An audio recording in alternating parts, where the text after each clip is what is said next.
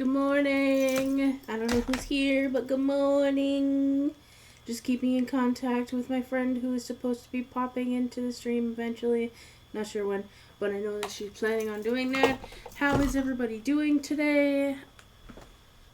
I hope everyone is lovely. If you're not, always remember that I don't expect you to be perfect and good 100% of the time.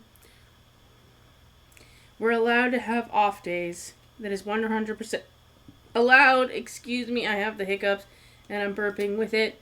It is 100% allowed to have off days because we are human and nobody should expect us to be 100% good or decent all the time. We should be allowed to have off days when we're depressed or sad and just want to cry for no reason.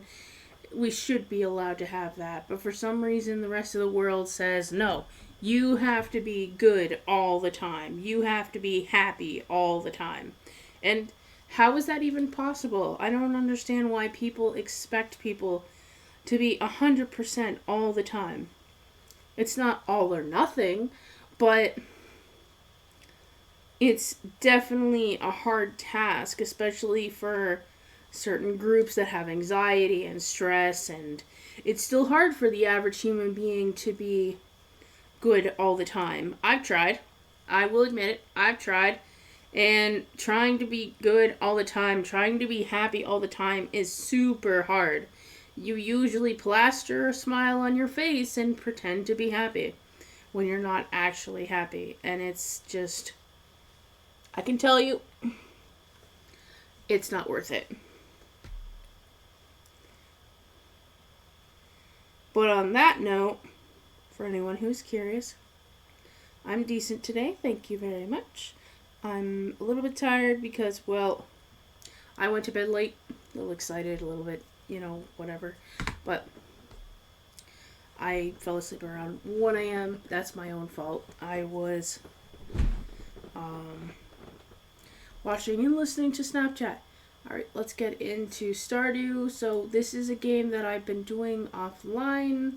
I have a few friends that join me normally. So yeah, but we are playing Stardew Valley. Here.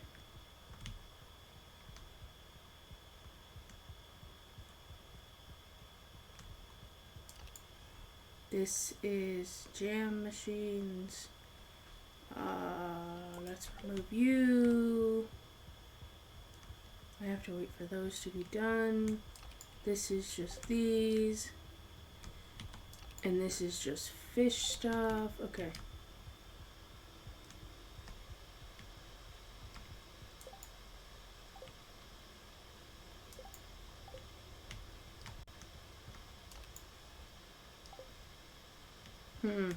I think I'm gonna have to hit this and hit this and put this right here because I can't get around to anything else. Interesting. Okay. That'll work. As long as I have everything connected, it should be just fine, because these are all connected down here. And so it'll come into any one of these chests if this is full, which this is going to get full. Here, let's move these out, because I don't need the wood in there, so let's put the wood in here. This is just going to be the wood chest as long as I can keep it that way. Wood chest. Can you actually continue typing? Thank you.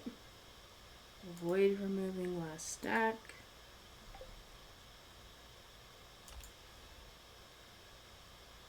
Furnace chest.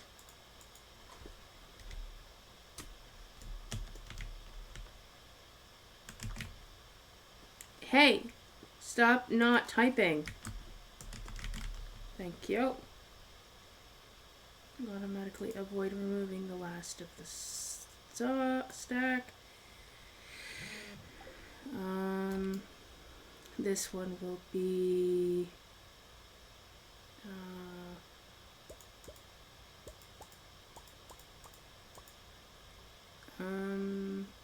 this is a resource. This is a resource. This is an artifact. Alright, let's take you and put you in here. These are minerals.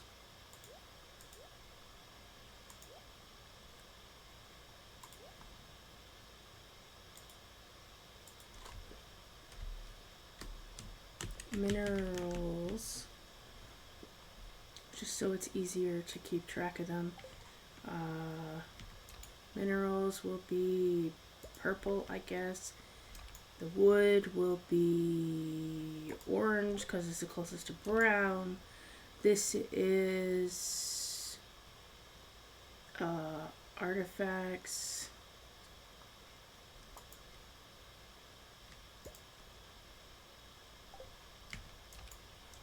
These will go in here because they're wooden.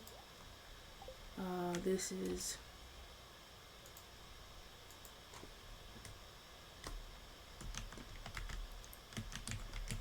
artifacts. Avoid removing last in the stock.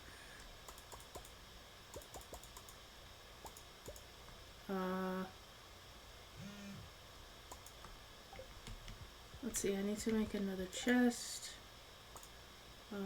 Already have one, whatever. Let's put you, I guess I can put, I'll put you over here.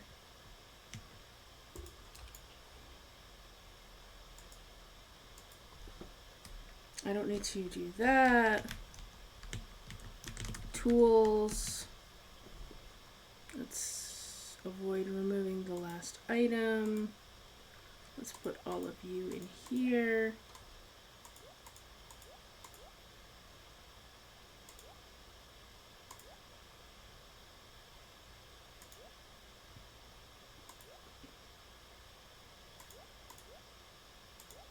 Actually, let's remove those because I'm gonna go sell those. Carving knife.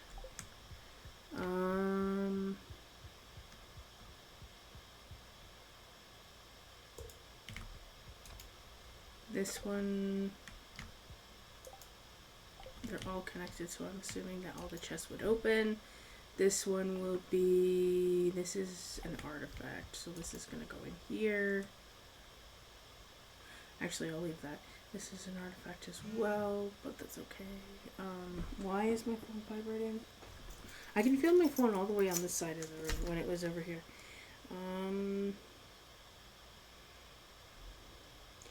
Oi! Okay, I need to hear these voice messages. Hold on. Sorry, guys. Let's turn this off and turn it back on. Why do I not have... Okay, there's the Wi-Fi. Alright. So I'm going to listen to these. I apologize. I'm going to listen to them through my headphones so that you guys don't have to worry about hearing them. Can you let go of the charging cord, please? And I've got these lightning cable headphones. They're really nice and they actually work really well. I like them a lot. So yeah, I'm going to put these headphones in my ears while having...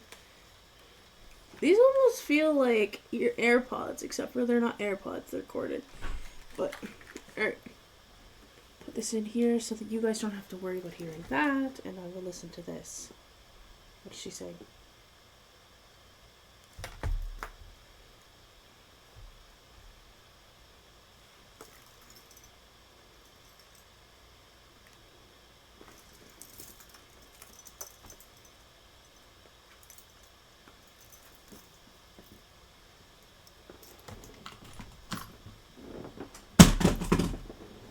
I just dropped my mouse.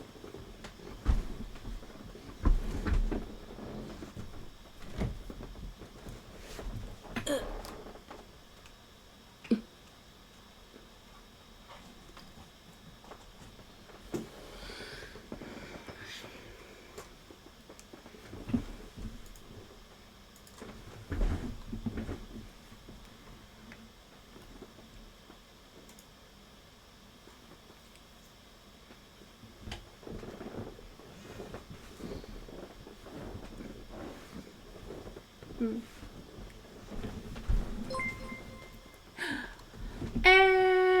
Coil underscore Twitch underscore bot JDX 100. Coil Twitch bot, I appreciate the 100 biddies. Thank you so much. Wow, I didn't expect somebody to pop in and give biddies already. Thank you so much. Well, whoever's behind the Coil Twitch bot, I hope you're having a good day. If you're not and you're going to try to make other people's day to make your day better, I appreciate that. Much love to you. Thank you so much for the 100 biddies. Anything is helpful for the stream. Thank you so much.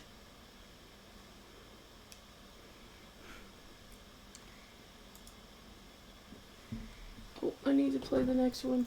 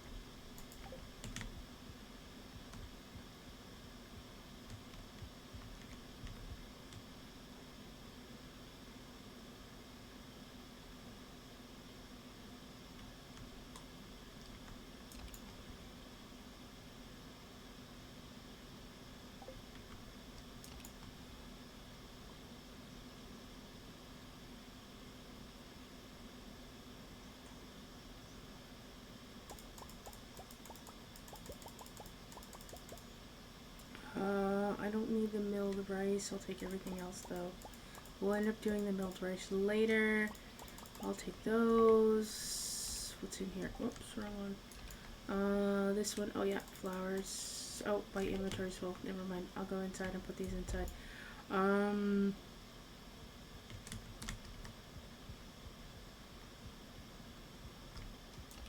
Alright, so these are plants and flowers. Oh wait, those are forageables.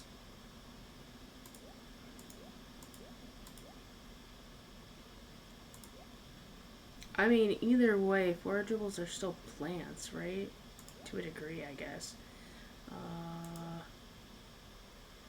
And these are forage as well.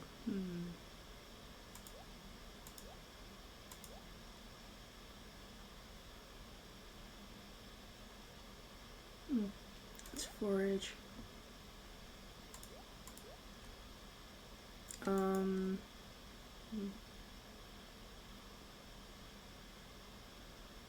I need another chest.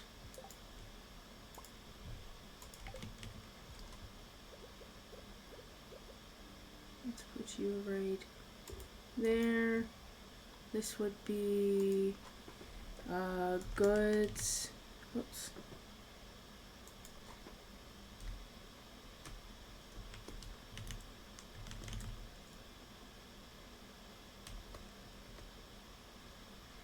That's going to be really confusing to anyone going to search for it. Alright.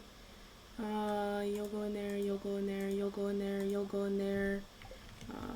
Let's make another chest for forageables. Let's put you here.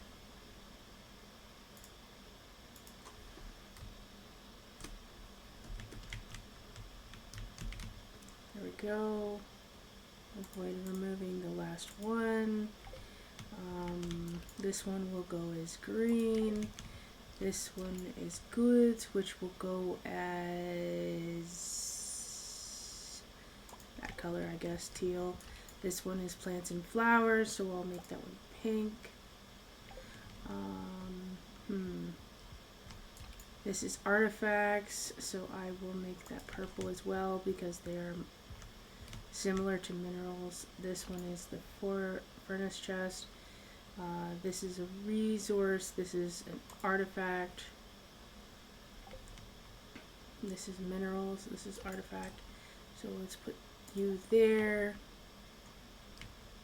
This one is wood, so that's fine. Forageables. Let's put you in here. whether they're mushrooms or other things. Alright, let's go back outside and organize this.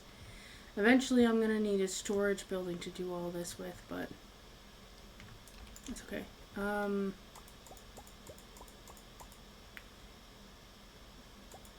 Oh, I see what I did there. Okay. You're gonna come with me. Take you out. These are flowers.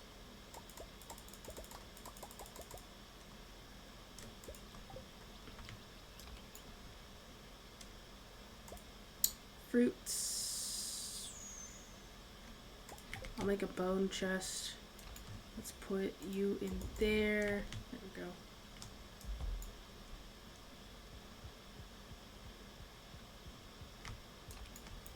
Forageables. Nope. Wait. I do have forageables in here.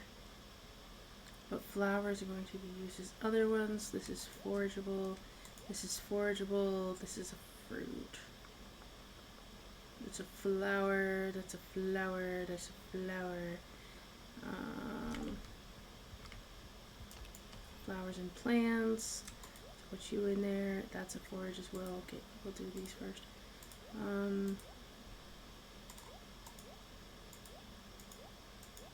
Oops, that's a forageable. High quality, that's fine. And that's a plant as well. Probably have to make another chest for this. 3.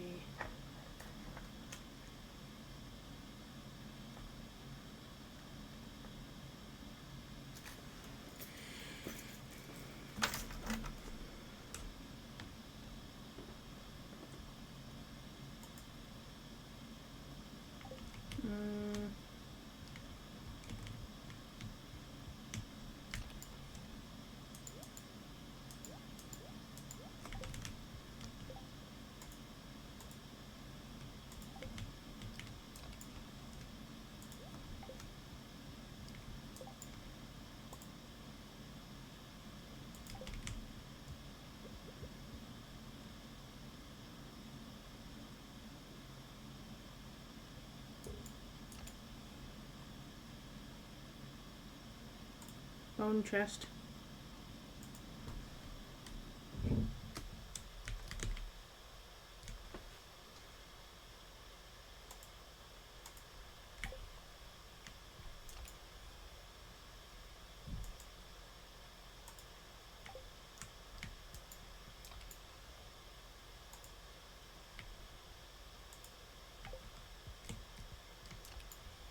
Alright, avoid taking the last one. Okay, so let's just say that.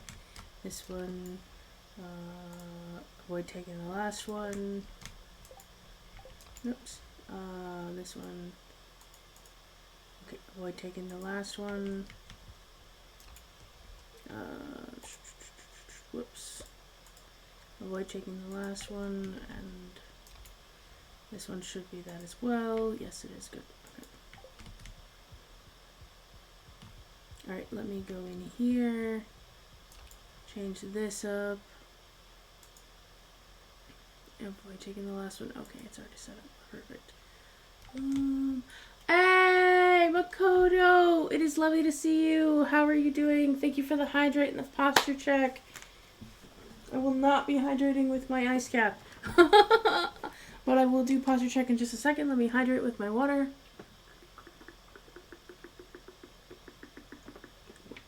It is lovely to see you, Makoto. How is Makoto today? Oops.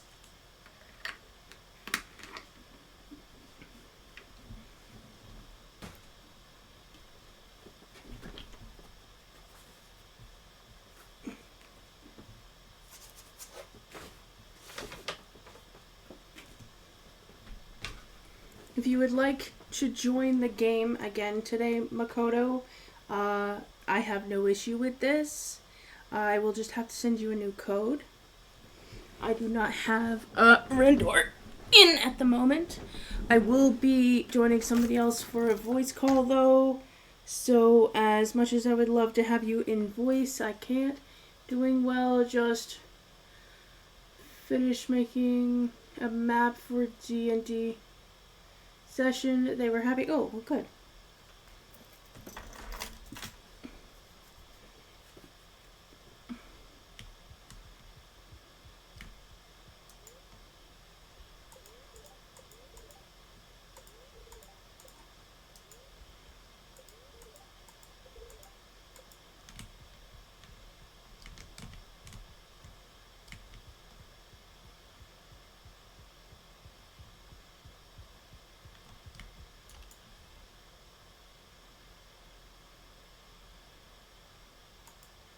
Okay, so it's still a void.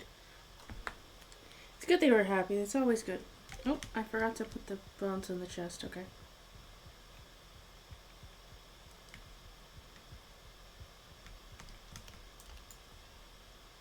Bones will be white.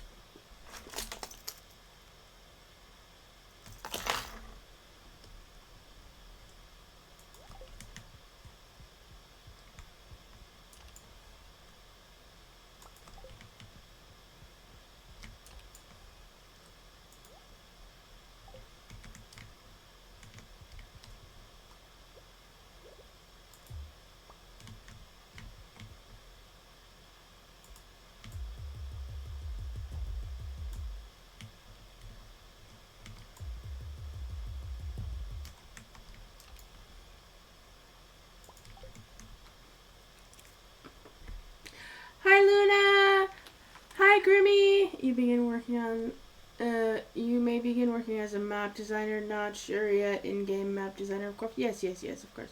How are you guys doing, Grimmy and Luna? It is lovely to see you guys.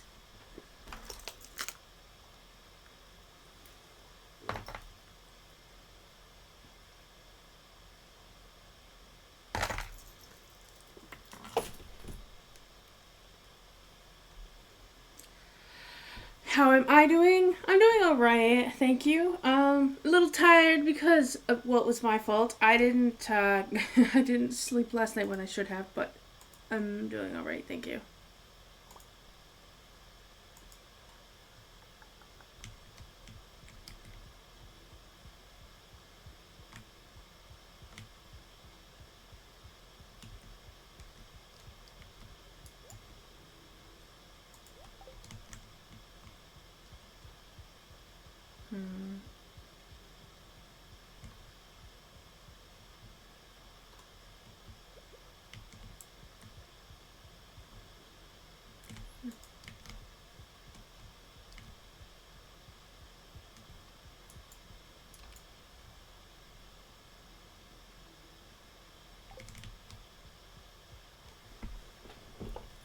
I'm just trying to catch up on some voice chats that somebody sent.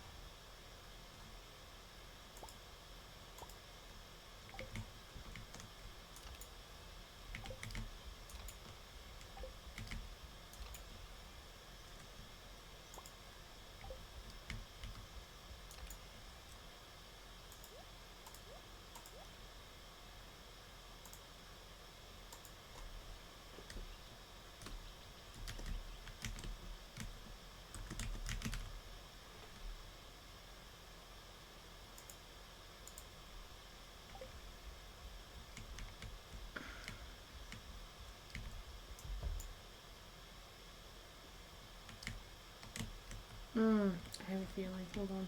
Let me check on the chickens just in case. Oh, go away, you stupid thing.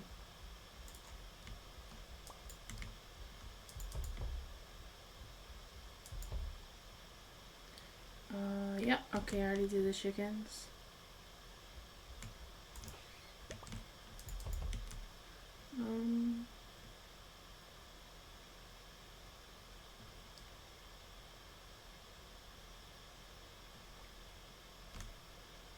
Actually, I'm gonna take one of these. This one. This will go here.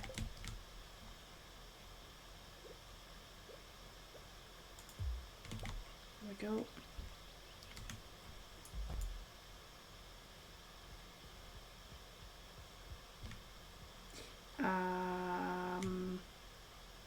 This is the recycler.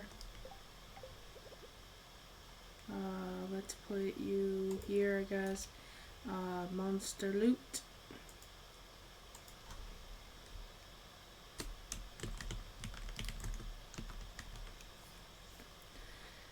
Boy taking last item.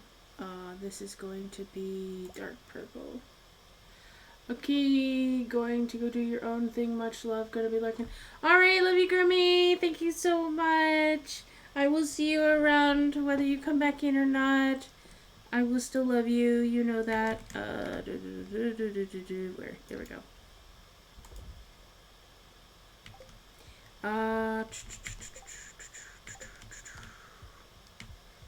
Jeez, this is a lot of work. Okay. Monster loot. Monster loot. Monster loot. There we go.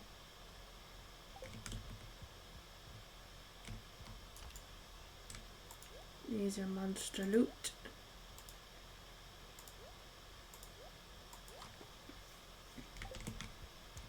What am I looking for?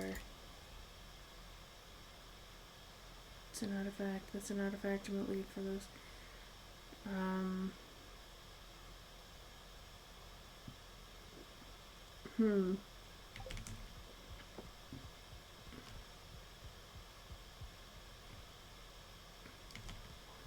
The house is pretty bright. Okay.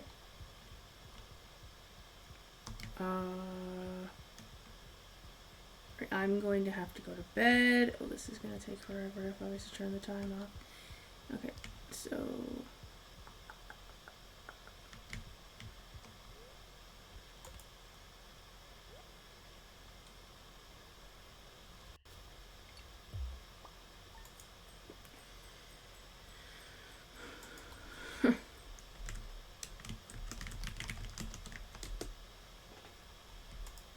Alright, let's see. I sold all that. That's fine. I'm just still trying to catch up on these sound recordings. Okay.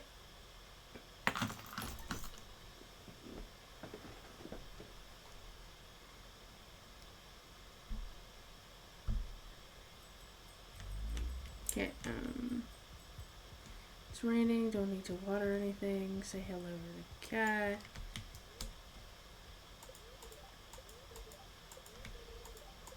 I'm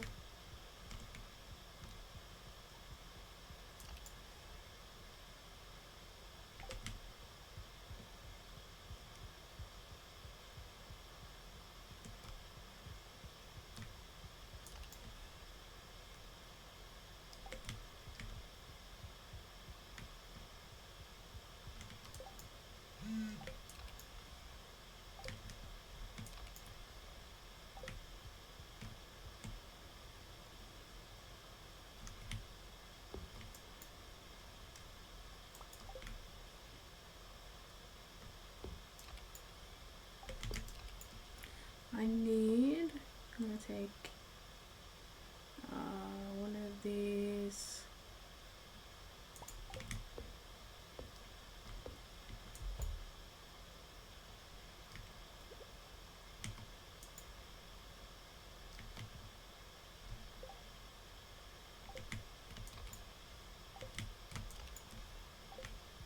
I think the watering can's out here, so it's not there. It's not there. There it is. Okay.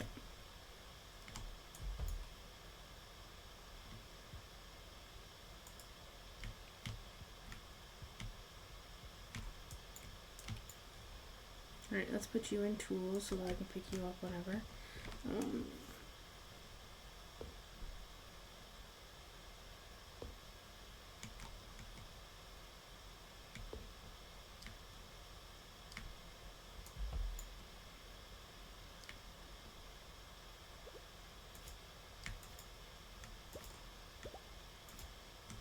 Alright, hot peppers. Let's check on the ones outside.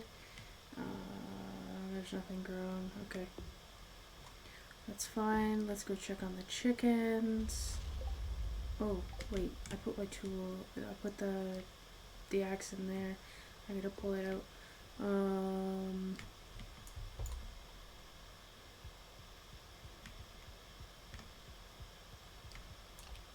Okay.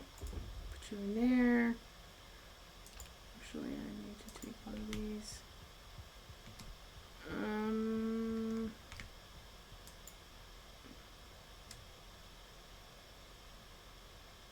That's fine.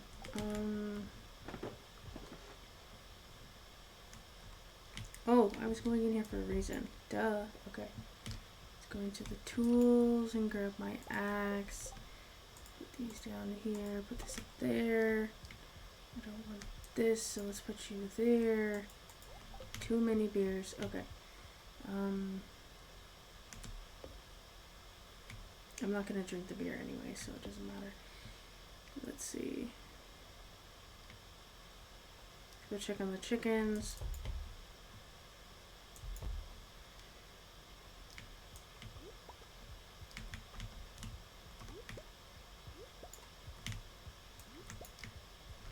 Alright, let's move you out. I need to grab some wheat for my sweet dear chickens who want to be fed. There we go.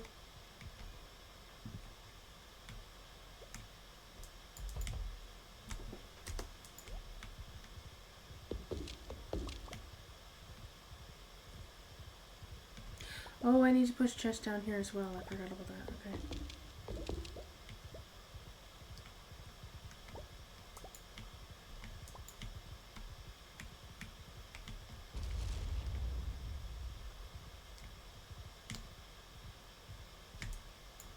Okay, let's throw you in there and throw you in there.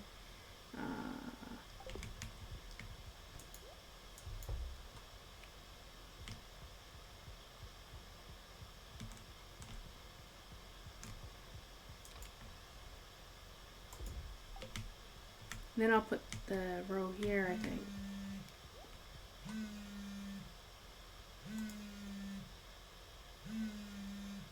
Why is it? Oh, there we go. Alright, I need to find this. Jeez. Why does it show up like that? There we go.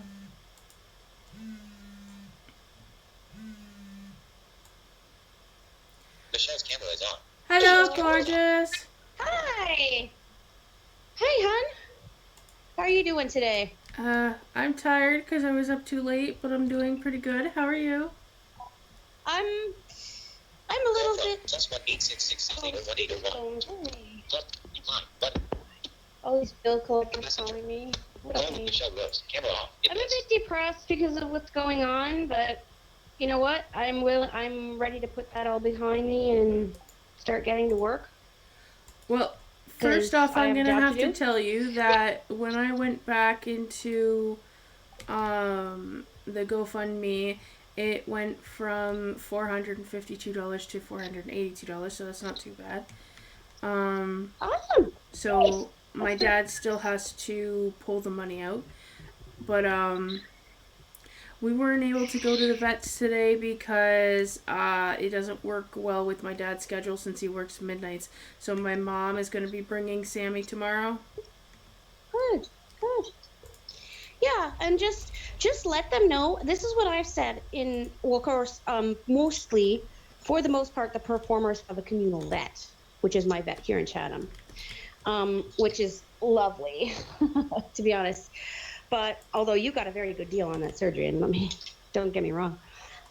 But yeah, so just tell them, like, we have an organization that helped pay for this, and we need the bill, the receipt for the surgery and for procedures stemming well, from I know my mother understands that because I had a discussion with her, but the vet never gave it to us, so. Okay, well, even it's worth a phone call. Even just call them and just be like, hey, this is Sammy's mommy or whatever, however you want to put it. And we had, like I said, if they're pretty good, they want their money regardless. They would, most vets would rather do the paperwork for an organization rather than put an animal down, to be honest. So it's not I don't think it should be a problem. I've never had a problem with any of the vets that I deal with, which I deal with 3. And I've never had a problem with any of the vets that I deal with giving us paperwork. I'll have to see how that not a goes. single. I Yeah, was for sure. catching up on you. I was like literally getting to your very last voice chat. Oh, And I didn't I have my earbuds in and I've been listening through my phone and I've had my headphones on because I'm playing my game and I'm streaming right now. So I've been trying to at least stay caught up.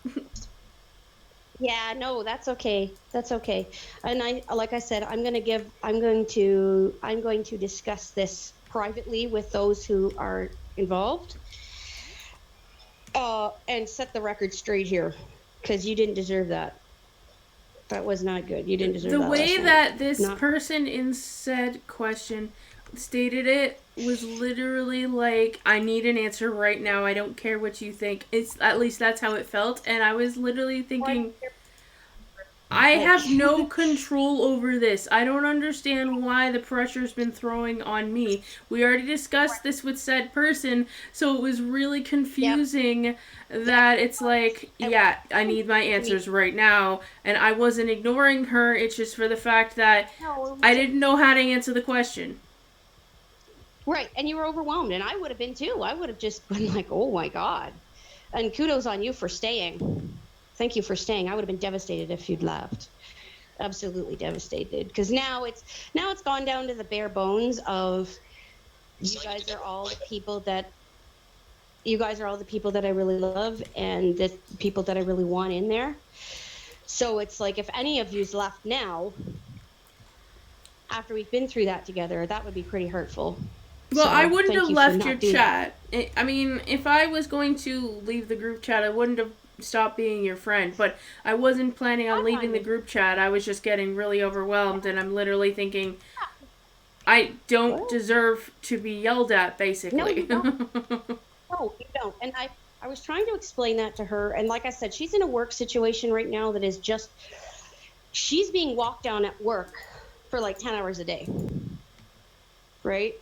Which isn't your fault, and it isn't my fault. It isn't anybody in the group's fault. But I think she's trying to take control of at least one thing in her life.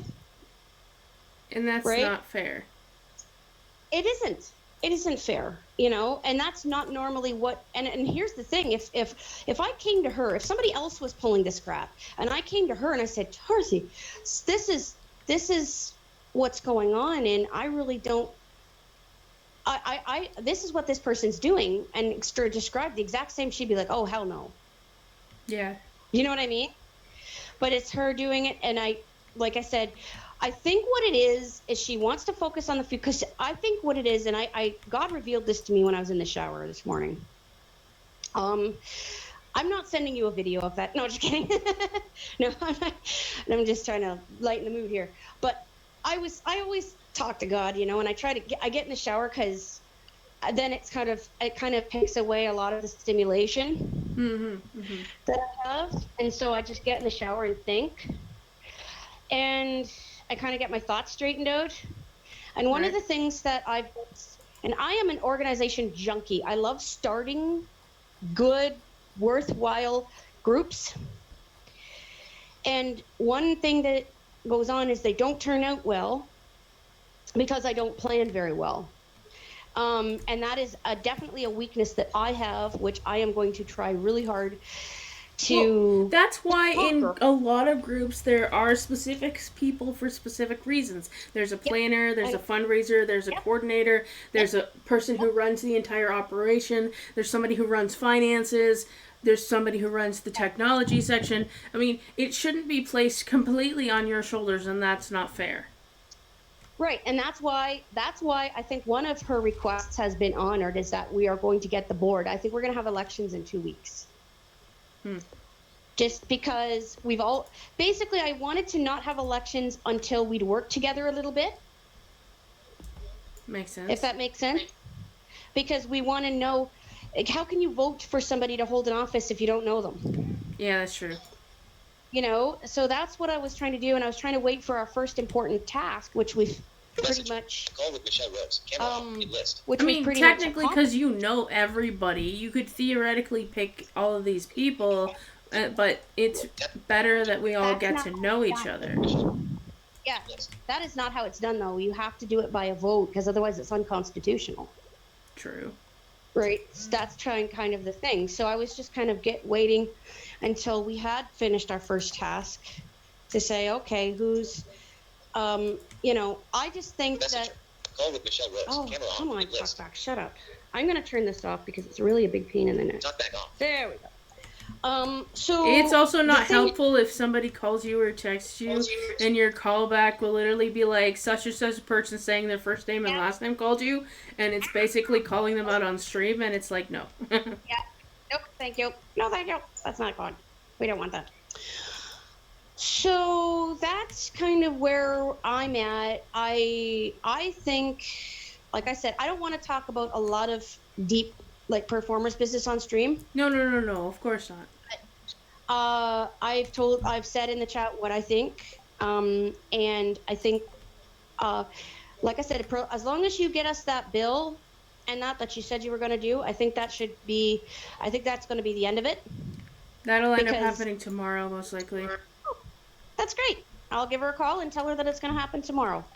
That's the plan. So that's the idea. But I think what she's trying to do is trying to chivvy me along to say, hey, this is a business. This has a lot of potential to do a lot of good. But if we don't have a paper trail, then we can't apply to different organizations for funding. But that's not fair to you either, because you literally just lost your cat. You have right to grieve properly. I hear ya. Here's the thing, though. Helping Sammy was part of the grieving process. Oh, okay. Right? No, it was. I would have helped Sammy anyways. But going all out like this was kind of a thing that I did in memory of Bibble. Okay. Right? If that makes sense? Yeah, it does. Just going totally all out like this. Plus, there was an urgency of he only had 6 days to live.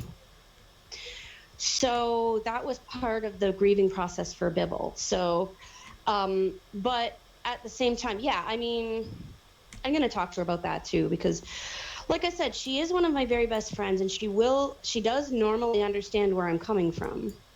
She's probably just having an off week for her own reasons. Yeah, for some reason, yeah. And the thing is, this group is made up of a bunch of people that have mental issues, childhood trauma issues.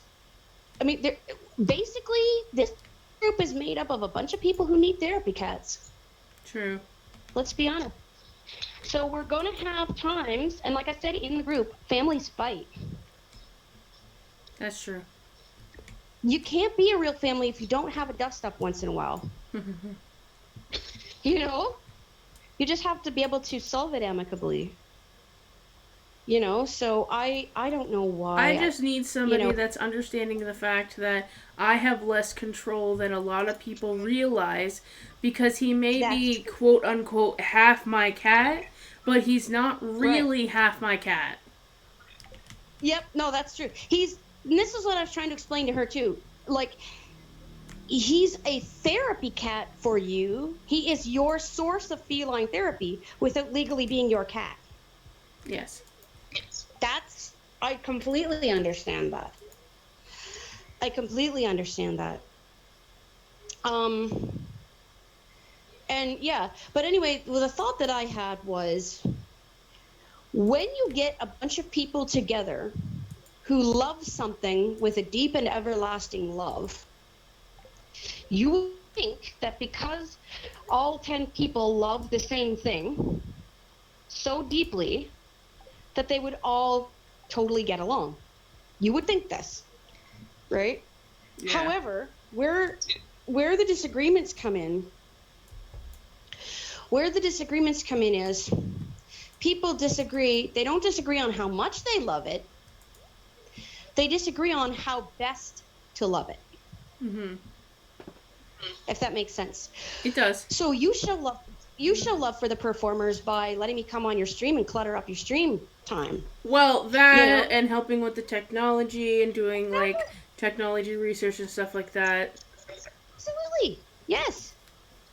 Absolutely. And when somebody's feeling sad, you're always the one that comes on and says, "Oh, I'm sorry, hon, you don't have to deal with that." You shouldn't You have to, know? at least. Exactly. You're always the one that does that. So you show your love for the performers that way. Jackie and Jackie shows her love for the performers by being one of my advisors. So when something's going wrong, I talk to her about it. She takes my call. She took my call at 12:30 at night, like a week ago. Goodness gracious. Whatever. I know, right? Like who the hell takes that call? Who calls somebody at 12:30 at night? But that's her role. That's how she shows love for the performers. Plus, helping out with earning money and using the money that she earns to help out with our causes and doing research and doing stuff for Wacky Weekend. So that's how she shows her love. Amber shows her love by doing Wacky Weekend and helping out with events. Robbie shows his love by bringing the Zoom room, doing the Zoom room. And Dorothy, I don't know, shows her love by putting by being focused and a little bit evasive sometimes when she wants something across. Yeah, a little bit. She's really serious about this, and we know that. Yeah, she's serious about this being a really legitimate organization. She's serious about us meeting our goals. That's the deal. She's absolutely 100% serious about meeting our goals and about us coming off in our best light to the public. For a while, I actually mixed up Thea and Dorothy. Oh, no. Yeah. And then I ended up getting used to the two of them, especially after Thea came on and did a lot of the singing as well. Yeah, that was so good of her, especially as she had to plug in her keyboard herself and she's in chronic pain. Right? Oh, I felt so bad. That she had to do that. That was awful. Yeah. So, that's kind of a thing. And I think the thing with all right, Luna, go for it. Sorry I missed your message. Luna said be right back, so yeah. Okay, cool. Yeah, so that's cool. So we can definitely, like I said, we'll try and raise money today. We're talking about all this business that you guys have no clue about, which is not fair. I mean, we probably don't even have to raise money because the bill was actually $985 and change. It wasn't even 1,000. Wow. Dang. I just put it as 1,000, so it was more of a rounded number. Okay. Well, that makes total sense to me. Now, did that include medication as well? No. I think they had to pay extra for the medication. Are they willing to eat that, or do we have to raise that? Oh, they were fine with that. Oh, they're eating it. Okay, good. See, that sounds weird, asking if they're eating it. Yeah, you know what I mean? They're going to pay for it, or they're not going to. Okay. So that's pretty cool. That's one of the questions that she had. That was one of the questions that she had. Like, are we still going to be raising money for medications? That kind of a thing. So I mean, if the performers were going to raise money, let's say, for example, for like insurance or whatever, we would have to find out whether we get insurance anyways. Yeah, I think what we have to do is I have to research insurance companies that aren't necessarily specifically located in Chatham or Fort Erie or Toronto, or you know what I mean? Yeah. We have to find the best insurance company regardless. So I'm going to say, just so that we know, because we're on stream, if you are going to state areas that we're located, I think you should say like the Greater Toronto area, the Niagara region, stuff like that. I don't know how to do this. I'm ballsing up the stream already. I'm sorry. I'm just asking this because I know that we're in different areas and we don't want to call our areas out for the sake of people knowing. Yeah, okay. So what I'm saying I mean, I is trust my viewers, but... Sure. No, and we're going to put this on the radio show, so I'm going to go through it, though, and I'm going to find relevant parts to put on our show, though. Because this is hours and hours and hours of material, so I totally get that. But what we need to do is we need to, first of all, because none of my 4 are insured. If something happened with this, I'd either have to come to the rest of the group or I'd have to put my cat down. Yeah. And I'm the president. I should know better, but I didn't. I couldn't find an insurance company in my area either. Because my mother doesn't think that they even do insurance in Canada. That is not true. So they do it in Canada, okay. Yes. We did get a cat for somebody who was in, how do I put it? In the Hamilton area. Is that okay? Yeah, that's fine. Okay.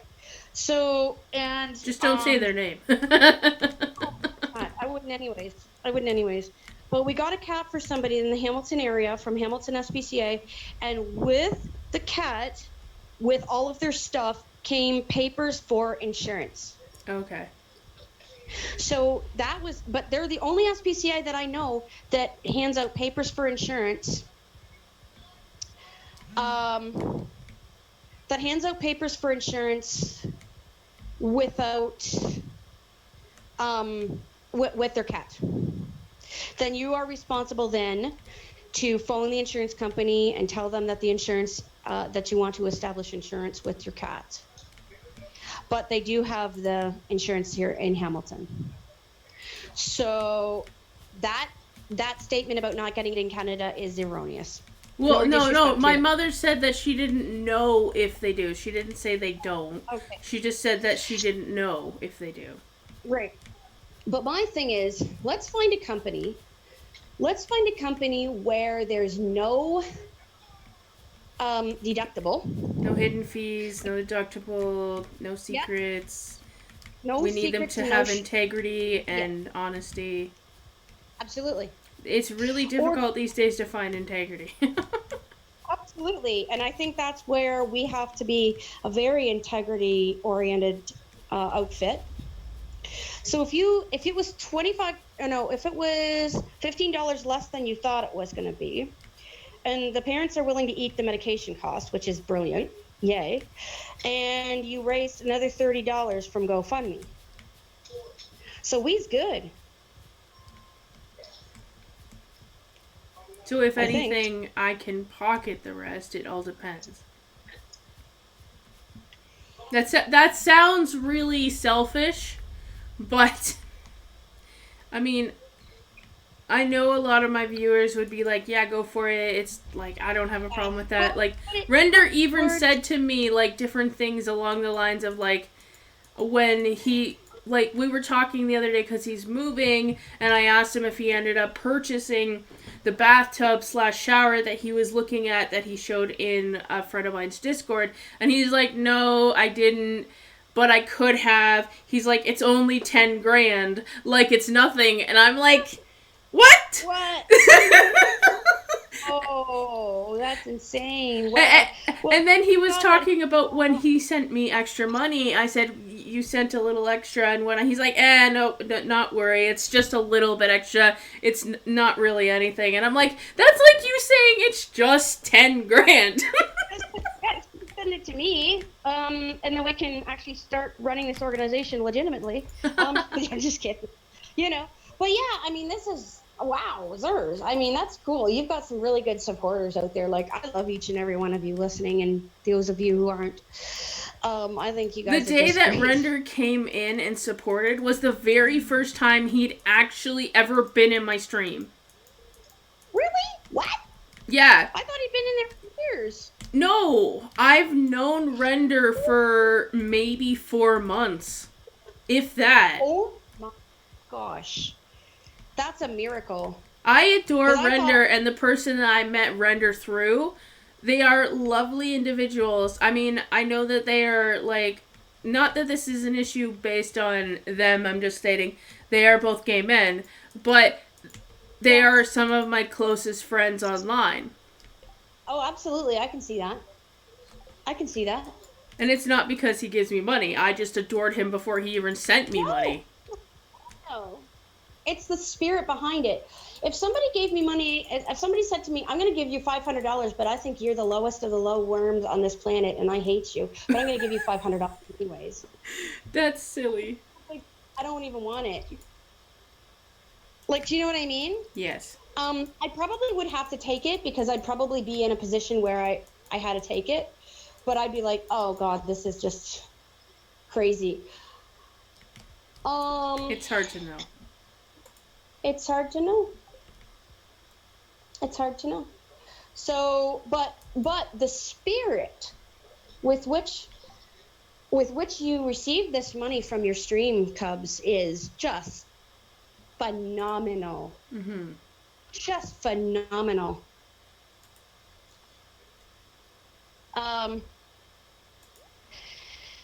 Yeah. So, yeah, I mean, it's just, yeah, it's just absolutely 100% phenomenal. The spirit that this was done in. I was impressed how much money we were be able to raise in a short amount of Yeah, time. Like, I it didn't will. expect that. And the No, performers I did a lot of it. I understand that. But at the same time, within less than a week, we had the amount of money that we needed. And it's like, say what? That how often does that actually happen? that never happens. That never happens. Like me and another performer are actually working on another whole different campaign right now, just privately as friends. And we're working on a campaign to get a dog tested for seizures. And they need $3,000. And that was shared with me on the 24th of May. And they still only have $465. Jeez. Yeah. But I'm not putting it out to the group because number one, it's a dog. So that's not our mandate. Number two, I don't want this person going through what you went through last night. I am so sorry about that. I didn't I think should that would have actually happen. messaged you personally, but at the same time, I had the performers chat open, and your chat was a bit farther down in the messenger chat. So I was like, I'm just going to message everybody so that everybody is aware of what's going And on. But then yeah, it's and like, you did the right thing. eh. Oh, yeah, you did the right thing. You were showing integrity. You were showing integrity by saying that. Honestly, if I knew I had gotten was gonna get that much backlash, I would have just messaged you and that's it. Yeah, I would have, because it really wasn't that important. Because somebody gave $30, and then your bill wasn't as much as what you thought, anyways. I mean, I still don't trust the states behind GoFundMe anymore, but No, it's not as bad as what it was. yeah, it wasn't a group tragedy. To be honest with you, it wasn't. No. I would have, yeah, if there's a problem, I like to deal with problems off of group. And then once we get a handle on the problem, then, and if I feel like it's worth mentioning to group, then I will mention it, or then we can mention it. We can decide to mention it together. But yeah, I handle a lot of the groups. I handle a lot of the things that could turn into drama. Because, like I said, this group has people with brain injuries and people with mental illnesses and people who've been screwed over in the past and stuff like that on there. People with belief issues. We have a lot of people on there that we don't know what's going to be a trigger. So yeah, I think in the future, I think if you suspect that something's going to be a trigger for the group, just message me about it privately or call me. I'm available. And we can I talk actually about it. have a couple of ideas about group. Cool. Like for example, we send a lot of videos and links in the chat.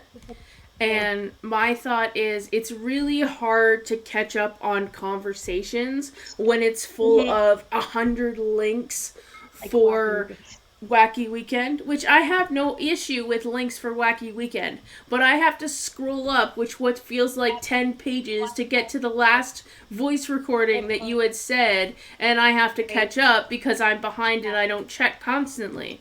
So my thoughts are maybe we could make another chat based on Wacky Weekend and links so that people can send them in that chat so that it doesn't get confusing or frustrating for other people so that we can actually keep up with the links as well.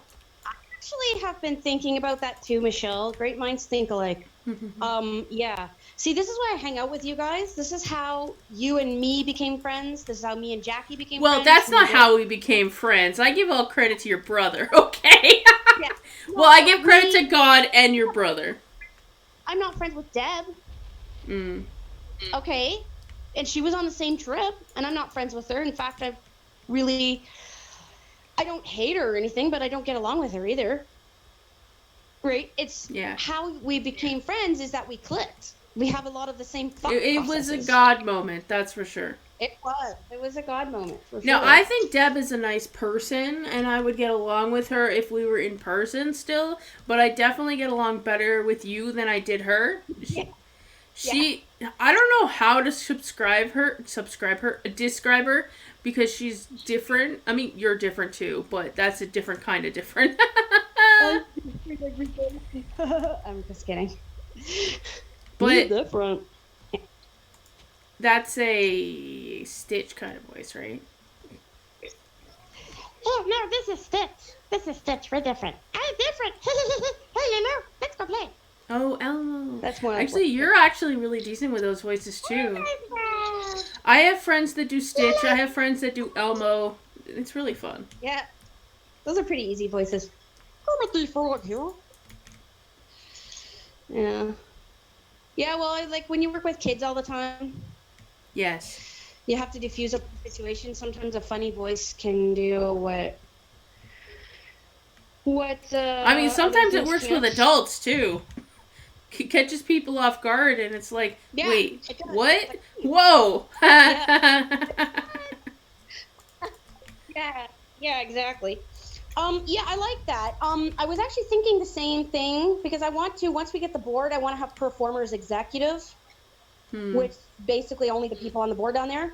Okay. And then performers, the main chat. We still have to take votes though, because it's based off of everybody's opinion for things. Oh yeah. So we're gonna take votes as to who goes on the board, and we're gonna have a monthly meeting or a bi-weekly meeting of everyone for things, but then we're going to also have a separate executive meeting so we can discuss things like pet insurance and things like that that need to be talked about.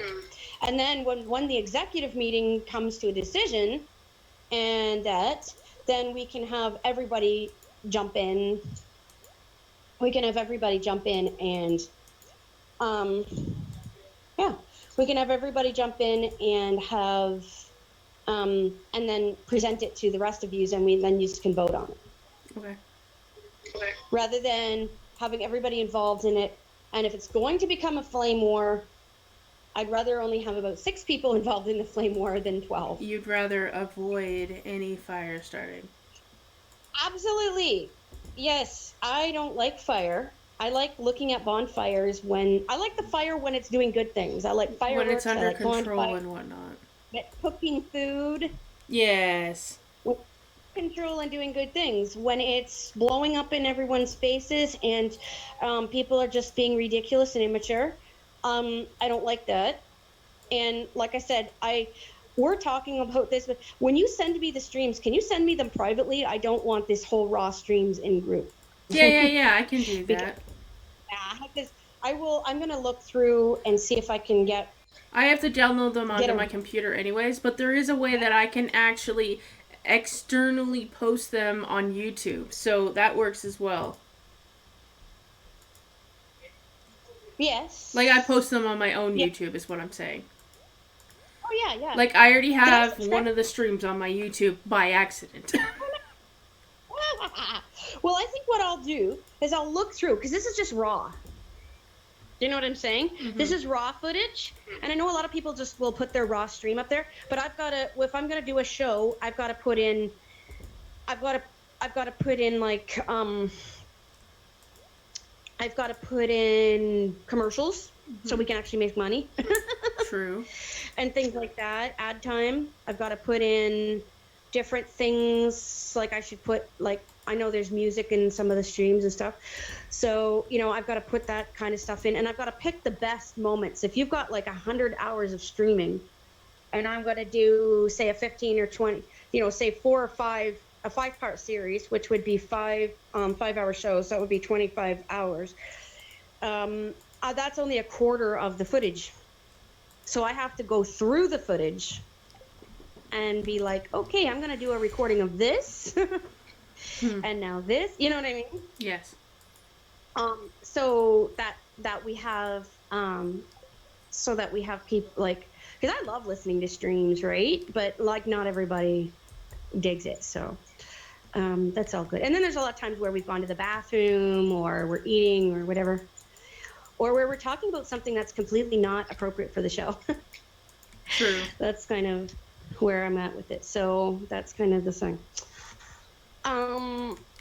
Yeah, so it's interesting. I like I said, I feel better now, like I've talked to you, and I would like to, like I said, I would like to have a communal insurance company.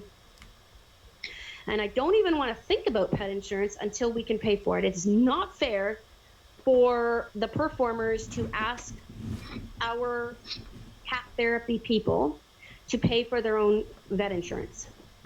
But should we really expect the performers as a group to pay for it themselves? Like, I don't know. If we had an income, right? Like, let's say like people were buying ad time off the show left and right, you know what I mean? yes. And we had income, or we were doing fundraising concerts for the performers or doing all that stuff. And we would have to decide. I think that's something we'd have to decide in the executive meeting too, because I think we would have to decide, do we want what do we want to do? Do we want to require money from the people who have the cats and who are getting the services? Or do we want to have these fundraisers, the concerts and the streams and the treasure tree books and all the stuff that goes along with it, and events? I mean, we could do one fundraising concert every month. That's true. Or something like that, where people come to our Zoom room and they pay $10 and they come to the concert every month. We could do one of those every month. We have the show that we could, that we're hopefully going to try and get advertising revenue from. There's different things like that. It doesn't have to be a major, okay, this fundraiser is completely taking over our whole life like this one was. This one was important because the cat only had 6 days to live. So that was really important. So it had to be. We had to go into crisis mode. We didn't have a lot of time to plan and what have you. No, and I felt bad about that, but at the same time, I couldn't control that. I know you did. I know that. And here's my thing is that if you had told me before Canada Day, which you didn't know, but if you had been able to talk before Canada Day, we wouldn't have had a fireworks show. I mean, I knew that Sammy was having issues before, like he was starting to have issues, I think, before Canada Day, but we didn't, realize how bad it was because, we knew. Never do. For 3 or so weeks, he was having issues just laying there, and my parents couldn't afford to bring him to the vets. And so by the time we realized, you know what, this is pretty bad, we should probably look into taking him to the vets, I was the one insisting on taking him to the vets. And my parents were like, yeah, we understand. Hey, Dracon! Hi! You're done with the ad break? Oh, hi! You get ads because you're not subscribed. I'm sorry, honey. Oh, I thought you were talking about me advertising what we do to raise money. No, okay. My friend Dracon popped into the stream. I was literally lurking in his stream before I went out So I ended up going out for breakfast with my dad instead, just because we weren't taking Sammy anyways. So Right. we ended up going out for breakfast, and I had let Dracon know that I was going out for breakfast, and then he was like, I'm going to try to pop into your stream when you're streaming. Nice. Well, Which thank is you. nice. Thank you very much. I just didn't realize he finished streaming already. Oh, wow. Short stream. No, he'd been streaming since like at 7 or 8 o'clock in the morning. Oh, wow. Oh, my gosh. Yes. So, yeah. I mean, I'm just going to... Yeah, I think we should. I think that we should either... Like, if we don't do some type of fundraising every month, that we know what we're doing and we're doing it or whatever. If we don't do that, then we're going to come up with these crises where it takes over everybody's life for a week or 2 weeks or whatever. That's true. You know what I mean? We're going to end up. We got to like figure that. something out.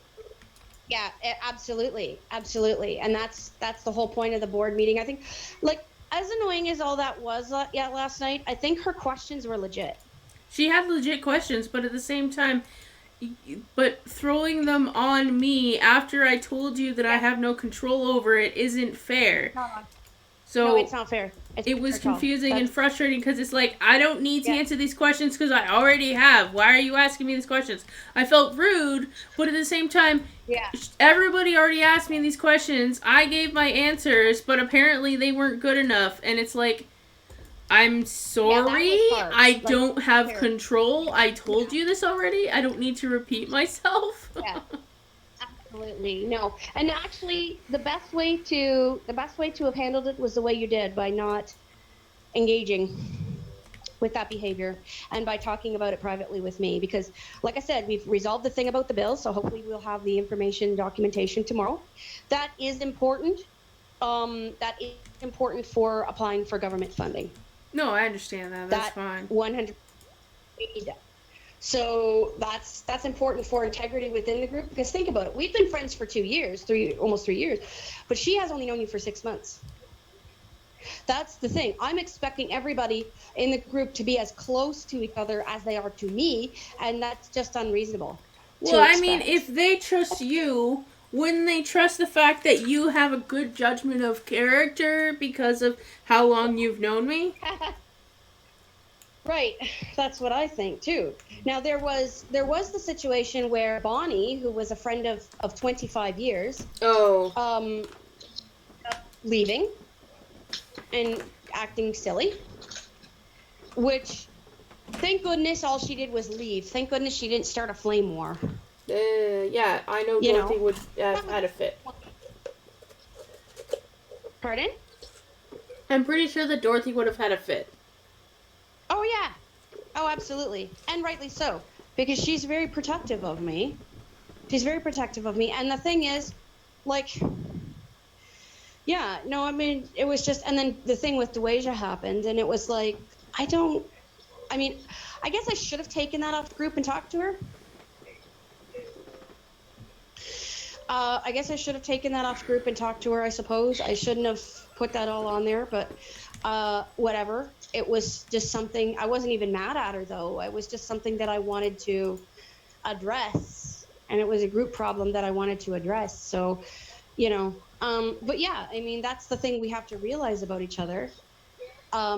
Because as a performers, we have skin in the game, and now that we're getting into public, like we're doing a public show, but now we're getting onto public streaming and stuff like that. So that's kind of, that's the way the ball bounces. Yeah. That's kind of the ball bounces. But I think, like I said, I did put in, mine and Roy's and then Dorothy's and Jackie's, but then I did put in like a $60 in memory of Bibble. So I put in 15 from each of my cats in memory of Bibble Bob.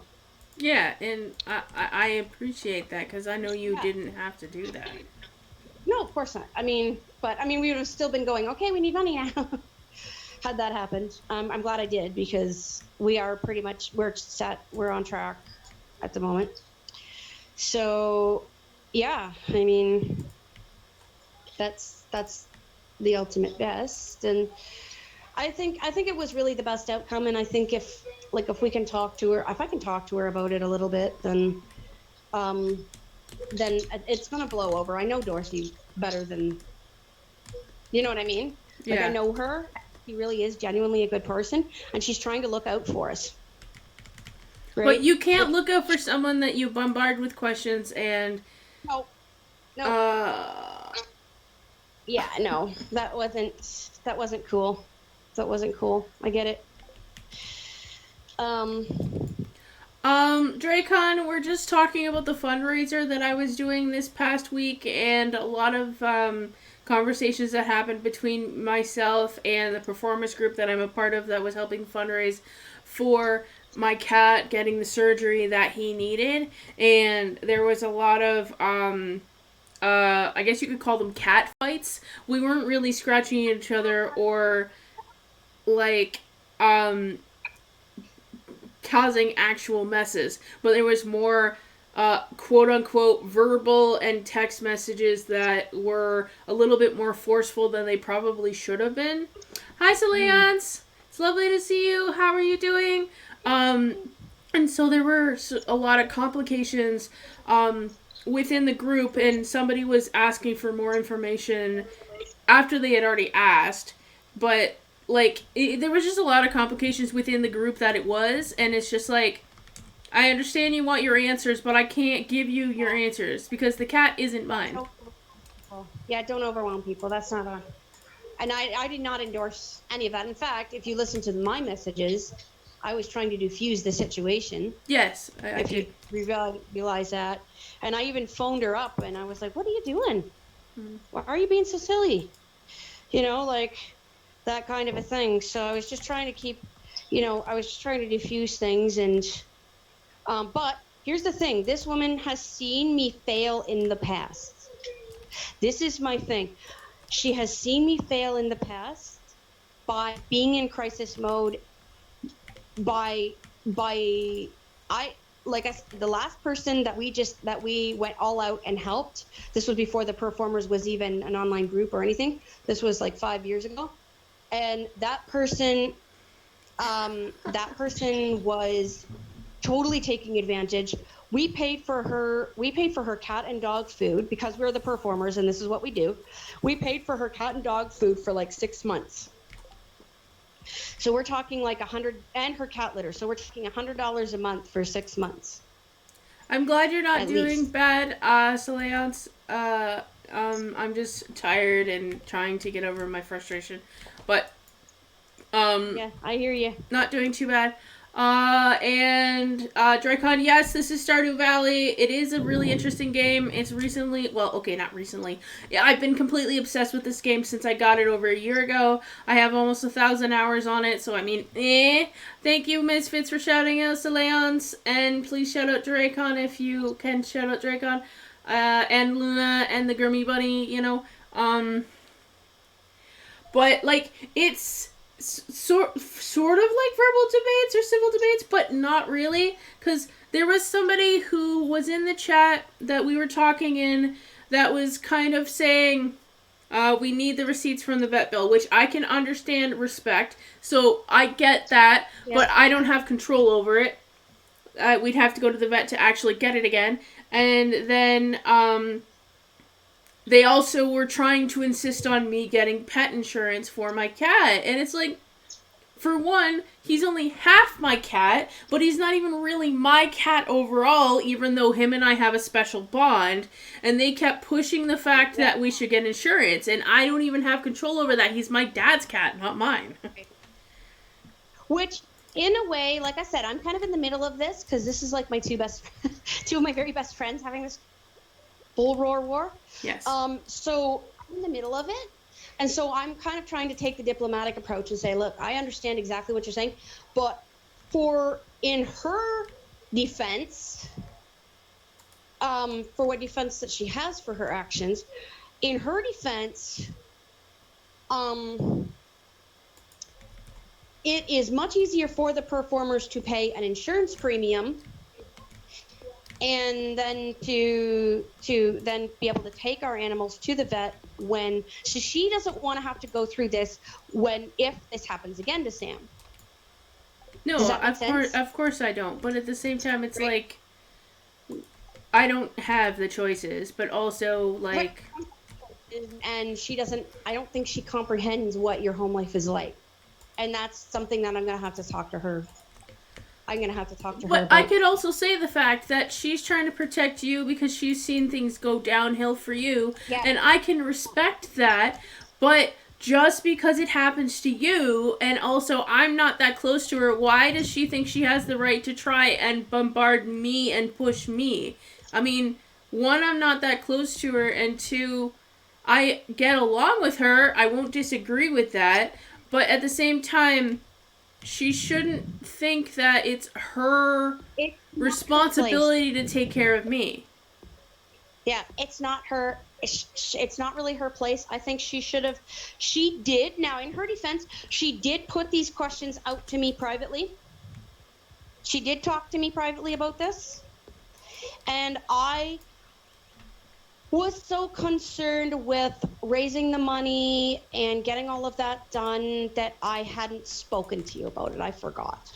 Because I have ADD, and that's what fine. I'm like, if she wanted to talk to me about it, she could have private messaged me. Even though you had said to me, I agree with Dorothy.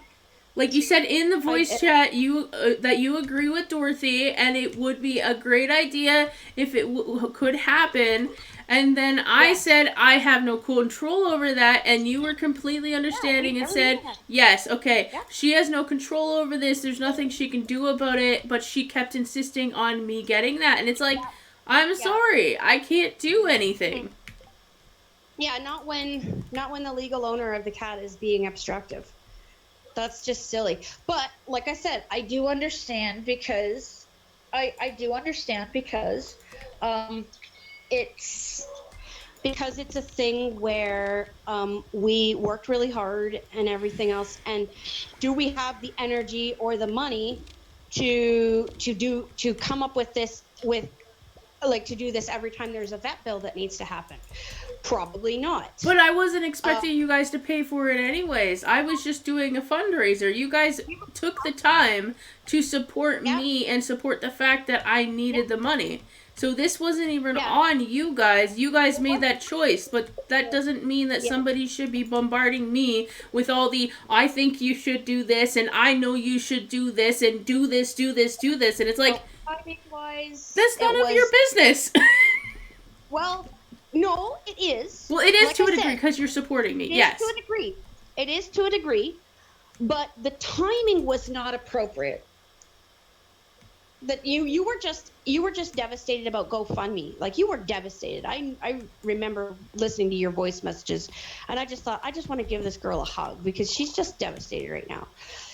And for her to come out with all of this craziness, I felt was inappropriate. So I don't, sometimes people have bad timing. Yeah, I've had bad timing, so I don't disagree with that. Right. So, I mean, yeah, if this was your cat, this cat belongs to Mama Bear Shell. Yes. Right? Okay. And we did all that. We would have to insist. So let's say, like, my cats don't even have insurance. So why not try and find a communal insurance company, get all the cats insured because there's 9 of them, right? Yeah. Well, let's get them all insured under the same insurance company, and get them all done. Get it all done. That's what I say. I'm not going to sit there and come at you like I'm some hypocrite and say, well, you should get your cat insured. Because all you said was that's a good idea, and I agree with Dorothy, but you didn't push the area of subject. No, that's not. Yeah, and I wasn't too. That's not who you are, anyways. don't hate her because she has a brain Oh injury. no, I'm not hating on her. It's just frustrating that she was trying to tell me what to do and what she thought that I had to do, and basically made me feel like I had no choice, but I had to do it. And it's like, I have no choice, but I can't do anything. Yeah. If we had it established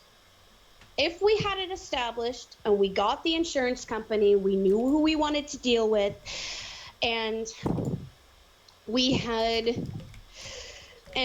our, we had our way of paying the premiums, yeah, and that kind of a deal, and you chose not to go on the insurance, then I'd have a problem. Well, I still can't make that choice either way, because it's all still ultimately up to my parents. It's not up to me. It is up to the parents, but why would they turn down free insurance? That would be silly. If somebody came up to me and said, hey, we're an organization, we realize your cats provide a service, and we would like to get them insured, and we are paying the premiums.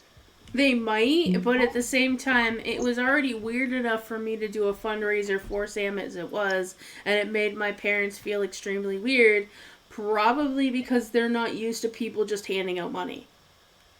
Well, here's the thing. I don't think they're used to, and can I say something blunt without you being upset? Yes. Okay, please remember that I love you, okay? But honestly, let's look it in the face. Your parents aren't used to you doing things as an adult. True. I mean, I tried to move out. My dad said he didn't want me to move out. What the hell?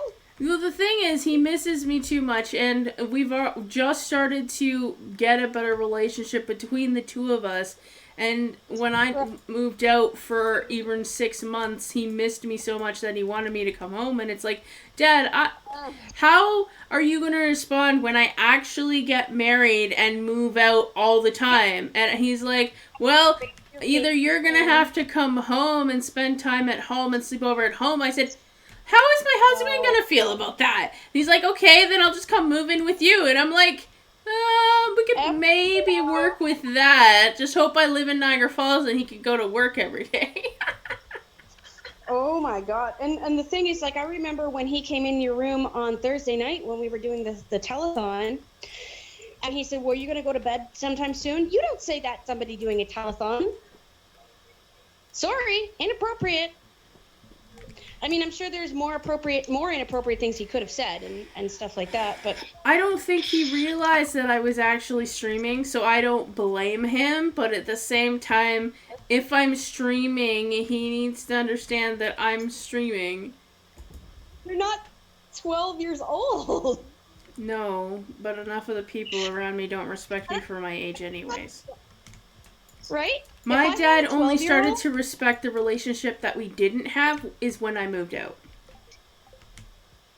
That's generally how it happens, actually. That is generally how it happens, that once you move out, then they see you as more of an adult. Once you start to take the reins. So you're taking the reins right now, and you've taken responsibility. You took responsibility for the cat. And if I was your parents, I'd be giving you a hug and a slap on the back and saying, thank you, God, for my daughter. My brother was like, wow, I'm proud of you, and you're the only one who could have done this.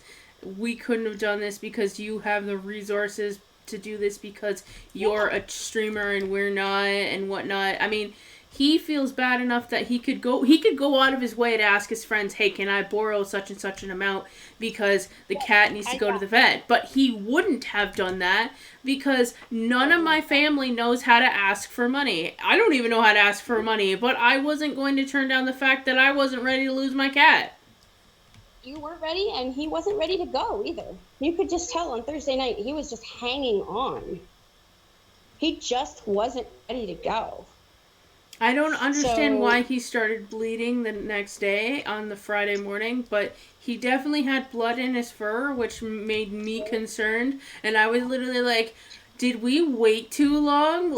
I was really concerned about waiting too long with him. Yeah, I was wondering if we did. So yeah. I mean, it's to not be even honest your with you, fault because if you didn't have the money, you no, didn't we have didn't, the money. right? But yeah, I mean, if we would have known before Canada Day, we wouldn't have had a fireworks show. We would have just saved your cat. That would have been the end of it. No fundraiser, no nothing. It would have just happened. That's the way it would have been, and I would have been completely fine with that. We would have had a YouTube fireworks show But would have exclusively. anybody else been fine with that? That's my question. Barely anybody donated this time. Oh. I put up. Jackie donated $100, and the fireworks shop donated $100. I think I did 10. And you did 10. Yep. And I was donating on behalf of Chris and of Dorothy because they had donated in other years and like they weren't able to, but I was putting theirs in anyways. But at the same time, yeah, I could have given $700 towards Sammy and gladly not had fireworks. You know? And I'm sure that you would have had me pay you back even without insurance and would have been willing to wait as long as it needed. Yep. I would have been fine with it, even if you didn't pay me back. That's a lot of money not to pay back, though. Well, that's a lot of money to waste on fireworks, too. True. Saying? It's gone now, regardless. So, yeah, I mean, I definitely would have. My parents definitely would have insisted on me paying you back, okay? I would not have been able to get away with that. That would have been 100% fine with me, but I would have waited. I would have waited as long as it took, and I wouldn't have, but we do need to have to reevaluate. See, here's the thing. Yours was the first. We had already talked about this in January, February, March. We had already talked about the fact that we were going to have fundraisers for the therapy cats. That was a thing. Yours was the first one. So now we can look at it objectively as a board, and we can say what went wrong, what went right, and what do we do differently. Because a lot of things went right with this fundraiser. A lot of things went right with this fundraiser that I would completely do again. And there was a couple things that went wrong with it that we need to avoid. But because it was the first,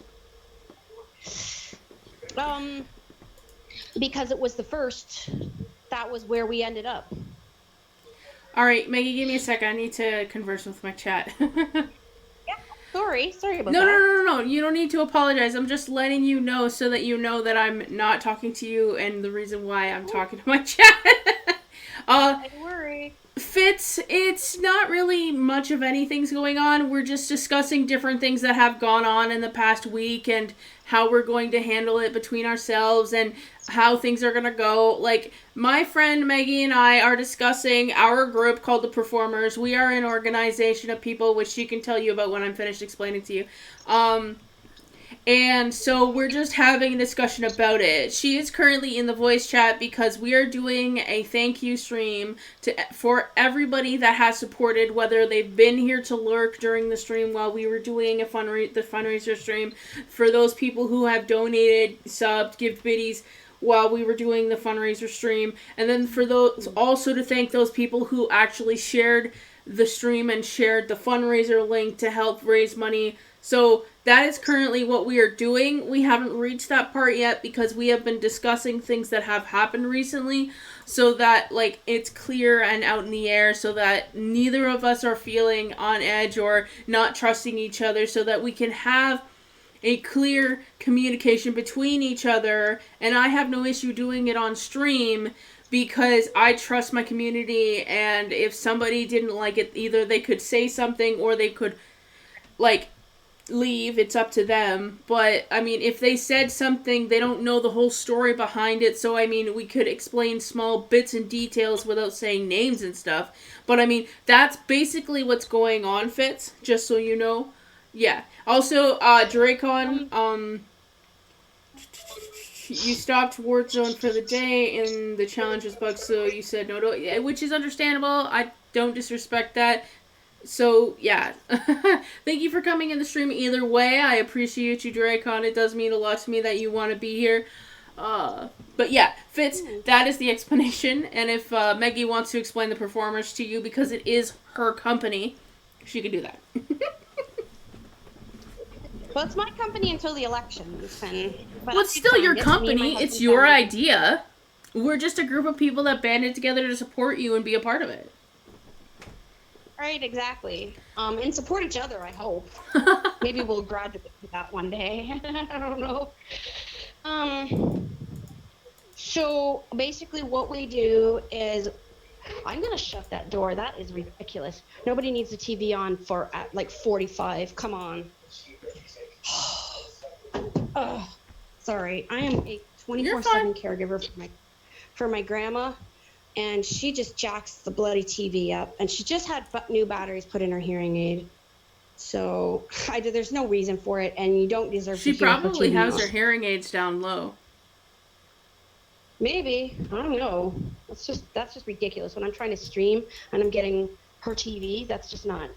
I put my volume down low all the time because I don't want to ruin my ears. I already hear things extremely loud anyways without even having hearing aids, so I have extremely sensitive ears. Right. Oh, you're lucky. Anyway, so believe me, I don't want sensitive ears. All right, go ahead. Sorry. Yeah. Okay. I'd rather have sensitive constitution. I'll tell you that. I like to be a little more thick-skinned than I am. But yeah, performers. I visited in 2008 when I realized that cat purring has a beneficial effect on the human nervous system. And I wanted to research that, and then I found out all these other that cats have, and all the therapy benefits that cats have. And so I came up with the idea of having having a therapy cat organization that basically tries to get basically our mission is to get therapy cats in the hands of those who need them and to keep them there. That was part of our mandate for helping Michelle, was we wanted to keep her therapy cat with her. So that was kind of the crux of all that. So basically I ran it out of my house for a long time. We ran it as a rescue and therapy center. We ran it with a few different people. And it was a physical center. And then we had to take a break from that because we were homeless and our cats lived in a camper trailer. So that was not cool. So we took a break from that. And then we got back into it in January of this year. So January 3rd, 2021. We opened it up and we made a messenger group online, and we are now running it as a hybrid center. So we're running it virtually right now, but then when we get the physical center, we'll be running it as a hybrid. But mostly it's virtual at the moment. So that's basically where we're at. But yeah, we need to stop discussing this right now because I understand we're discussing it and I get it, but honestly, we could discuss this all day, and I'm sure people don't want that. I'm sure people would rather hear me read the Warrior Cats books, because I think that's more productive than discussing this over and over. Well, my friends were just trying to understand what was going on. That's all it was. Oh, no, not at all. No, I'm glad. Are you still going to do singing? I can do some singing, yeah. Okay. Yeah, I can do some singing. I can do some, I have 86 entries to do. So whether that's 86 songs, 86 chapter readings. Are you going to do it based on every $20 instead of every $10 or whatever it was? Nope, I'll do it every 10. Okay. That's why I have 80, because I've already got 24 done. I just know that's a lot of singing, though. It is a lot of singing and it's a lot of reading, but I that's why I decided to incorporate reading. But if you guys don't like my reading voice or whatever, if you guys don't want to read, then I can go back to singing. So that's completely okay. I can do that. It doesn't matter to me. It definitely keeps And the of course, chat active, and if people are talking, whether it's myself or you, at least if people come in, they'll hear us talking and be like, "Hey, what's going on? What are you talking about? Can you explain to me where we are?" Like, yep, absolutely. So we have, like I said, I have 86 performances. Now I can't say performance anymore. I always say performance. nothing wrong with But that. I have 86 performances left to do. So I thought that it would be good to kind of spread it out a little bit amongst different acts of talent. So reading is one of my acts, and so I will. That's what I have ready right now. All right, you do that, Leons. Love you, Alice. It's okay if you. Oh, you have breakfast. You made breakfast. Nice. What did you make, Alice? Why am I saying all right if you want to come back? Oh my goodness. Okay.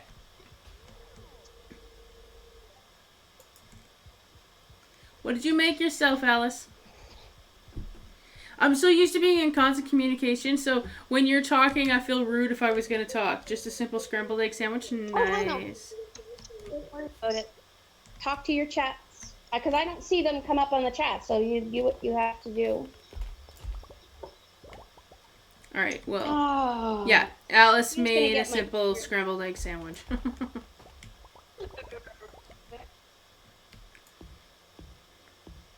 I like cheese in my scrambled eggs. I do too. But I don't like, the sliced cheese. I like to slice my own cheese. Actually, I prefer shredding it.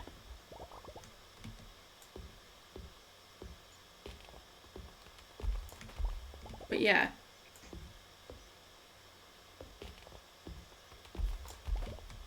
Okay, I'm gonna put. Yeah, you can just go ahead and keep talking, Michelle, because I'm just gonna get things ready. Alright, sounds good.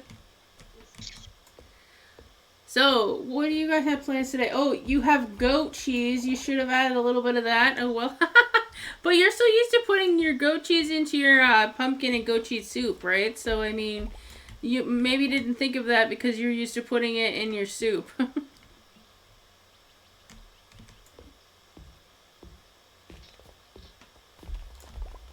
Definitely an oh well moment. There's always next time. I don't think I've ever had goat cheese. I'm curious what it tastes like. Oh, you put it in your eggs too. Okay.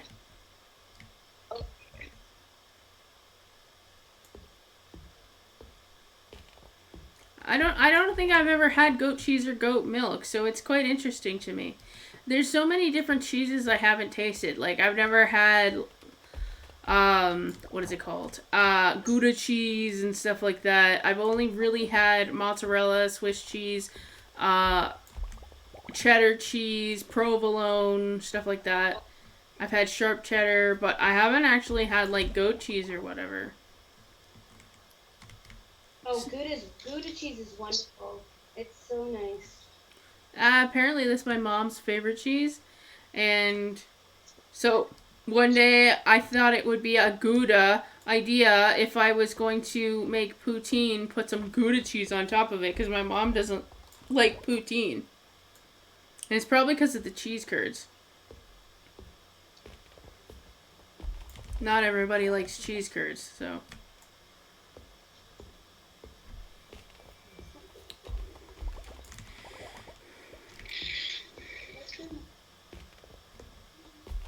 Sorry, I'm having issues with my laptop today. No worries. You take your time. My laptop is being a clown. Sounds like a normal technology. Ugh. If I was there, I would have helped you with it. But what is the point of me helping you with it if I was there? You could just join in on mine. Well, no, because I need it to read. Oh, that's true.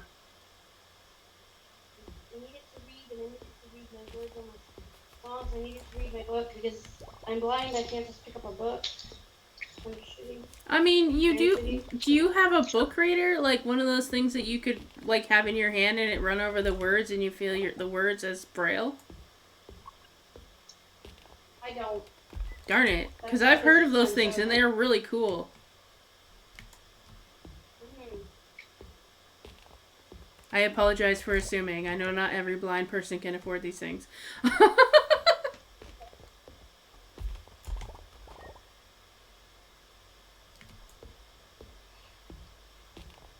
Okay, we're gonna open it up. I'm having battery issues with it. Is Where it plugged I in? charge this. It isn't. Because this room only has 2-prong plugs. So I That's plugged weird. it in my room because I have a power. So I Hmm. plugged it in there, and it charged. The battery charged, and I thought I was ready to go. It's possible that But I some don't. laptops either die really quickly or the battery just is so shot that it drains super easily. Here we go. Here we go. Something's going on. There are a lot of laptops that lose battery easily because the battery just wasn't built properly. I had that with one of my old laptops. I think my first one. It got to the point where I always had to have it plugged in, which is what the frick is the point of a laptop then if you have to have it plugged in all the time. I And like I normally said, have mine plugged in all the time because it doesn't last long enough for me to stream because I stream for like, I don't know, 8 to 10 hours depending on the day. And so if I'm right. streaming for that long, I eventually have to plug it in anyways. Well, that was kind of the thing because, but I thought, hey, okay, perfect way. Okay, okay, perfect. Okay, because basically, I got this so I could write my novels and stuff in the car. Ah, okay. That's why I got such a small one. That makes sense. Because I wanted to write things in the vehicle. Um,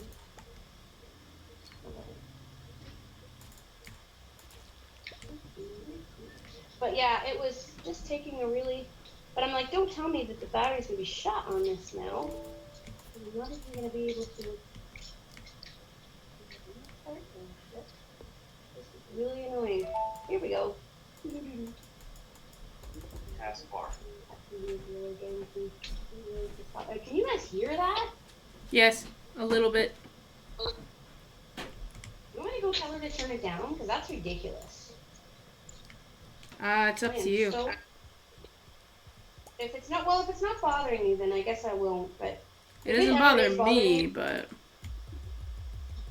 if it ever is bothering anyone, I will tell her to turn it the fuck down. Because honestly, I told her I was working today, so I'm really not so we can still hear it it. through the door. Is that what's going on? Yeah, Weird. I closed the door. I slammed it. Remember? I know. I don't remember that. Sorry. And yeah, that is really effing annoying. I am really annoyed about that. Oh, where? Yeah. Oh, come on! Don't tell me you went off of YouTube. Okay. I'm still trying to. Oh, shut up. Okay, here we go.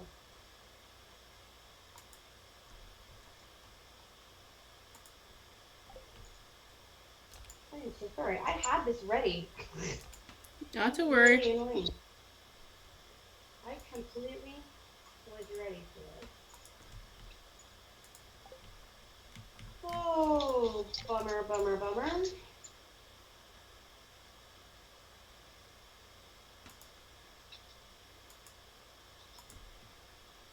Okay, we're going to search.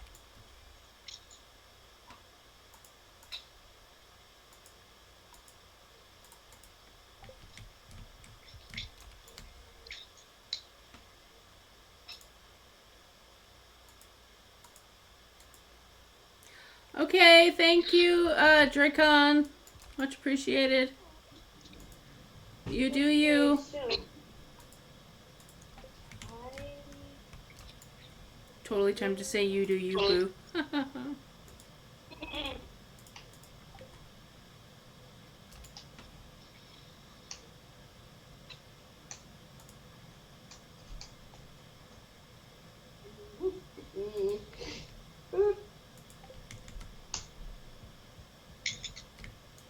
Yeah, I actually did this on Tuesday, and then we never ended up doing anything with it.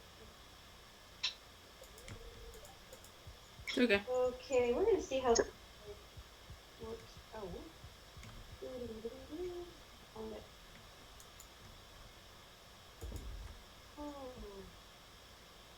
Okay, what's this now? Warriors in the wild are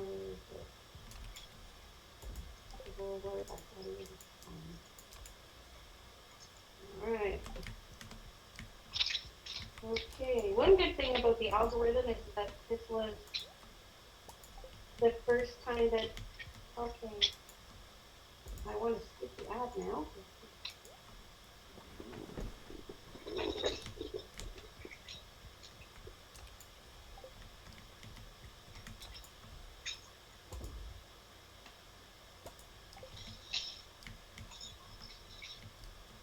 Oh, this is really, I'm trying to, there we go. Oh. Okay, Warriors Original Series, Into the Wild by Aaron Hunter. For Billy, who left our two-leg home to become a warrior, we still miss him very much. And for Benjamin, his brother, who is now with him in StarClan. Special thanks to Kate Carey. Allegiances. ThunderClan, leader Blue Star, deputy Redtail. Medicine Cat, Spotted Leaf. Warriors, Toms and She-Cats without kits. Lionheart, apprentice Greypaw. Tiger Claw, apprentice Ravenpaw. White Storm, apprentice Sandpaw. Dark Stripe, Longtail, Running Wind, Willow Pelt, and some okay, Dustpaw apprentices as just a second. I hang on, I lost my place for a sec. Where is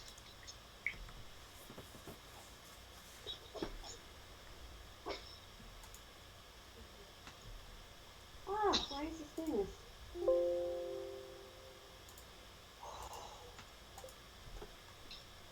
Just need patience with technology. Hmm? Just need patience with technology. Yeah, you do. It never has the same courtesy to you, but That is correct. sorry. Okay. A half moon glowed on smooth granite boulder. Is turning. Okay. Why is this working? Yeah, my screen reader decided to go off. Not to worry. Not to worry.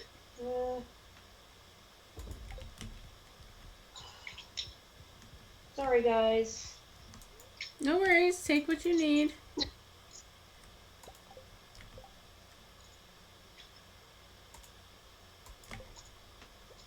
This whole thing just freaking froze. Shoot. Take the time that you need. No stress from this side.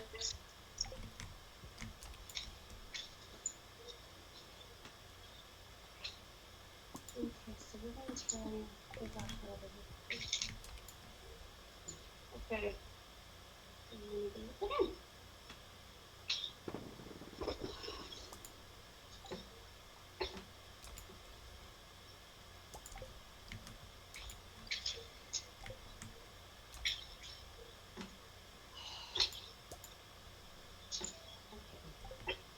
Come on, screen reader.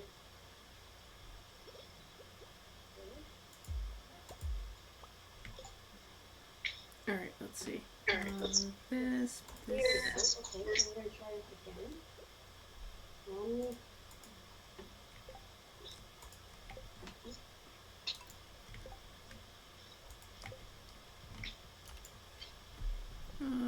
This one.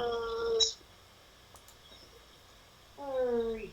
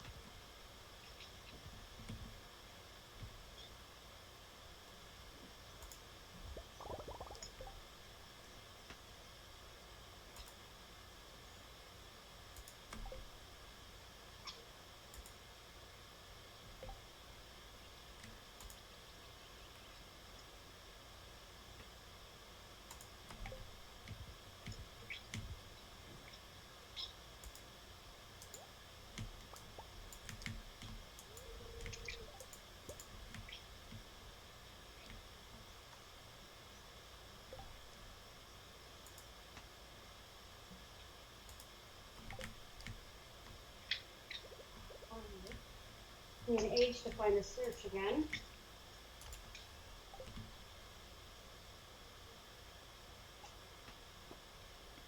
No need to stress. Right.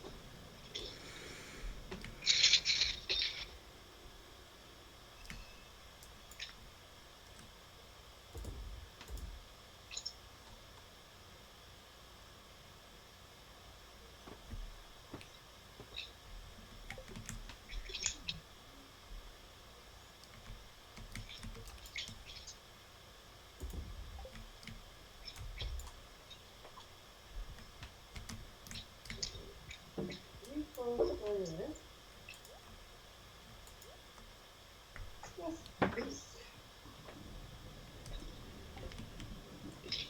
There you go. Okay, now.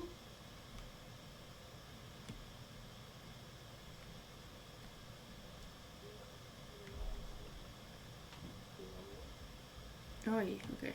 Oh, yeah. Okay. I'm not gonna pick this up right I'm now. not gonna pick this up. Hi, chickens. Okay. Okay.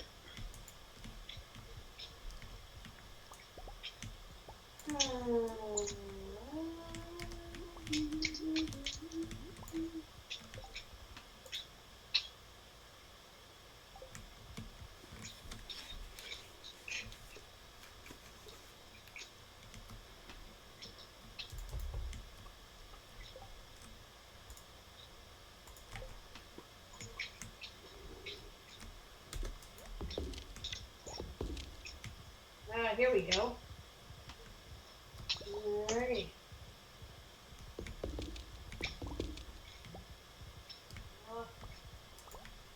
I figure we'll eventually get there, so there's no point in stressing.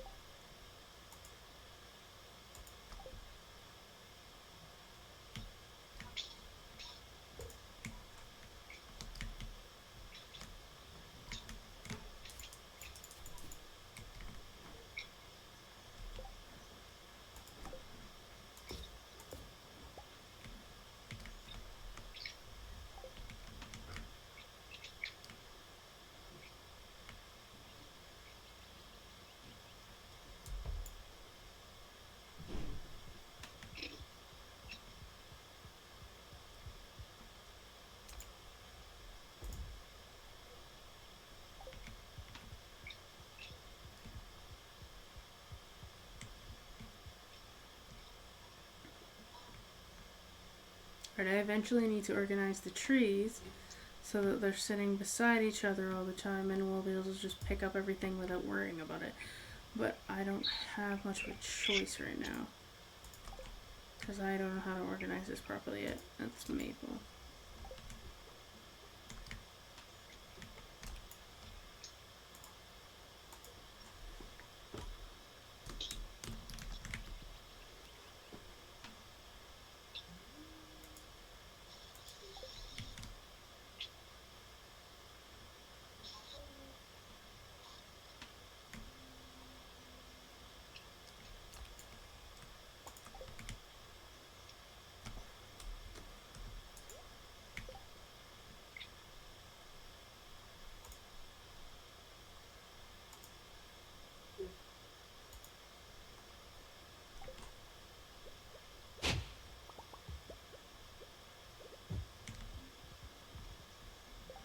There we go.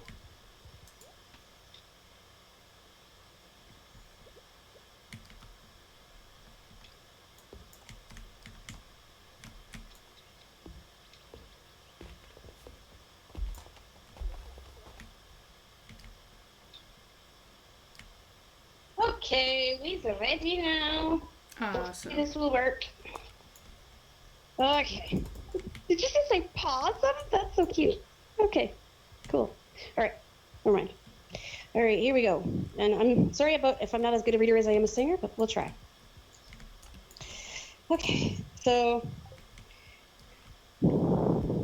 Warriors original series, Into the Wild by Aaron Hunter. For Billy, who left our two-leg home to become a warrior, we still miss him very much. And for Benjamin, his brother, who is now with him in Star Clan. Special thanks to Kate Carey, Allegiance Thunder Clan, Leader Blue Star, Deputy Redtail, Medicine Cat, Spotted Leaf, War Toms and She-Cats without kits, Lionheart, Apprentice Grey Paw, Tiger Claw, Apprentice Ravenpaw, White Storm, Apprentice Sandpaw, Dark Stripe, Longtail, Running Wind, Willow Pelt, and Mouse Fur. Apprentice Dustpaw, Greypaw, Ravenpaw, Sandpaw, and Firepaw.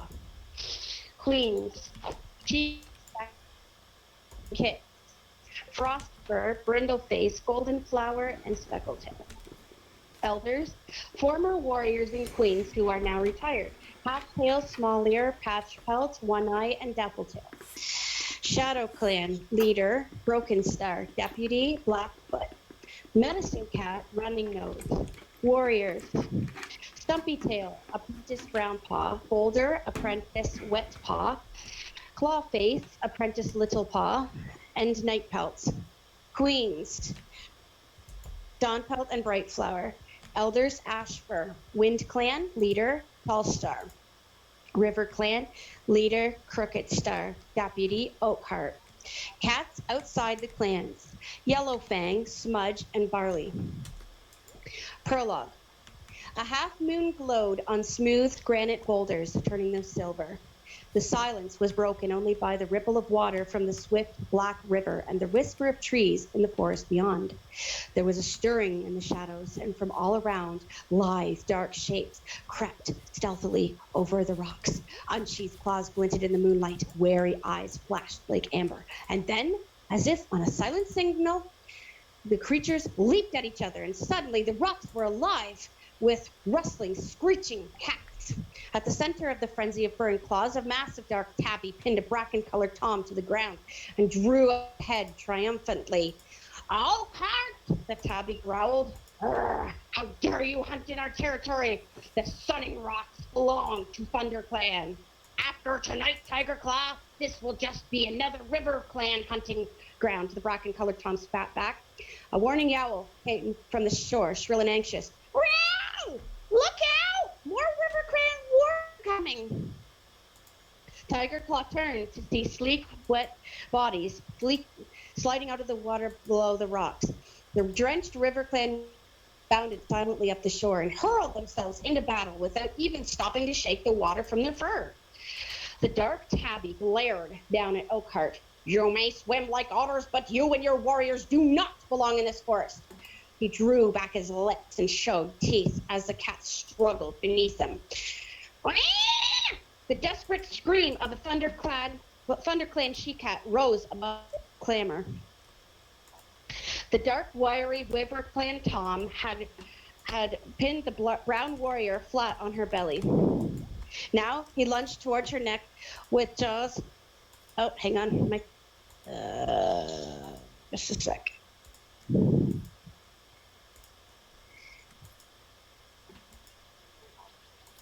Tiger Claw heard the cry and let go of Oakhart. With a mighty leap, he knocked the enemy warrior away from the she-cat. "Quick, Mousefur, run!" he ordered before turning the River Clan Tom, who had threatened her. Mousefur scrambled to her paws, wincing from a deep gash on her shoulder, and raced away. Behind her, Tiger Claw spat with rage as the River Clan Tom sliced open his nose. Blood blinded him for an instant, but he lunged forward regardless and sank his teeth into the hind leg of his enemy. The River Clan cat squealed and struggled free. "Tiger Claw!" The yowl came from a warrior with a tail as red as fox fur. "This is useless! There are too many River Clan warriors!" "No, Redtail! ThunderClan will never be beaten!" Tiger Claw yowled back, leaping to Redtail's side. "This is our territory!" Blood was welling around his broad black muzzle, and he shook his head impatiently, scattering scarlet drops onto the rocks. "ThunderClan will honor your courage, Tiger Claw, but we cannot afford to lose any more of our warriors," Redtail urged. "Blue Star would never expect her warriors to win against these impossible odds. We will have another chance to avenge this defeat." He met Tiger Claw's amber-eyed gaze steadily, and then veered away and sprung onto a boulder at the edge of the trees. "Retreat, ThunderClan, retreat!" he yowled, and once his warriors scrambled and struggled away from their opponents, spitting and snarling. They went back towards Redtail.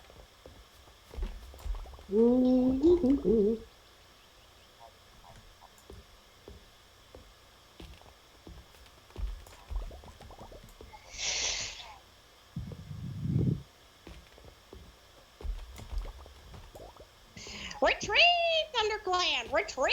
he yowled. At once his warriors squirmed and struggled away from their opponents. Spitting and snarling, they backed toward Redtail. For a heartbeat, the River Clan cats looked confused. Was this battle so easily won? Then Oakhart yelled in a jubilant cry. "Row!" As soon as they heard him, the River Clan warriors raised their voices and joined their deputy in caterwauling their victory. Redtail looked down at his warriors. With a flick of his tail, he gave the signal, and the ThunderClan cats dove down the far side of the Sunning Rocks and then disappeared into the trees. Tiger Claw followed last. He hesitated at the edge of the forest and glanced back at the blood-stained battlefield. His face was grim, his eyes furious slits. Then he leaped off after his clan and into the silent forest. In the deserted clearing, a deserted gray she-cat sat alone, staring up at the clear night sky. All around her in the shadows, she could hear the breathing and stirrings of sleeping cats. A small tortoiseshell she-cat emerged from the dark corner, her paw steps quick and soundless. The gray she-cat dipped her head in greeting. "How is mouse fur?" she meowed. "Her wounds are deep, Blue Star," answered the tortoiseshell, settling herself on the night-cool grass. "But she's young and strong. She will heal quickly." "And the others?" "They will all recover too." Blue Star sighed. "We are lucky not to have lost any of our warriors this time. You are a gifted medicine cat, Spotted Leaf." She tilted her head again and studied the stars. "I am deeply troubled by tonight's defeat. ThunderClan has not been beaten in its own territory since I became leader," she murmured. "These are difficult times for our clan. The season of New Leaf is late and there have been fewer kits. ThunderClan needs more warriors if it is to survive." "But the year is only just beginning," Spotted Leaf pointed out calmly. "There will be more kits when Greenleaf comes." The gray she-cat twitched her broad shoulders. "Perhaps. But training our young to become warriors takes time. If ThunderClan is to defend its territory, it must have new warriors as soon as possible." "Are you asking StarClan for answers?" meowed Spotted Leaf gently, following Blue Star's gaze and staring up at the swath of stars glittering in the dark sky. "It is at times like these we need the words of our ancient warriors to help us." "Has StarClan spoken to you?" Blue Star asked. "Not for some moons, Blue Star." Suddenly, a shooting star blazed over the treetops. Spotted Leaf's tail twitched and the fur along her spine bristled. Blue Star's ears pricked, but she remained silent. Spotted Leaf continued to gaze upward. After a few moments, Spotted Leaf lowered her head and turned to Blue Star. "It was a message from StarClan," she murmured. A distant look came into her eyes. "Fire alone can save our clan." "Fire?" Blue Star echoed. "The fire is feared by all the clans. How can it save us?" Spotted Leaf shook her head. "I do not know," she admitted, "but this is the message that StarClan has chosen to share with me." The ThunderClan leader fixed her clear blue eyes on the medicine cat. "You have never been wrong before, Spotted Leaf," she meowed. "Ow! If StarClan has spoken, then it must be so. Fire will save our clan."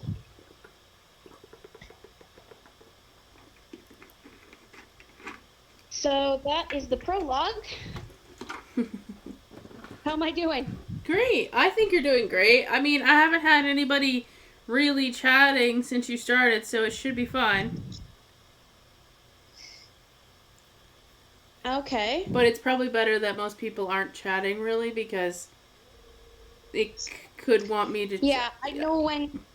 Yeah.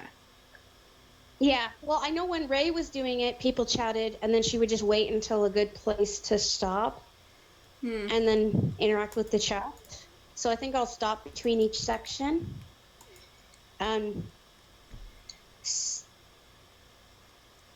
Like, see if she wants to interact with... See if we want to interact with the chat. So see if you want to interact. So I'm going to...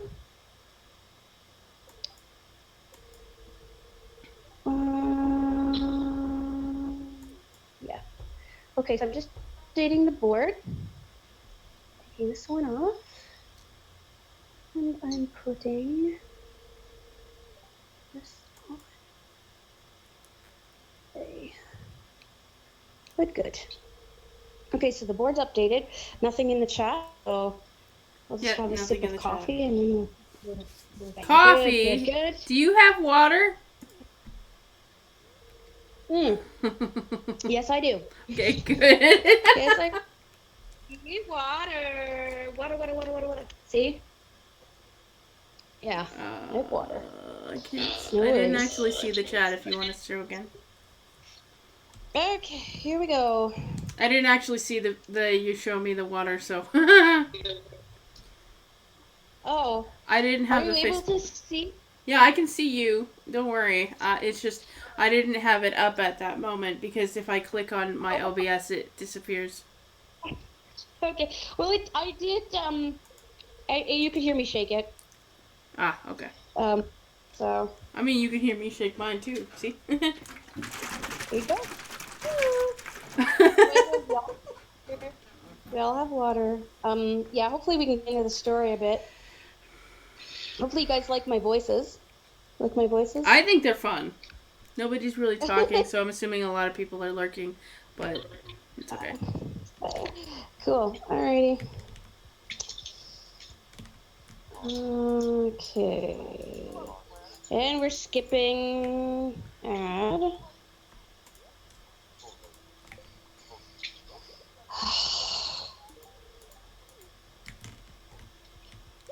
There's my Shane. Pardon? Oh, I said there's my Shane. Ah. I just hate these freaking ads. Why? I have to read off of a audio book, and I'm just getting the thing ready. Oh, this sucks. You don't need to apologize. This I'm really just sucks. doing things in game.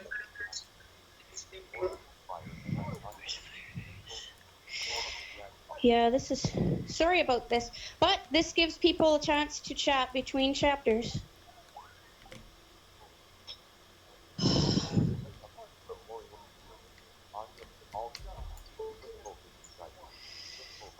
Mm.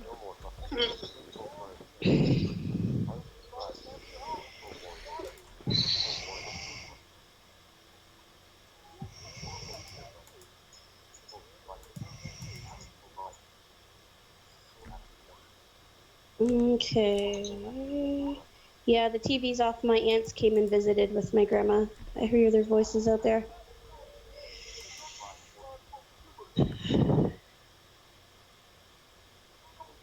Once you get past the outer layers, true nature starts to show. And this person is relating it to her artwork, which is made out of wood. But it's the same with people.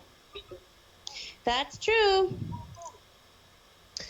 That's super true.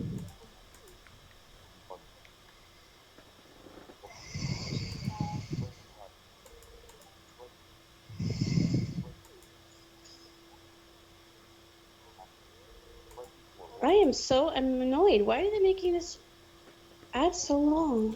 Well, I mean, as was it no, it wasn't Dorothy. I think it was um crap, my brain is blinking from different people in the chat. The one lady last night was saying about premium on YouTube is about $15, Yeah, but it's worth it not to get ads. yeah, I might do that too. Yeah, that was a good point she made. Especially if I'm going to be reading books on stream, for God's sakes. This is crazy. Come on. I mean, normally there's a skip option, but sometimes it's hard to find. I'm looking for it though, and usually 1, 2, Excuse 3, me. 4.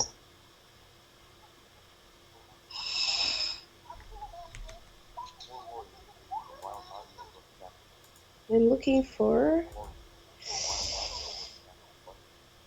Okay, almost there. Yes, please. Okay, so that's.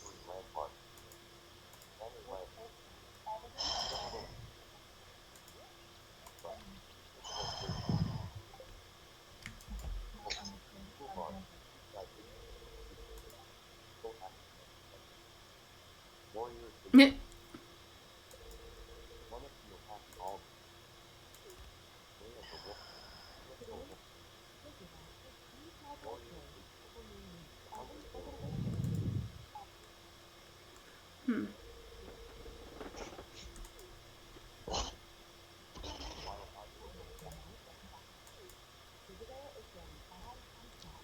Boy. Oh no, guys! Don't worry, Leah's sharing her sharing her life story. I'm just being playful. The game, the character sharing her story on stream. So I mean, sharing her story. So it's on stream. So I'm just being playful. Okay.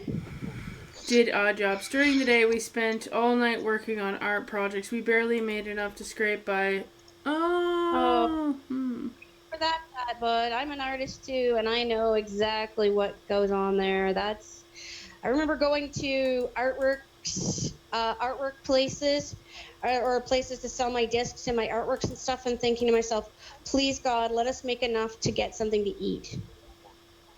I remember that. Yeah. We had to actually stop doing the going to physical events because we simply didn't have the gas. We just didn't have the gas money to do it. So it was really because we just weren't making enough money. Okay. Just have to get to.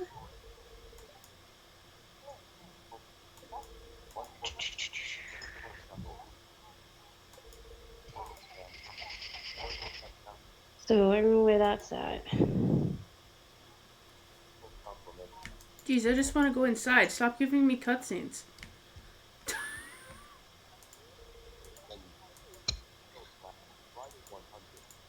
Actually, if I could do this outside, I would totally do this outside. It is so freaking hot in here. Can you open a window? Really. I did, and I opened it up really high, but the stick that is supposed to go under it was too short. These are really old windows, so I was like, "Oh, it stayed up yesterday, so I should be fine." So guess what?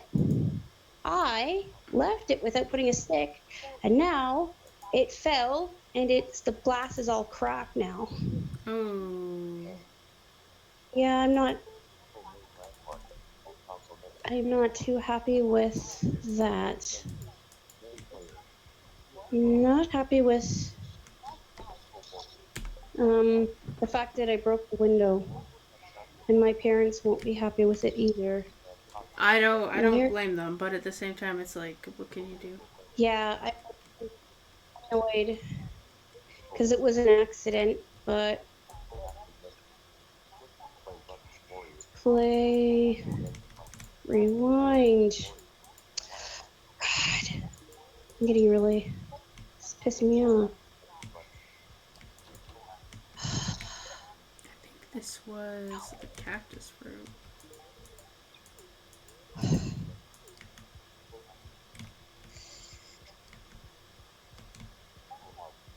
Oh, come on, computer. It's really pissing me off.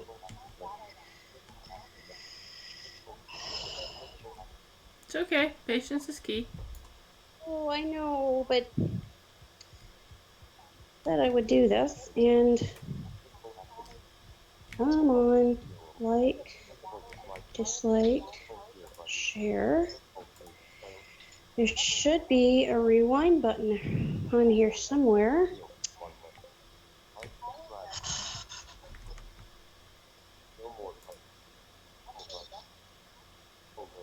More, tab control.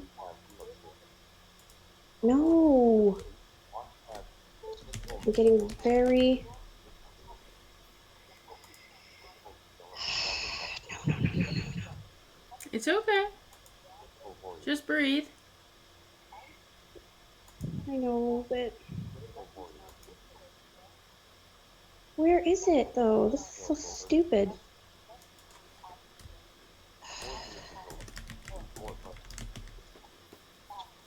Just breathe. I mean, I know that she said that saying Oh, just breathe don't can be just breathe. annoying, but Uh, now it's into comments. Come on, it's ridiculous.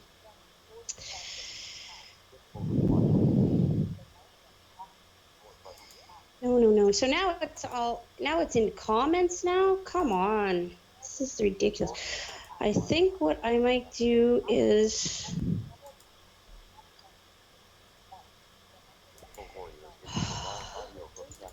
16. That's not what I want. Okay, what is this? Related from Warriors, recently uploaded, watched.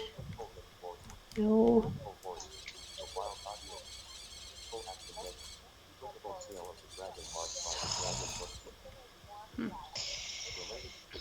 This is not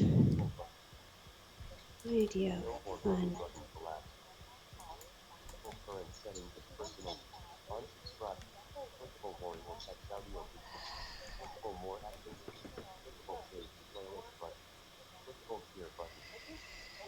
Should be right here.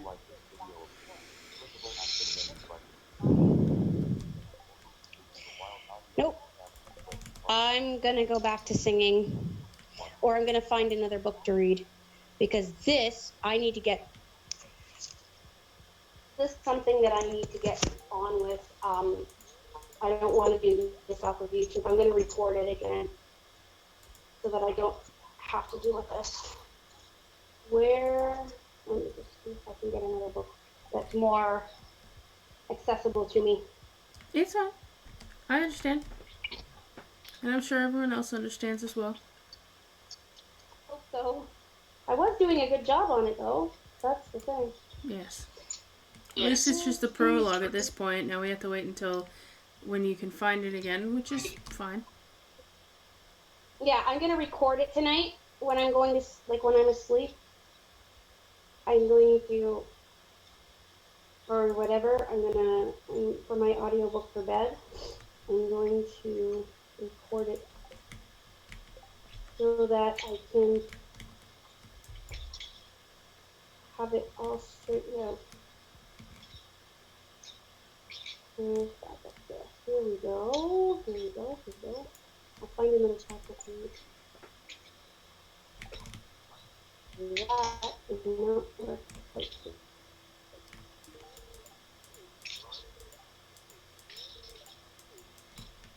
Okay, I forgot he likes blueberries. Okay.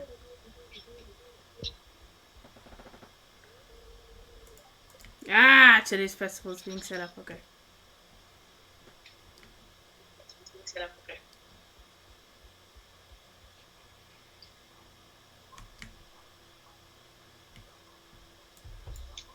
Here we go.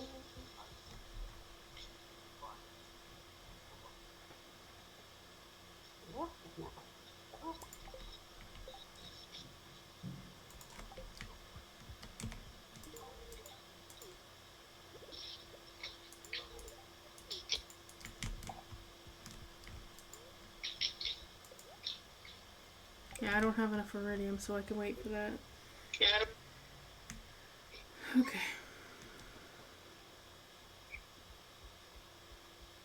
Here it is. Here's one. This is a nice one too.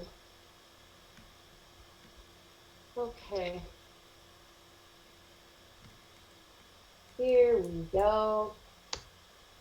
Okay, so this one is, it's called The 9 Lives of Travis Keating. It's by Jill McLean. And she is from, I believe, Newfoundland. And this is a book about a young boy who his mom has just died of cancer, and so him and his dad decide to move to St. John's, Newfoundland, and he doesn't like it until he finds um, a colony of cats that are deserted in an old cove.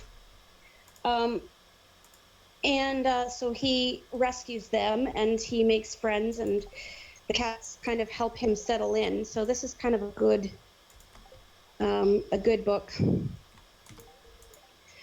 If I can get it to most forward, let's see. So it's a really good one, and there's a series. There's 3 books in the series. So this is the first book of the series. So I love these stories. These are really good. So I'm going to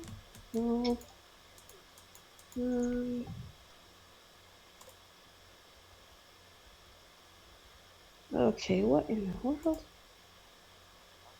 Noise, error, there's music, okay.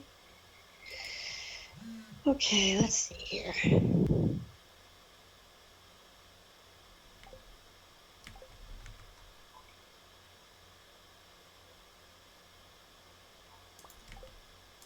Ah, here we are. Here's our slider.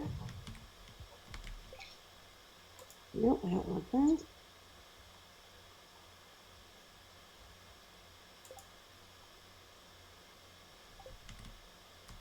Okay, back cover. Just 365 days. That's how long Travis has agreed to his dad's experiment of living in a tiny coastal community in Newfoundland. But in no time, he's counting the days. Only a few kids show interest in him.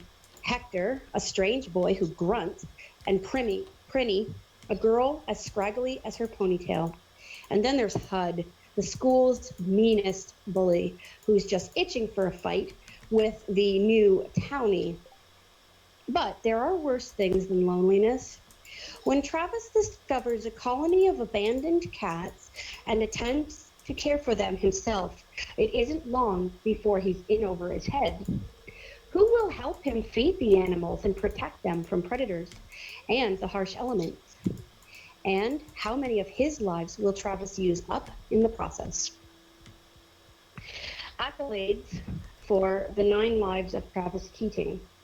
Book of the Year finalist, Canadian Library Association, winner of the Anne Connor Primer Award, Hackmatack Award shortlist 2010, 2009 Best Books Starred Selection, Canadian Children's Book Centre, 2009 Kind Children's Honorable Mention Book, American Humane Society, dedication.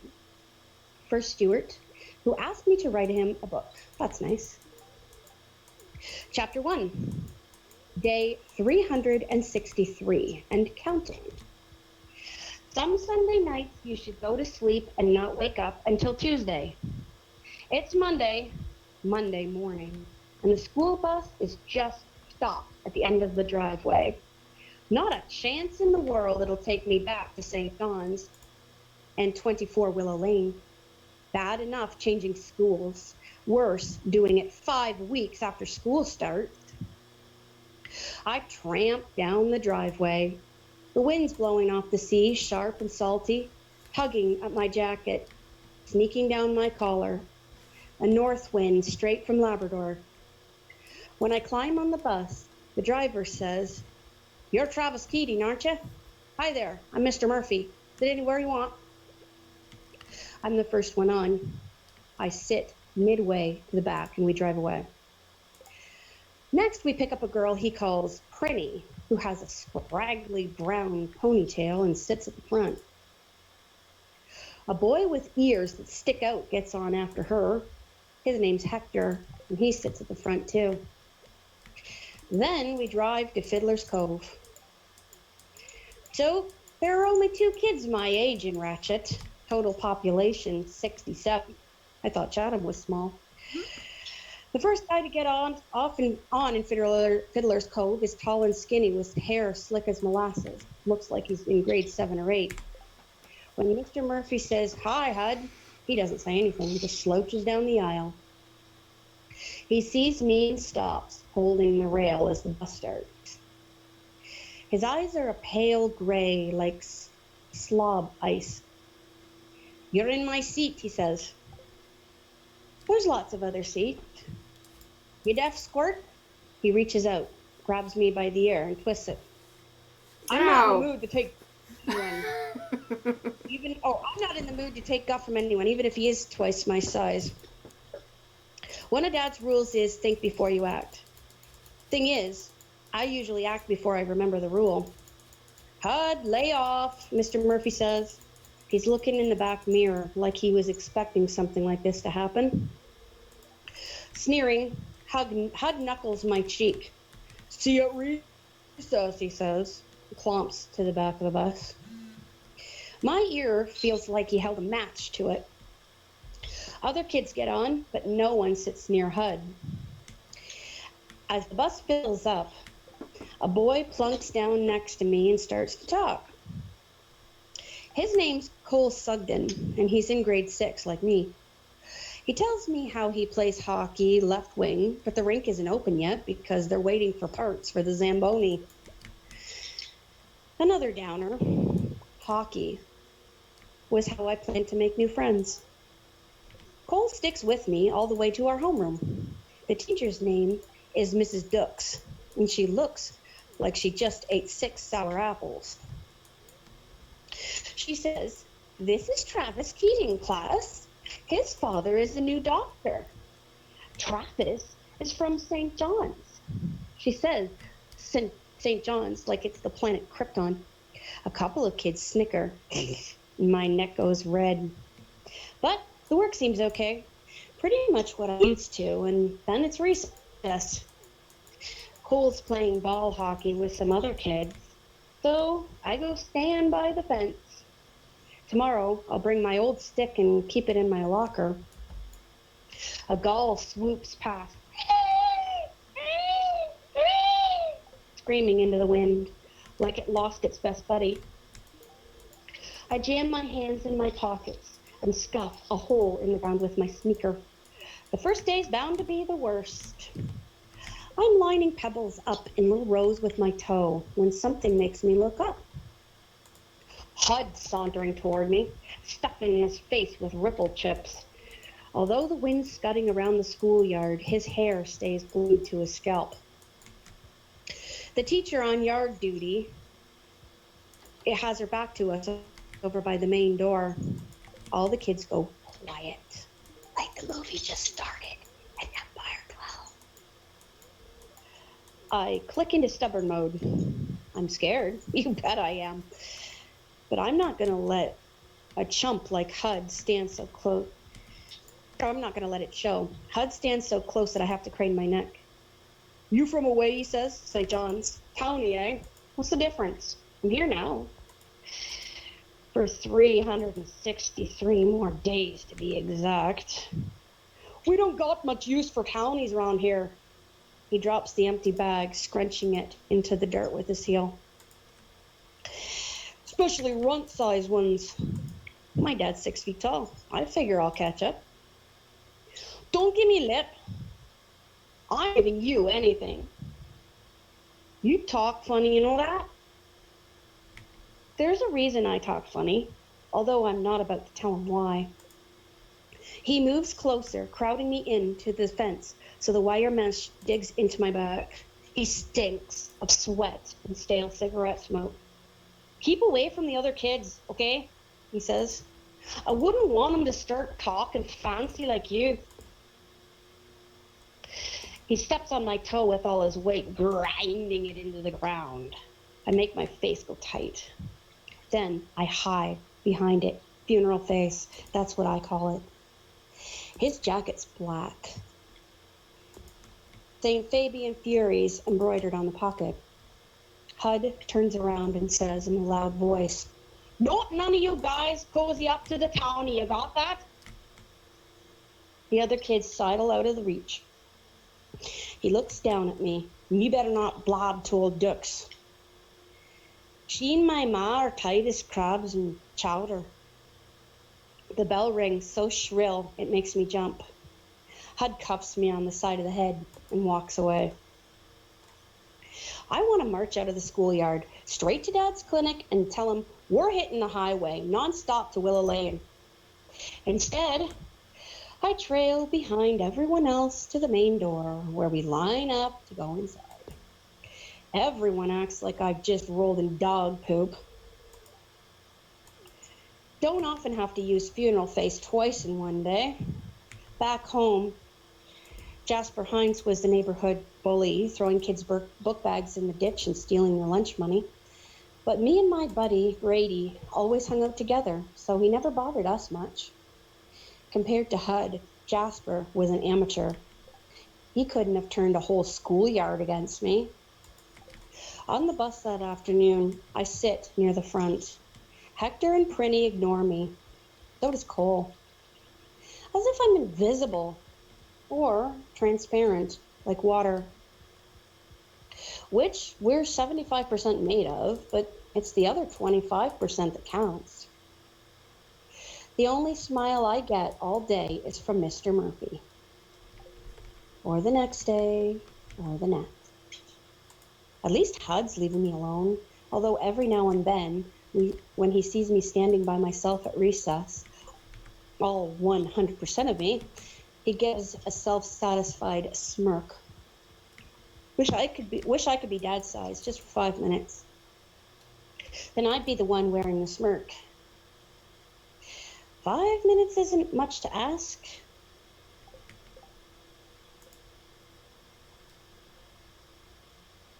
Okay.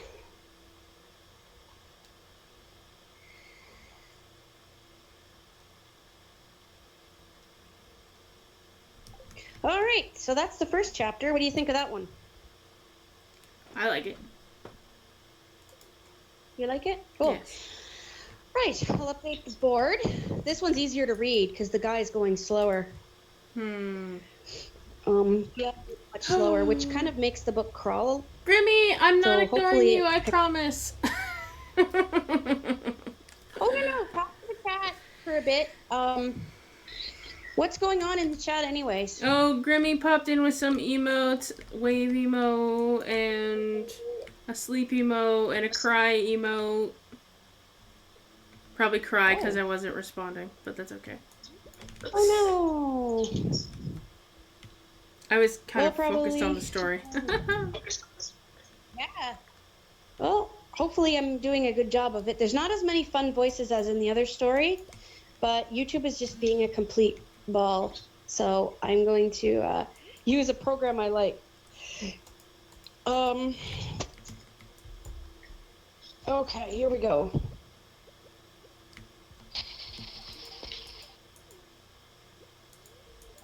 Okay. And the board's been updated. Nothing else in the chat. I'll have something to drink here. That's the last of my coffee, you'll be relieved to know. How you choose to consume your beverages is your choice. I just basically go out of my way to have fun and tease, but yeah. Well, you don't want me passing out on stream though either. Nope. I completely don't want that to happen whatsoever. Nope. Alrighty, here we go. Chapter 2. Day 360. Oh shoot. Why did you do that, silly? I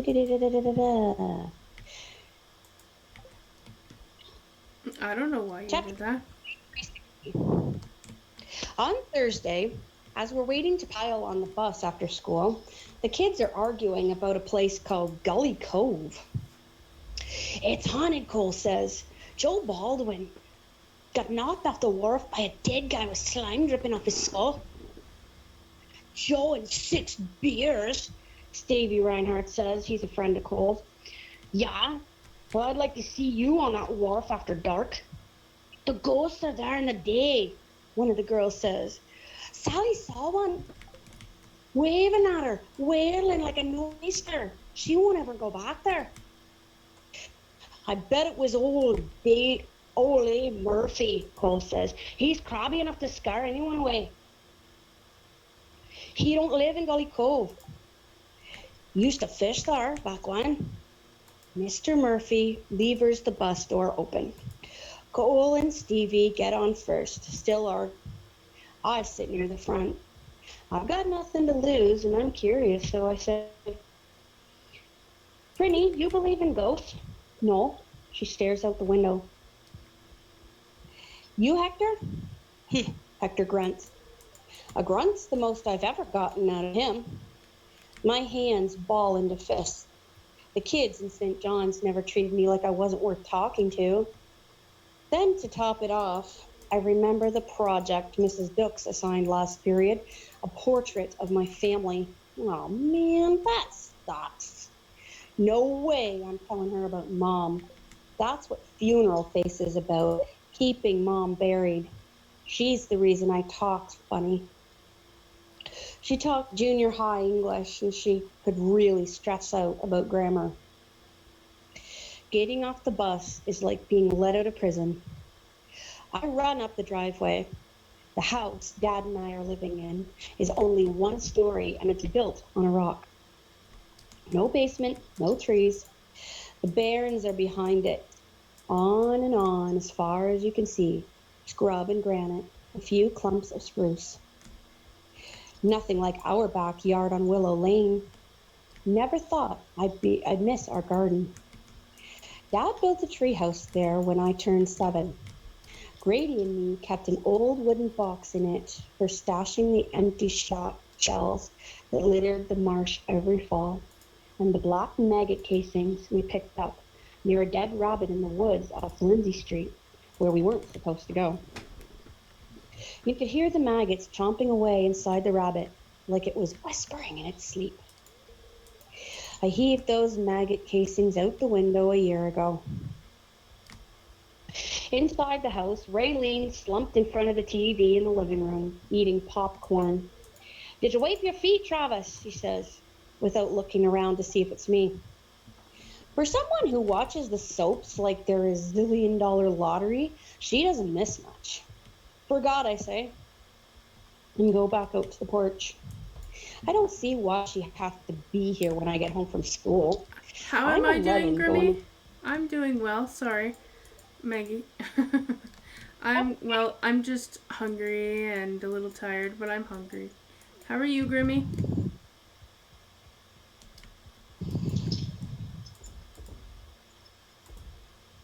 All right, continue. Sorry. Okay, I'm 11 going on 12 and I don't need a babysitter. Dad says she's not a sitter. His line is that she's the housekeeper, here to cook supper and keep the place clean. I kick off my sneakers. "Where's Gully Cove?" That gets her attention. "Down past Dave Murphy's place. You're not to go there. One of your dad's rules. Rocks are slippery, sea's got a mean undertow, and the wharf's rotten as a winter apple. Off limits. You got that?"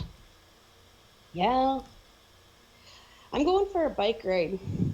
"Put your books in your room and be back before dark," Raylene says, chomping on the popcorn. She's the Murphy. Nearly everyone in Ratchet is a Murphy or a Baldwin. Hector's a Baldwin, and Prinny is a Murphy.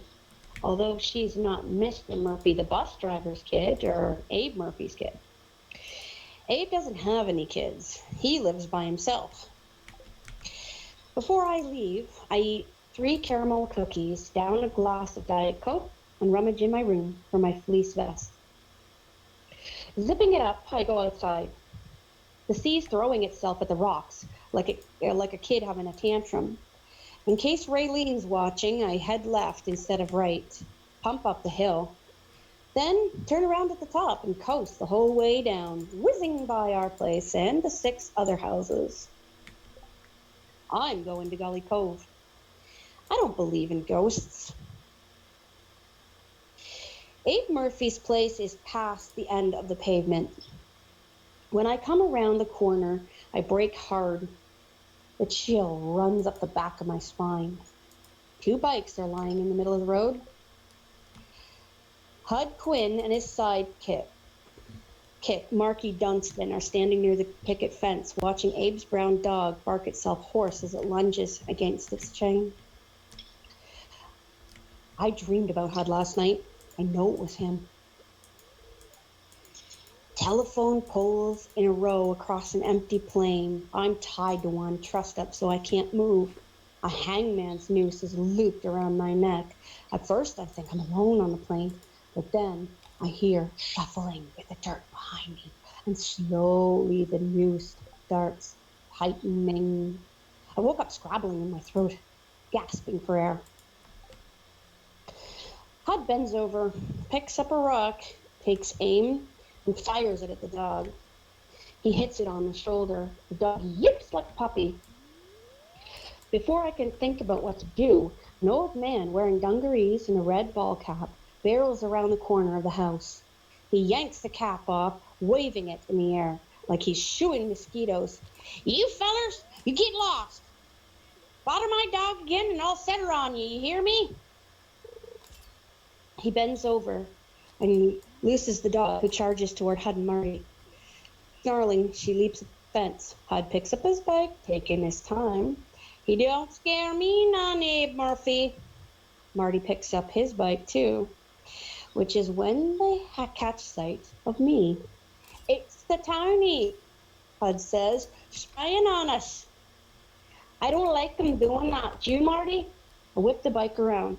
and start pedaling back to Ratchet, bent low over the handlebars, rocks twanging against the spokes.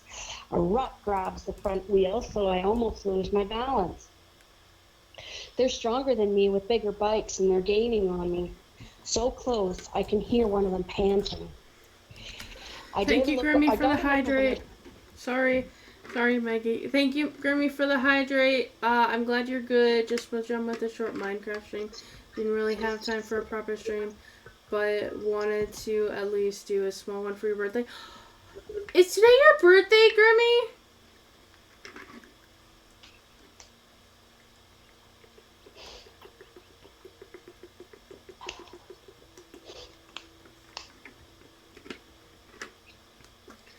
It is your birthday, Grimmy. Happy birthday. Happy birthday, yeah. I love you, Grimmy. Happy birthday. Yeah.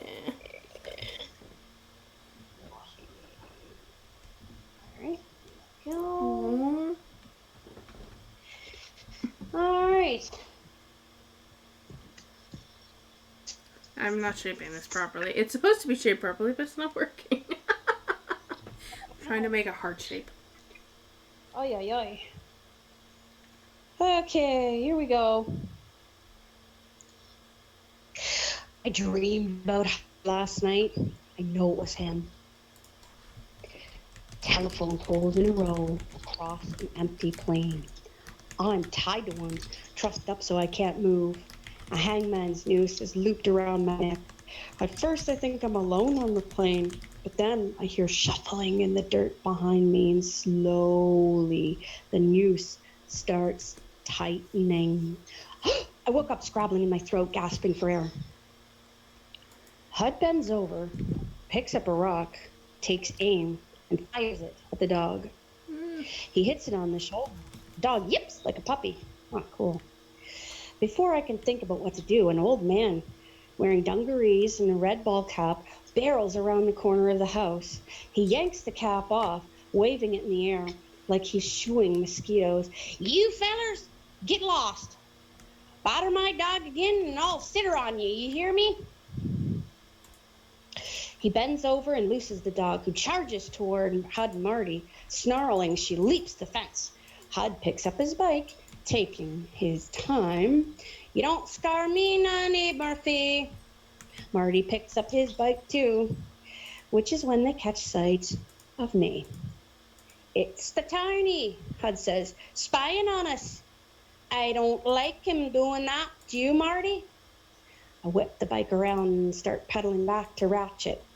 Then, bent low over the handlebars, rocks twanging against the spokes. A rut grabs the front wheels, so I almost lose my balance. They're stronger than me with bigger bikes, and they're gaining on me. So close I can hear one of them panting. I dart a look over my shoulder and pump the pedals like Lance Armstrong. When I hit the pavement, the first house comes into sight. A woman is taking a wash off the clothesline, so I jam on the brakes right by her gate and slow to a halt. Hud and Marty go sailing by, Hud shouting over his shoulder, "You got lucky, Ron. Just you wait, though." I'm gasping for breath. Same as in the dream. My legs so shaky, I can hardly stand up. Slowly, I begin to walk home. Pathetic to be this scared of a two-bit bully from a no-account fishing community. I never dreamed about Jasper Hines, not even after he stole the money I'd been saving to buy Mom a bottle of oil of Olay for her birthday, because she was complaining about being 34 years old, emphasis on old. Our last English test, I spelled humiliated wrong. Put 2 L's in it. Humiliated. Dead on when it comes to me and Hud Quinn. He does make me feel ill. At least the stones didn't chip the paint on my bike. Dad bought it for me new before we left St. John's. It was his idea to move here, not mine. That's the end of the chapter. So I will update. Yeah, the guy, we think Okay. That guy doesn't have it easy. No, the poor guy doesn't have it easy. Yep. There we go. We'll take that from there and we'll put it over here. Alrighty. Good, good, good. Anything going on in the chat that I should know about? Not particularly. Grimmy's just telling me that he's got things to do, so he can't play Stardew with me. Dracon is sending, I think that's heart emotes? Oh, well, thank you for the heart emails. That's cool. Or it's, oh no, it's a wave. It's a wave. That's what it is. Cool. Either way, that's still nice. Fitz says he has to go for now, but much love. Oh. Yes, much love, Fitz. Okay, well, this is, we're going to put this book on YouTube, so if you want to know what happens next, you can go on YouTube. All right. Good, good. All right. We'll get the next chapter line. This is much better than the other one. I'm having a much better time keeping up. Are you enjoying the voices and stuff? Me? Yes. Everyone else, they can answer for themselves. Yes, okay. All right, good, good, good. Okay, here we are. Chapter 3, day 359, Ghosts. On Friday afternoon, Hard and Marty don't take the bus home because they're staying in St. Fabian to hang out at the mall. So I set out for Gully Cove again. Abe's dog barks at me like I'm out to steal the hens. You can't catch me, I yell. You can't catch me, I yell, and skid down the steep hill past this place. The trail levels off, then slopes upward, following the cliffs. 2 long bends, a dip into a hollow, then another climb, and I'm at the top. A couple of dead spruce trees, white like skeletons, point the way to Gully Cove. The sun's gone behind some clouds. At the bottom of the hill, a bunch of spruce trees are huddled along the shoreline. Parallel to the shore, there's an old wooden wharf on stilts. A long time ago, by the looks of it, fishermen built 5 shacks in a row on the wharf for storing their gear. The trees look as though they're trying to shove everything into the sea. Rickety old fish shacks, wharf, and stilts. No boats because there aren't any fish. Raylene told me the plant in St. Fabian closed down 7 or 8 years ago. Gully Cove doesn't look haunted, just bad. The slope's steep, so I rest my bike on some bushes and start walking, kicking at the stones. They roll down the hill, keeping me company. The wind's banging a loose board against the wall of one of the shacks, and waves are slurping at the wharf. But as I get closer, I hear another noise, a thin, high wailing. It's the longest I've ever heard in my whole life. I stop dead, 20 feet from the first shack. I almost stop breathing.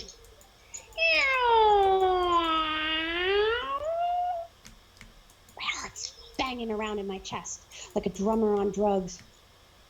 I don't believe in ghosts, do I?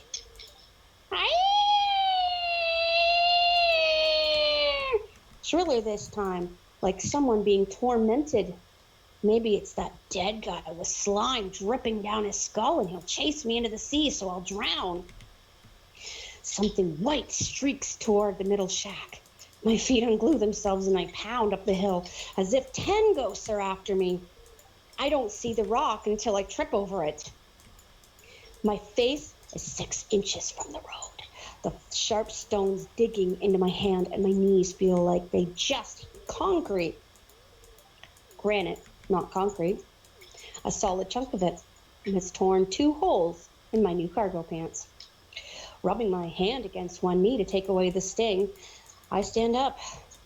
That white streak was an awful small ghost. Ghosts could come in different sizes, I guess. No reason why not. Even a little one's enough to frighten the pants off you. Raylene told me how a bat flew down her chimney once last summer. Scared the living bejesus out of me. She got that right. Gully Cove looks just like it did a few minutes ago. Deserted. Lonesome.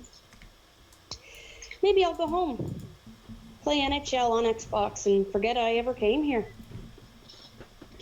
But if you can stick your hand through a ghost, you wouldn't think it could make a noise. Maybe a crazy old man, older than Abe even, hides out in one of the shacks and doesn't want anyone bothering him. What's crazy is me standing here gawking at a row of fish shacks, chewing on my lip. I start down the slope again. The wailing could have been the wind through the gaps in the shack walls. I wish Grady was with me.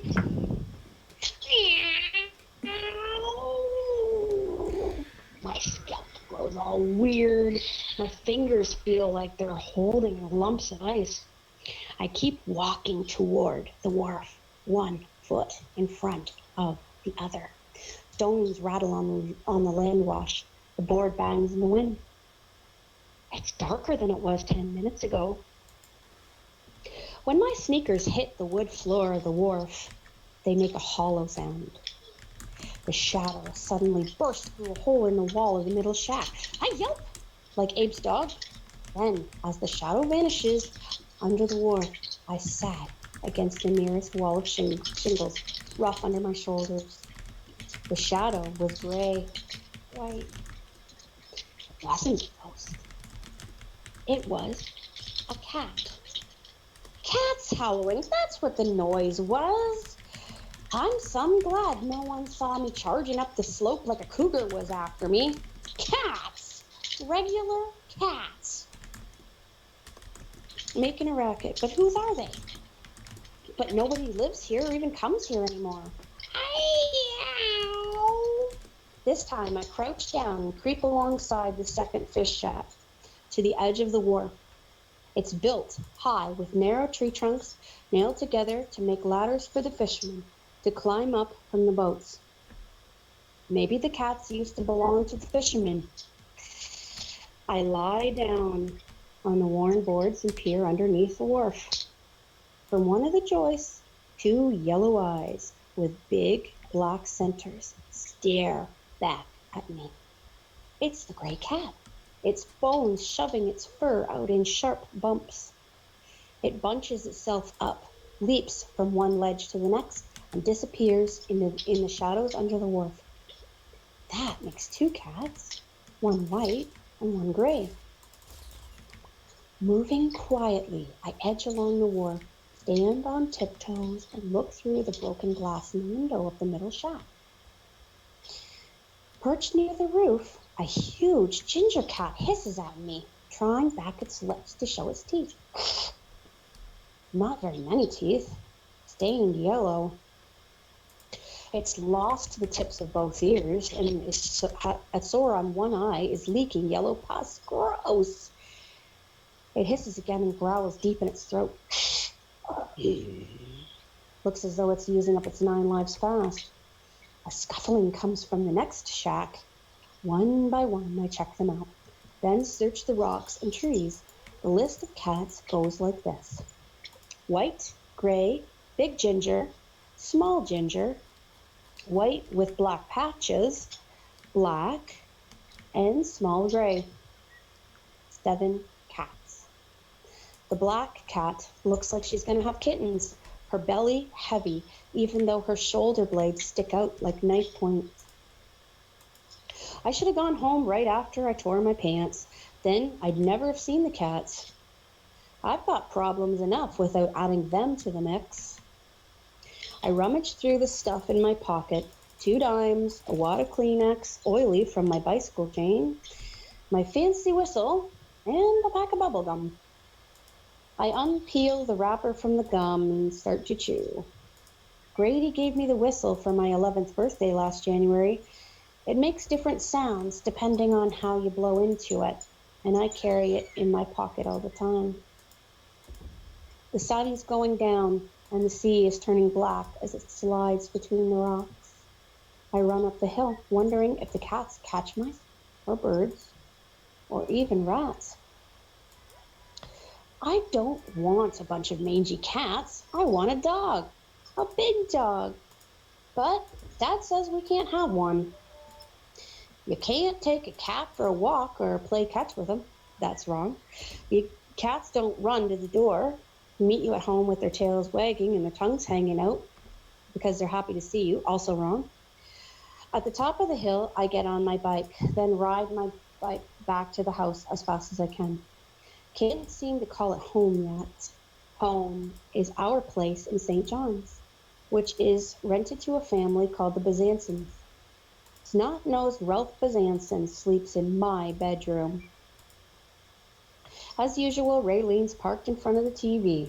The last soap of the day is just finishing, the music fading. Then it's an ad selling toilet paper. She flicks the remote. I better get supper on the go, she says. Fatten you up some. Not enough flesh on you to beat a trout. I'm not half as skinny as those cats. They've been looking after themselves ever since the fisherman left. They don't need me. Yeah, that's also wrong. Dad gets back from the clinic at 6 o'clock. His hair always looks like he's been out in the big wind, while his smile says he knows everything that's wrong with you, and he won't take him any time to fix it. That's a laugh. Huh. When he tries to ruffle my hair, which is dark brown like his, I duck, and we end up rolling around on the floor, trading punches. He doesn't seem to notice that I aim to hurt. Raylene shuffles around us in her pink shag slippers, dishing up ham and scalloped potatoes. My absolute favorite dinner. Once she's put the food on the table, she says goodbye and goes home to her family, 3 doors down. Her kids are in high school. The potatoes are cooked just right, with crispy cheese on top. Yum. Dad digs in. How was your day? Why can't we get a dog, Dad? I explained that to you already. You go to school on the bus, so you're gone all day. I drive to the clinic in St. Fabian, so I'm gone all day as well. There's no one to let the dog out to pee or to give it a run. Yeah, you could hire Raylene to come over at noon. Mind your manners, he says. Raylene doesn't like dogs or exercise. So find someone else. It's not feasible for us to have a dog. I don't want you bringing it up again. He stabs a chunk of ham. I asked how your day was. I checked out the ghosts at Gully Cove and they turned into starving cats. I aced a geography test and we're studying whales, I said. And that keeps us going until dessert. Chocolate fudge pudding. Ooh, yummy. Did you go out after? Went for a bike ride. Is your bike working okay? It's a cool bike. Except I traded in riding my old beat-up bike with Brady and the other kids on Willow Lane. Last August, Dad sat me down in the living room and told me he was feeling stifled in his job. Stifled. There's a new one on me. So I asked him what he meant. Choked. Suffocated. As though I can't breathe. But it's not just my job, Travis. I need to get away from here. The house, the neighborhood, the hospital, all the reminders of your mother. Grown-ups are these big mysteries. You go along thinking you know what to expect, and then wham! It's like the skates have been knocked out from under you. Dad never talks about Mom, never even mentions her. Although, I guess that's partly my fault. Well, there's no I guess about it. No partly either. Right after Mom died, Dad talked about her all the time, dragging her name in every chance he got, like she was in the next room, and he was just waiting for her to walk through the doorway. Like he was trying to cover his tracks and pretend I could still depend on him. All that changed the day of the big yell. I was late for school that day because I couldn't find any clean socks. He'd forgotten to do the wash again.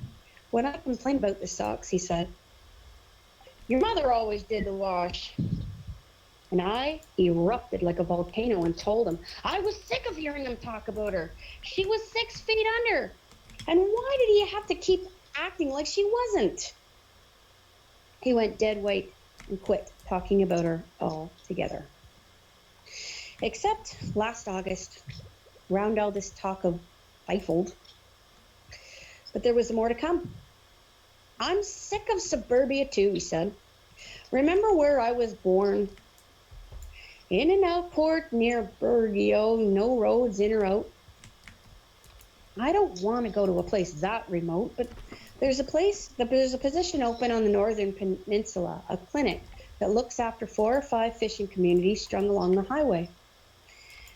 We could live in one of them and borrow boats to see icebergs and whales." "Forever?" I blurted. "Let's say a year for an experiment. We'll rent out our house here and grab a place there. That way, if either of us hates it, we can come back." "What happens if you like it and I don't?" "Could be the other way around, Travis." "What happens though?" "We come back here," Dad said. "For sure?" "For sure. A year's not forever." So I agreed. Jeez, was that a big mistake? I didn't stop to think about what it would be like without Grady and the guys on my hockey team, the St. John's Jets, or even our own furniture. Snot-nosed Ralph isn't just sleeping in my room, he's sleeping in my bed. The only thought how neat I only thought how neat it would live in a place like Dad's outport and see whales up close, not realizing that they don't arrive until next July and the experiment begins in October. Not realizing I'd feel like we'd been here forever and it's been less than a week. Okay, chapter 3 is finito. Nice. That is.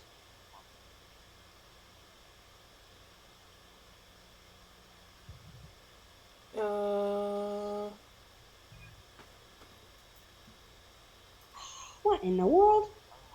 Come on, get over there. I gotta get my place here. There we go. Okay, anything in the chat that's significant? Nope. Nope. Okay. Still enjoying it? Yes. That was really intense when the cats all came and he thought it was a ghost. That's awesome. That was fun to do as well. Yes. Okay, just updating the board here. Lovely, lovely. Oh, okay. Water.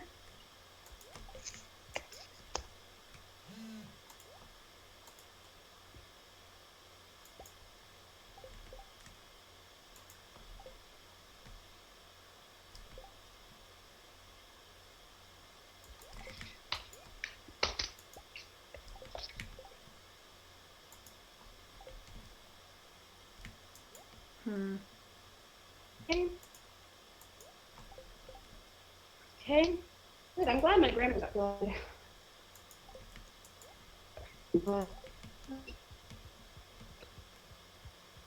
Here we go. Okay. Chapter 4. Day 356.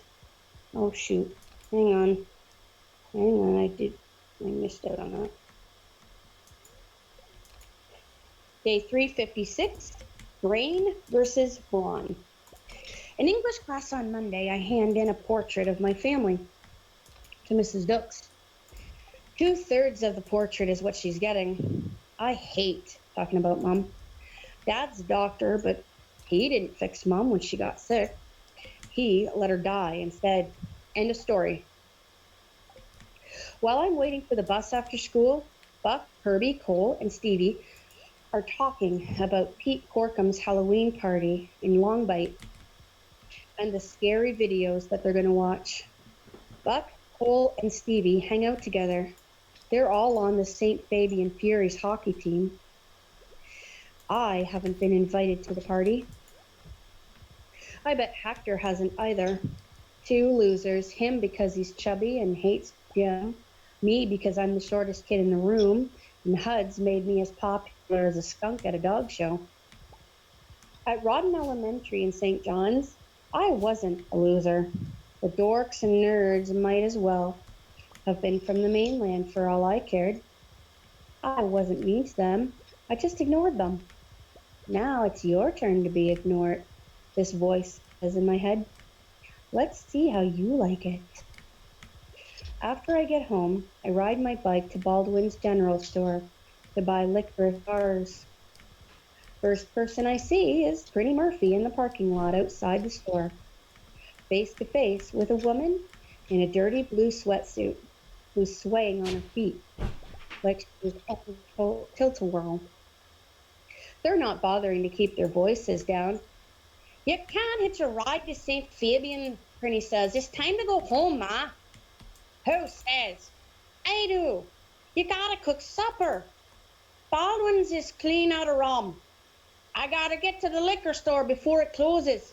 You don't close till 10. I lean my bike against the store. Prinny's mother smells like Uncle George when he hits the bottle. Prinny gives me a dirty look. You got nothing better to do than watch us, gawk at us. I got as much right to be here as you do. Prinny grabs her mother's elbow. Come on. Where's Ricky Bolton? He'll give me a ride. Prinny's mother waves her hand. A Ford half-ton pulls up and she staggers over to it, giggling like a girl in grade 11. The truck drives off with her in the passenger seat. Prinny stares after it, her shoulders hunched. Then she walks past me as if I'm not even there. She's another loser. Maybe she should start cooking her own meals. Inside the store, the candy and chips are in the same aisle as pet supplies. Dog chow is stacked in big bags with a heap of dried up pig's ears next to a milk bones. I can't have a dog. No use even thinking about it. Cat food's farther down the aisle. One box has a picture of a ginger kitten washing its paws. On another box, a fluffy white cat eating out of a fancy bowl. No sign of its ribs. The only time I've ever been really hungry was when Dad sent me to bed without any supper because I stole 5 quarters off his desk to buy an Aero bar at the Quick Way. Rule number 1, no stealing. Right. Once I've paid for the licorice, I head home. But instead of going indoors to play Ultimate Spider-Man, I ride past the house, taking the corner slow in case Hud's around.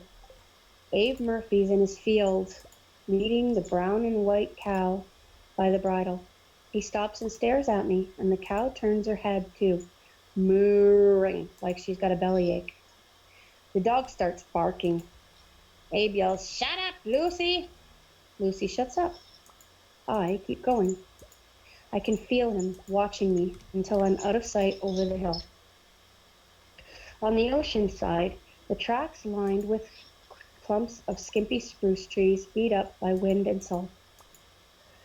Raylene calls this Tuckamore. On the other side are the barrens, where the little shrubs have all turned red, as if they're on fire. You never know what you're going to find on the barrens. The 4th morning we were here, Dad and I saw 2 caribou behind our place. When they ran away, they bounded like they had springs in their heels. At the top of the last hill, down to Gully Cove, I skid to a stop. Right away, I recognized the 2 bikes leaning against the spruce tree. On high alert, I wheel in a sharp circle. No way I'm sticking around if Hud's at the cove. I dreamed again last night. Water dripping down the walls of a deep pit. The corners full of shadows and no way to climb out. Then a hail of dirt comes at me. As I throw up my arms to protect my head, the dirt's already piling up around my legs, trapping me so I can't move. I'm being buried alive. 2 days before the service, I overheard Dad talking about Mom to the funeral director, insisting on a closed coffin, as near as yelling that she hardly ever wore makeup when she was alive and no one was going to plaster it on her face now that she was dead. Don't get me wrong, I never thought they'd buried her alive. She was dead inside that coffin. But back then, the funeral was like the worst dream I'd ever had. And any minute, I'd expected to wake up because your mother doesn't just up and die on you. Okay, so I'm still stuck in that dream, and it's called reality. Uh, Hello. Oh, okay, 1 minute, guys. I'll be right back. No worries.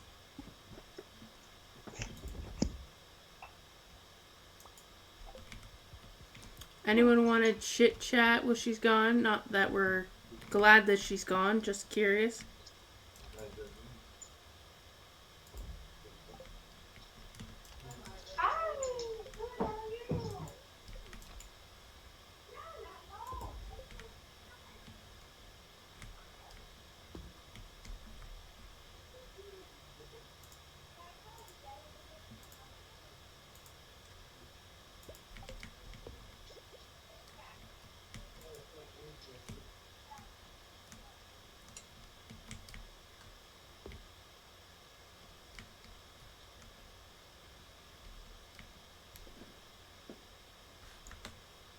Alright, so I'm gonna take this.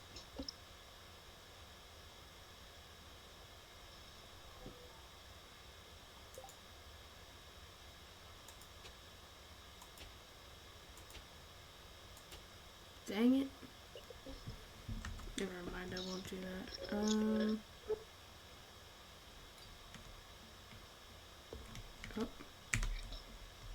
I forgot about a second. Hold on. Switch this.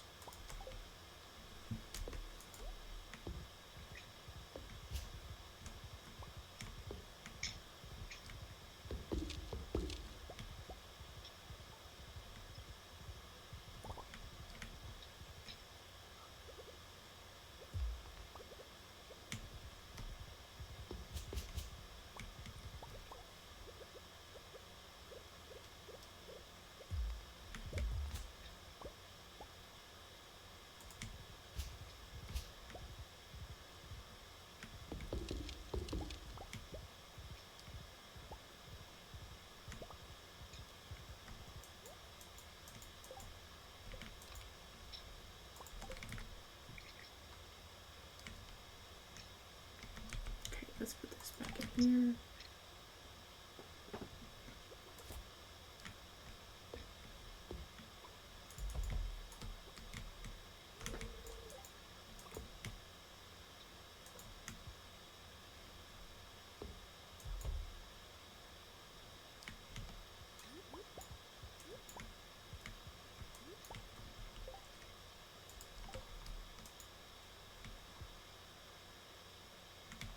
Okay.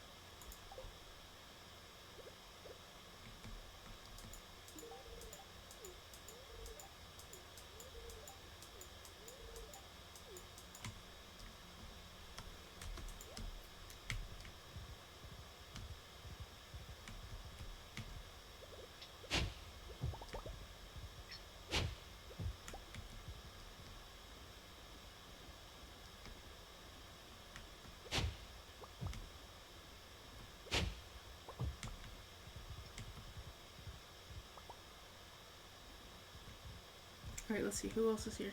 Demetrius is over here. What is Demetrius like again? I don't remember. Demetrius, he loves bean pot and ice cream, so I can give him ice cream.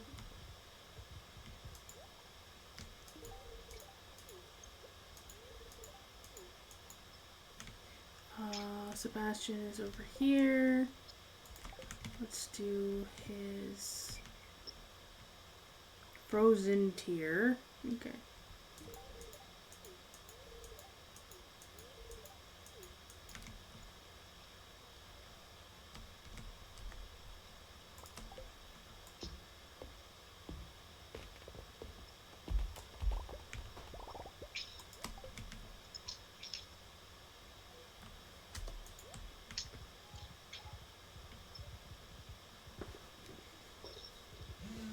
Hey! Oh, I forgot. I need furnace chest. Grab me this. There we go. Yes.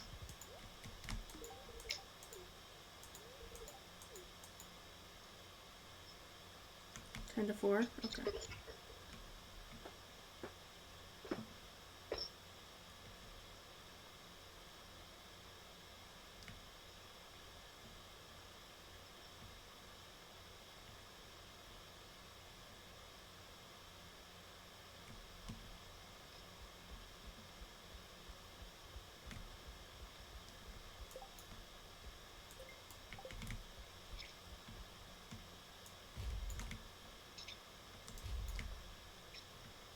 Granny's down there. Alright.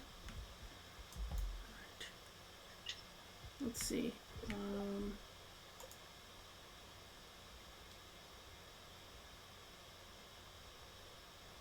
Pierre. He likes these things. I haven't found something that he loves. Let's go with this one.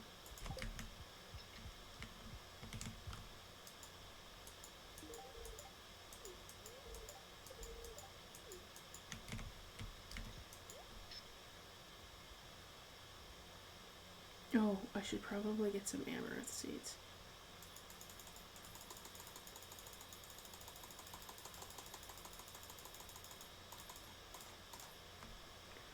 Okay, put those there. And I will do...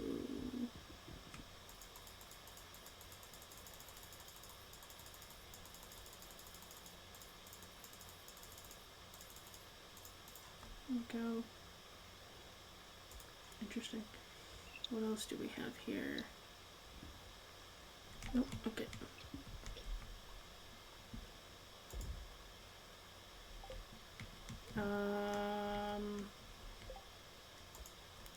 What else did she like? This is... Leah loves... Oh, I forgot. Okay. Okay. This is in the refrigerator. Let's try... let's give her a beer. Hopefully she doesn't hate this. Oh, okay.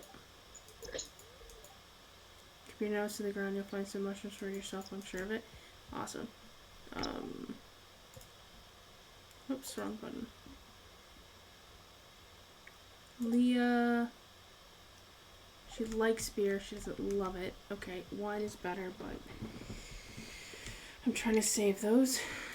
At least she can like it. George is at home. Let's give George his leek. Oh, Alex. Alright. I'm gonna have to make myself food soon, guys.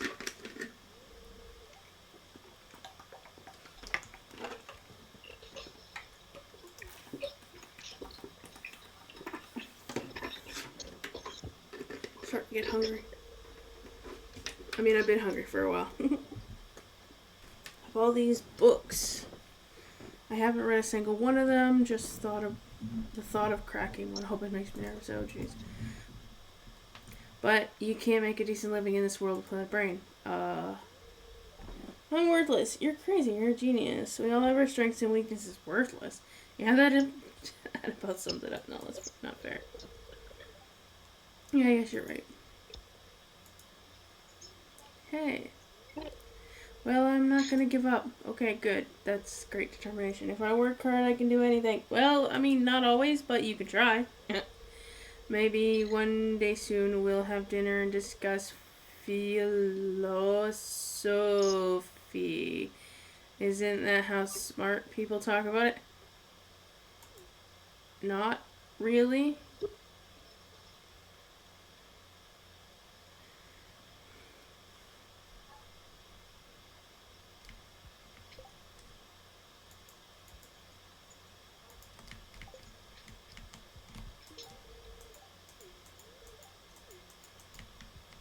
Of course I do.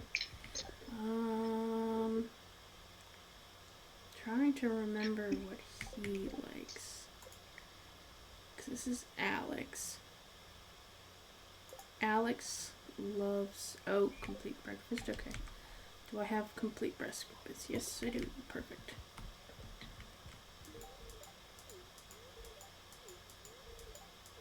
Okay, you don't have to. I'm off. Thanks for listening. Let's go find Granny.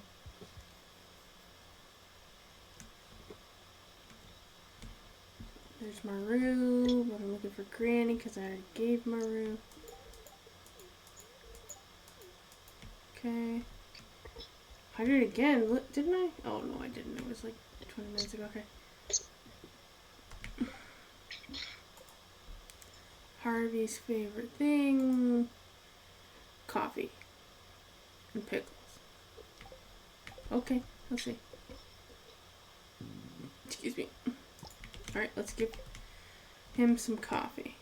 How is this healthy? I have no idea. This is my favorite stuff. It looks like you're reading my mind. I'd like to stay in Stardew Valley for a while. I'm starting to feel involved in the community. That's great.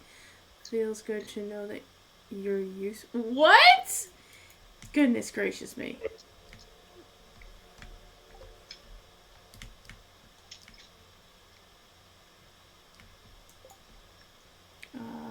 Skeletons.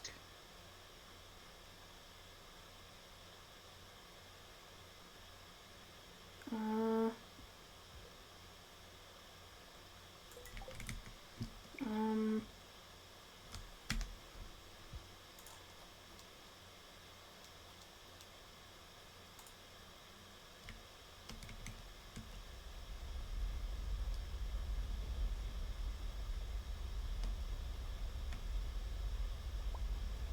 oh, nice. That almost looks human. And this is really cool.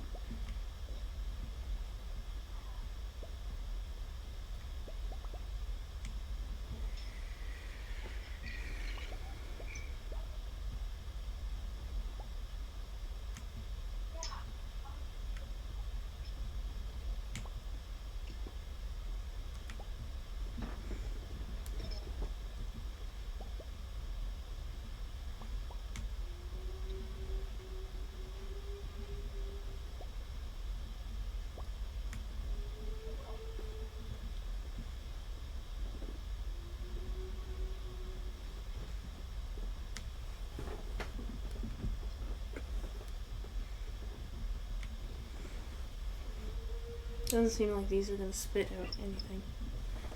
That's fine. Let's go back over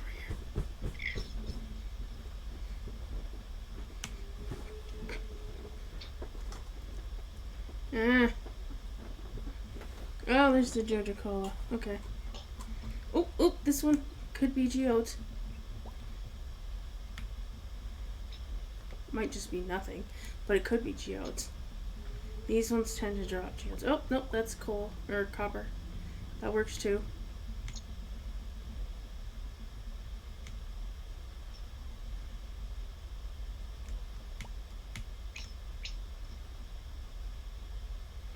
Is that the end of the line?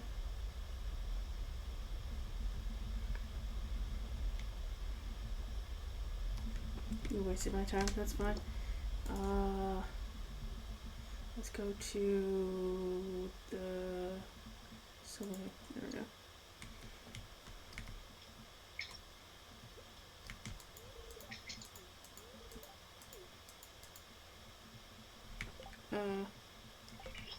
Let's see. Penny.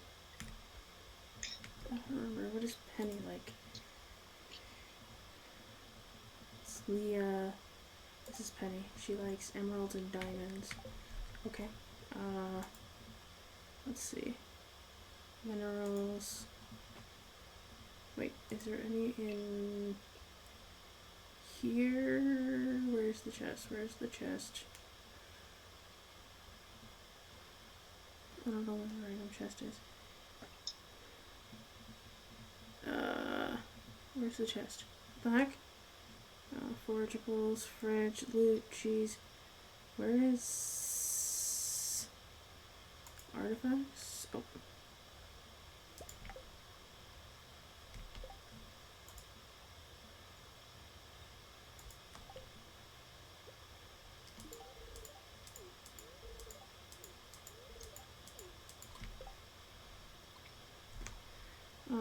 I need fish. This one.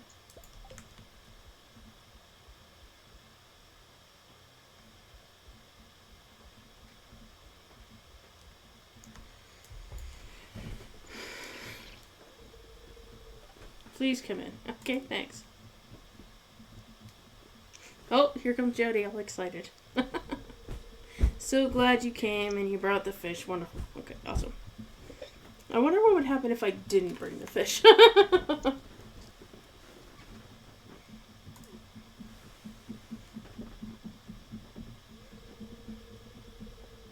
Could you come here? Eat this fish, okay.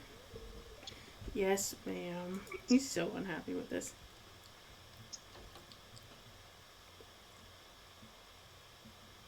Where's Vincent?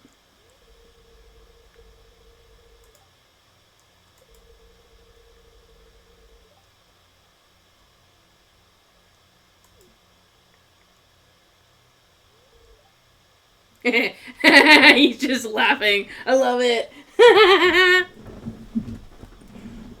The breading was to die for. It's almost feeling like a part of the family now. Nice.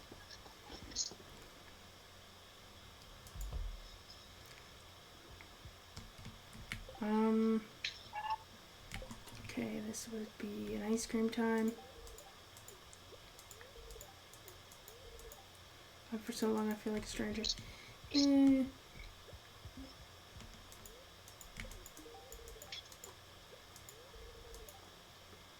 He's different than you remember. Makes sense.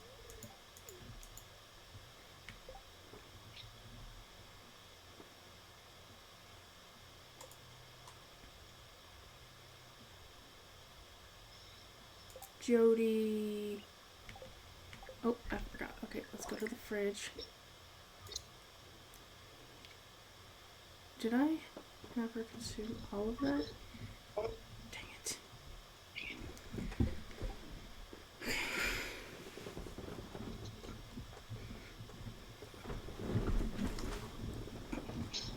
Alright, this is gonna suck, guys, because I really have to use the washroom. This is crispy bass. Oh, wait. I still have some. Okay, good.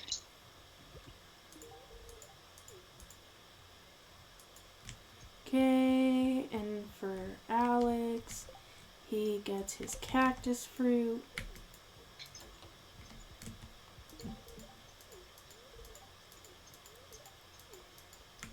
Okay, who am I missing? So I need Robin, but she's working on my stuff. Emily and Shane and Abigail and Elliot. Okay.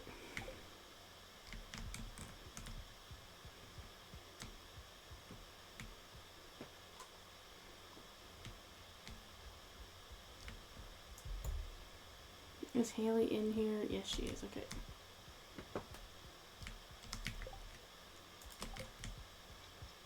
There you go. Emily is at the saloon.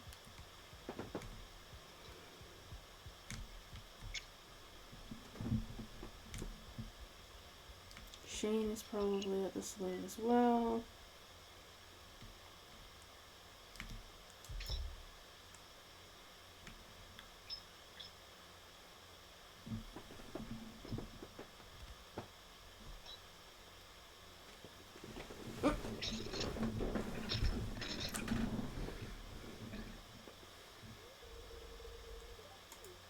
Trying to join me. Okay. I mean, I guess. Let me just go ahead and tell you what's up with mine. I have terrible luck with women. And a nice guy if you get to know me, I swear. Oh, I'm a woman. What's the difference here? You're a girl. Okay. What advice can you give me? Just act natural. Be yourself.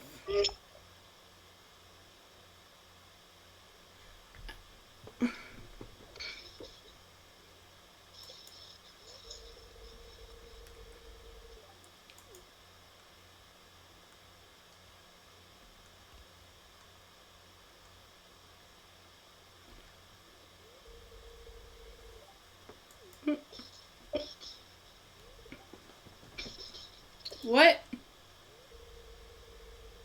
Big and cheesy with extra sauce, please.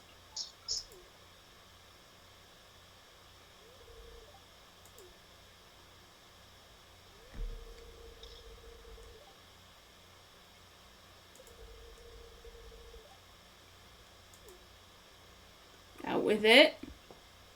I'm not dating her this time. Out with it. Come on, Clint. How many times is this going to take you to get it right?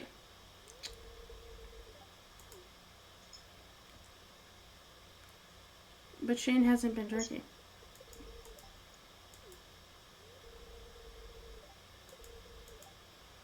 New chicken stories for me? Oh my goodness.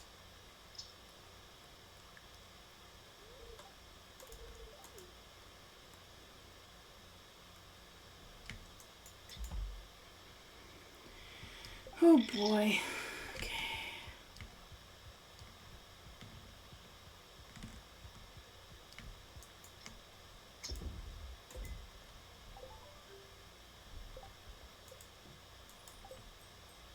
Alright, so Emily, I'm going to give you...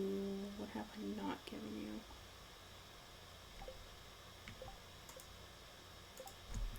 Emily has not received... Oh, I mean...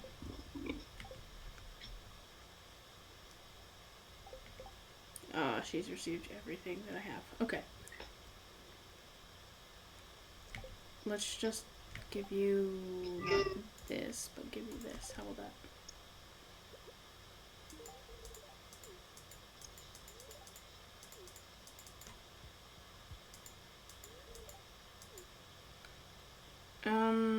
Let's go with this.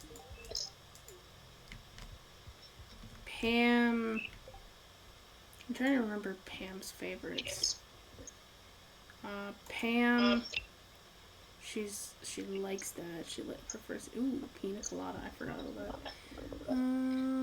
Oh, she loves parsnips. Hold on. I still have those, but let's go here for a second.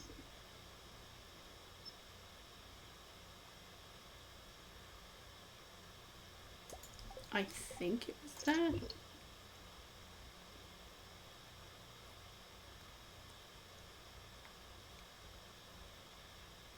Nope, Pam was right there.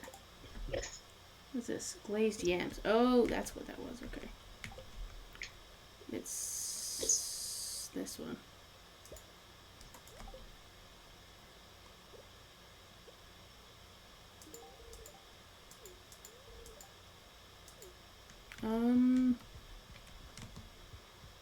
Then I need Shane.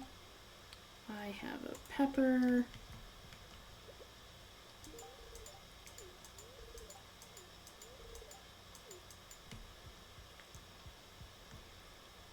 Alright, who am I missing? Oh, we have Clint coming inside. Clint would probably want Ruby, or I'll give him a topaz.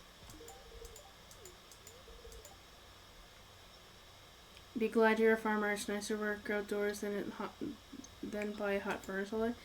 I mean, I don't think it really matters. It's hot outside. But alright. Who am I missing? I need Robin, who is at my place. I need Abigail, who's at home. Elliot is probably at home. Caroline, Lewis, Willie, Carobus, Jazz, the Wizard, Dwarf, CV. Jeez, okay.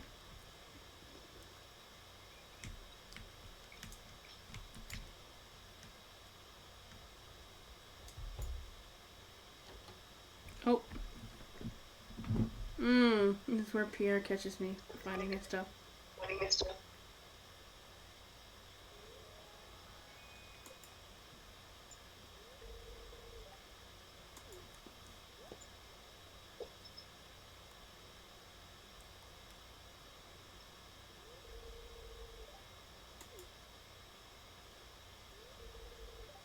Uh,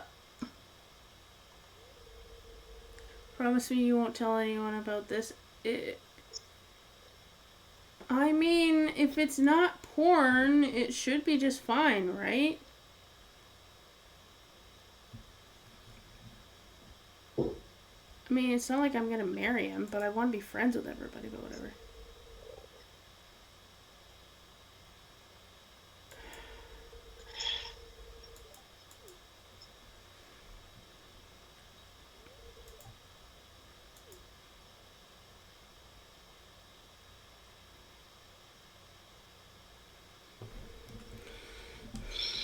True. We're letting you live here free of charge until you finish school. It seems like you don't appreciate that at all. Stop trying to make me feel guilty. I appreciate that you and Dad are helping me out, but expecting me to dress the way you want is ridiculous. I'm not a little girl anymore, Mom. Well, I mean, that's not untrue. You're right. I'm sorry.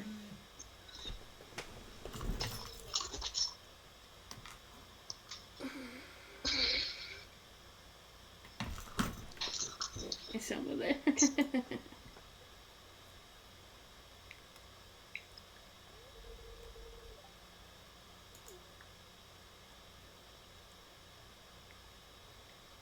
Okay. Alright, what was it that Caroline loves? What was these ones? Okay. If I'm correct, she loves pumpkins.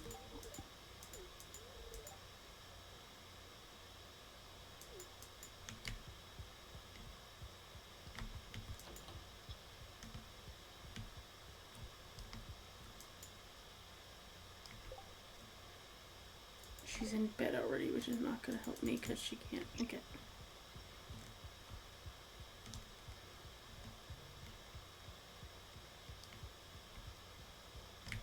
Pierre. What does Pierre love? I don't remember. Pierre is unhappy with me right now. Pierre likes these things. Okay.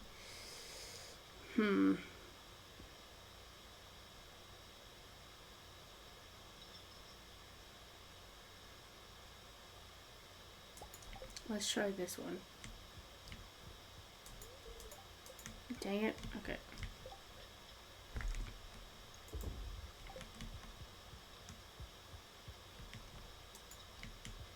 Did I speak to Pierre already? Yes, I did. Okay, let's go back. I didn't expect Abigail to be asleep already, but that's okay. When I try, those are my hours, so it's fine.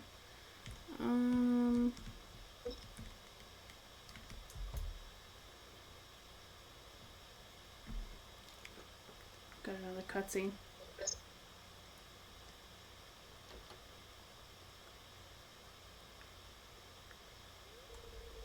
Hey, I was just doing my daily strength training routine. Okay, sorry, I have no shirt on. I've been meaning to talk to you or something. Alright, ask away. Started to realize that I've been really rude towards you in the past. You know, about going pro and all that. I guess I might not be exactly cut out to be for professional sports. Maybe it was a childish dream. Anyway, I wanted to apologize for bragging and being annoying about it. I appreciate that you stayed friends with me through all that. I don't know what my character just said.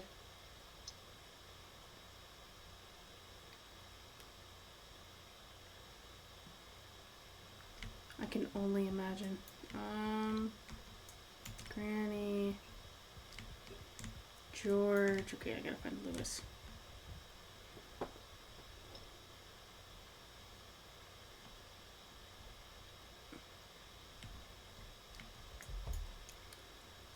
Okay, Lewis is here. Townsfolk are very strangers. You have to win their trust before they open up to you. Be persistent, you'll get through to them. I've already gotten through to most people. Alright, what is Lewis like? Lewis loves Autumn's Bounty. I forgot about that. We also loves tea, but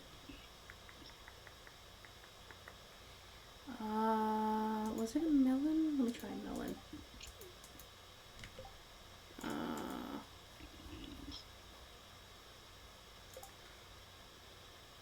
He must just like it. That's fine. Oh, it's a normal gift. Okay. Ah, that's okay.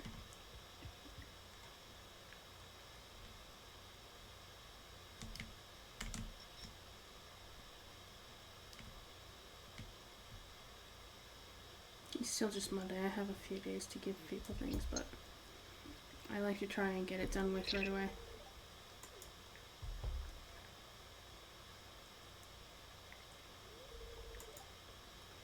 Sorry that the place is a mess. Was about to clean up. You'll help me? You really mean? She's so cute. I'm gonna start over there and I'll clean up the kitchen, okay?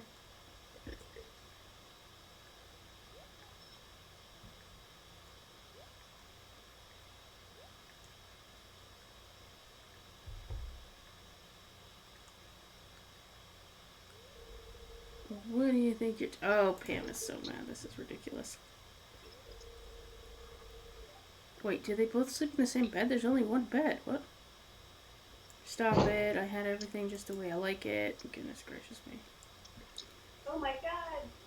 What did I just walk in on? No, you're... Don't... In the same bed? What? Well, they live in a trailer, so I don't know where they sleep. And it's a mother and daughter, so... Oh, well, that's different. I'm going to plug in my phone, though. No worries. Simply because I don't want to run out in the middle of the stream. Yeah, my cousin came and visited my grandma. Nice. Because she had a hospital scare. Where she had a scare on Tuesday, remember? Oh, crap. So they came to visit her. So that was nice of them, and I thought that I didn't want to be rude. And then I had a bowl of ice cream for lunch, so I could looks like. But yeah. And I've got another bottle of water. Yay! Ow. Nice. I don't want a cutscene. I just want to continue talking inside the house. Ah!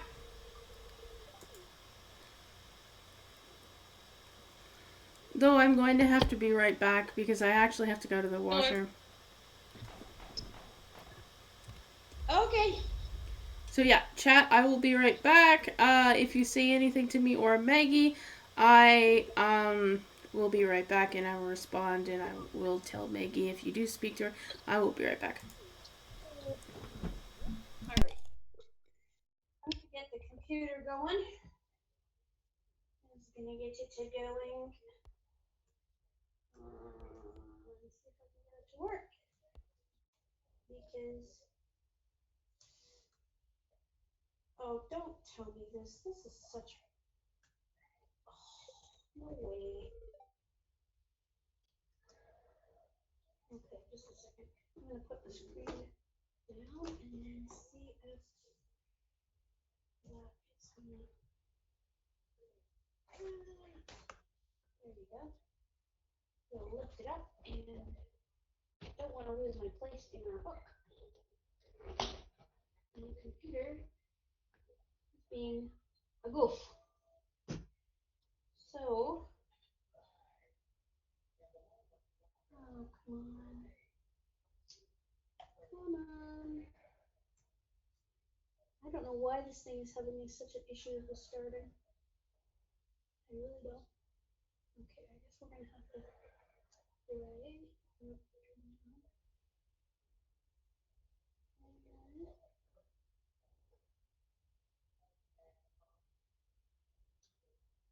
Come on.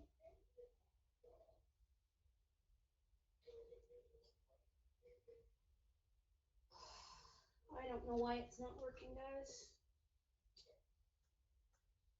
This isn't really.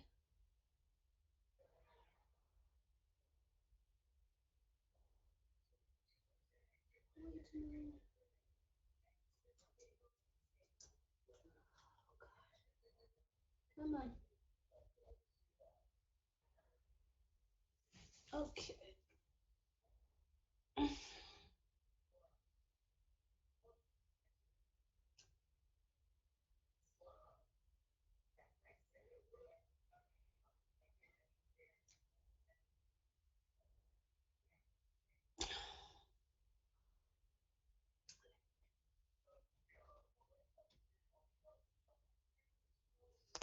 Why? Why are you not behaving?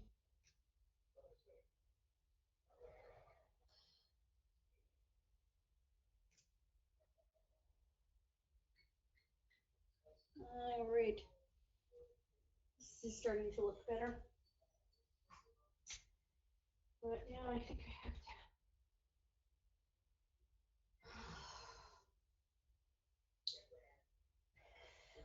Just a second.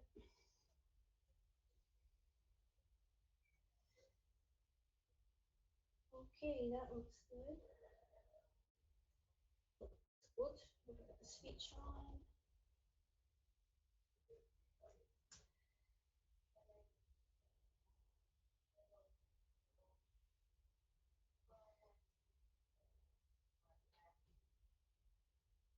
Windows sign in dialog Maggie Bray. I forgot my pin sign in options shows a list of the. There we go. That's better. Okay.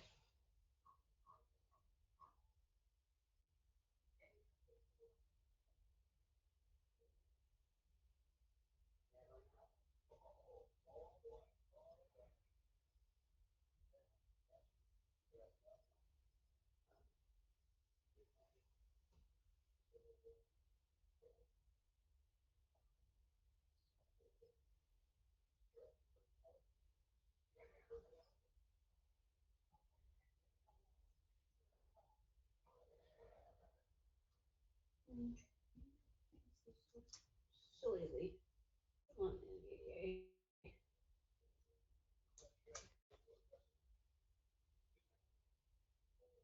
There we go. Come on, screen here. There we are. Doobity doobie. Come on. Okay, I gotta figure out where I'm at. Oh no.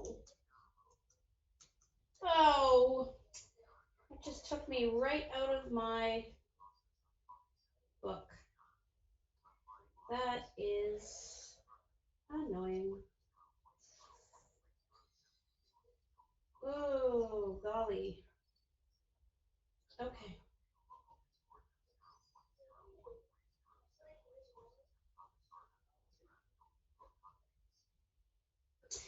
Okay. That means I have to go back into my hard drive and I have to get the book back. Oh my god, you guys are so lucky. You can pick up a book off your shelf and read it.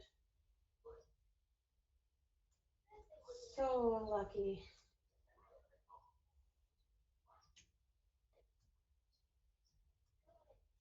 Why are you not even showing it now? Come on. Oh, it's so pretty. There it is. Okay, there we go.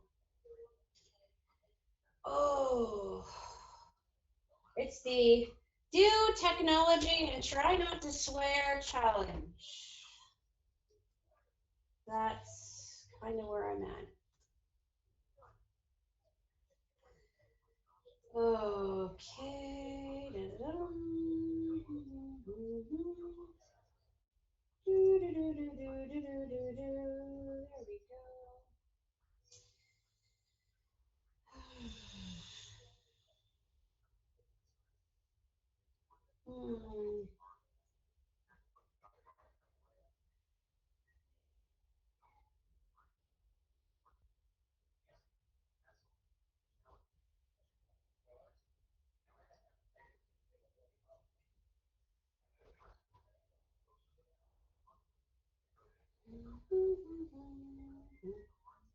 See if I can find it. Okay. That's not it. Here we go. This is it here. Okay. Okay, let's see. Daisy, cover. Oh, perfect. Okay, good. It's divided properly. All right, we will start on chapter 4. Underbar. Okay, so we're going to just start from the beginning of chapter 4 because that is what we're going to do.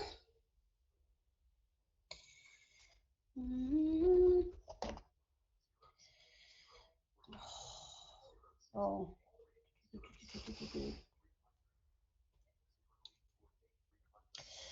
Okay, here we go.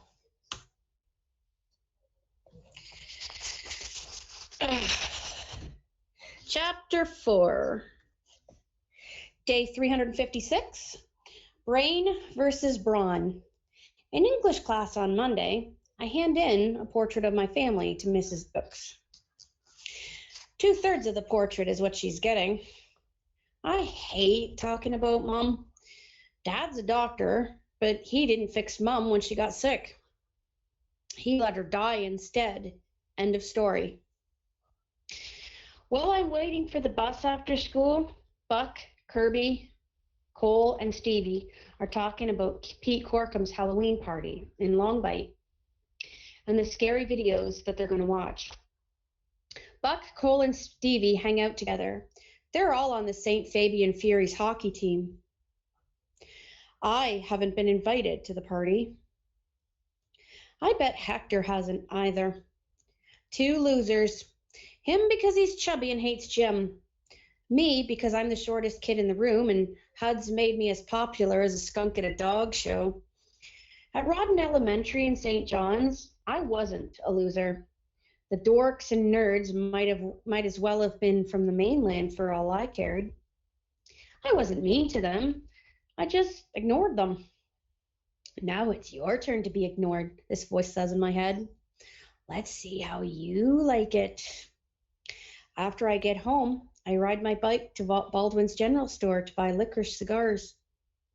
First person I see is Pretty Murphy in the parking lot outside the store, face to face with a woman in a dirty blue sweatsuit who's swaying on her feet like she was on the tilt-a-whirl. They're not bothering to keep their voices down. You can't hitch a ride to St. Fabian, Prinny says. It's time to go home, Ma. Who says? I do. You gotta cook supper. Baldwin's is clean out of rum. I gotta get to the liquor store before it closes. It don't close till 10. I lean my bike against the store. Prinny's mother smells like Uncle George when he hits the bottle. Prinny gives me a dirty look. You got nothing better to do than gawk at us? I've got as much right to be here as you do. Prinny grabs her mother's elbow. Come on. There's Ricky Baldwin. He'll give me a ride. Kearney's mother waves her hand before the Ford half-ton pulls up and she staggers over to it, giggling like a girl in late grade 11. The truck drives off with her in the passenger seat. Kearney stares after her, her shoulders hunched. Then she walks past me as if I'm not even there. She's another loser. Maybe she should start cooking her own meals. Inside the store, candy and chips are in the same aisle as pet supplies. Dog chow is stacked in big bags with a heap of dried up pig's ears next to the milk bones. I can't have a dog. No use even thinking about it. Cat food's farther down the aisle. One box has a picture of a ginger kitten washing its paws. On another box, a fluffy white cat's eating out of a fancy bowl. No sign of its ribs. The only time I've ever been really hungry was when Dad sent me to bed without any supper because I stole 5 quarters off of his desk to buy an Aero bar at the Quickway. Rule number 1, no stealing. Once I paid for the licorice, I head home. But instead of going indoors to play Ultimate Spider-Man, I ride past the house, taking the corners slow in case Hud's around. Abe Murphy's in his field, leading the brown and white cow to the barn. He stops and stares at me, and the cow turns her head too, mooing like she's got a bellyache. The dog starts barking. Abe yells, "Shut up, Lucy!" Lucy shuts up. I keep going. I can feel him watching me until I'm out of sight over the hill. On the ocean side, the tracks lined with clumps of skimpy spruce trees, beat up by wind and salt. Raylene calls this Tuckmore. On the other side are the barrens, where the little shrubs have all turned red, as if they're on fire. You never know what you're going to find on the barrens. The 4th morning we were here, Dad and I saw 2 caribou behind our place. When they ran away, they bounded like they had springs in their heels. At the top of the last hill, down to Gully Cove, I skid to a stop. Right away, I recognized the 2 bikes leaning against the spruce tree. On high alert, I wheel in a sharp circle. No way I'm sticking around if Hud's at the cove. I dreamed again last night. Water dripping down the walls of a deep pit. The corners full of shadows and no way to climb out. Then a hail of dirt comes at me. As I throw up my arms to protect my head, the dirt's already piling up around my legs, trapping me so I can't move. I'm being buried alive. 2 days before the service, I overheard Dad talking about Mom to the funeral director, insisting on a closed coffin, as near as yelling that she hardly ever wore makeup when she was alive. No one was going to plaster it on her face now that she was dead. Don't get me wrong, I never thought they buried her alive. She was dead and inside that coffin. But back then, the funeral was like the worst dream I'd ever had. And any minute, I expected to wake up because your mother doesn't just up and die on you. Okay, so I'm still stuck in that dream, and it's called reality. But I'm not stuck in last night's dream. I'm at the top of the cliffs instead, the sea wind chasing itself through the shrubs. I dump my bike on the ground, duck behind the spruce tree, and peer down at the cove. Hud Quinn and Marty Dunstan are throwing stones at the wharf, watching them bounce into the water.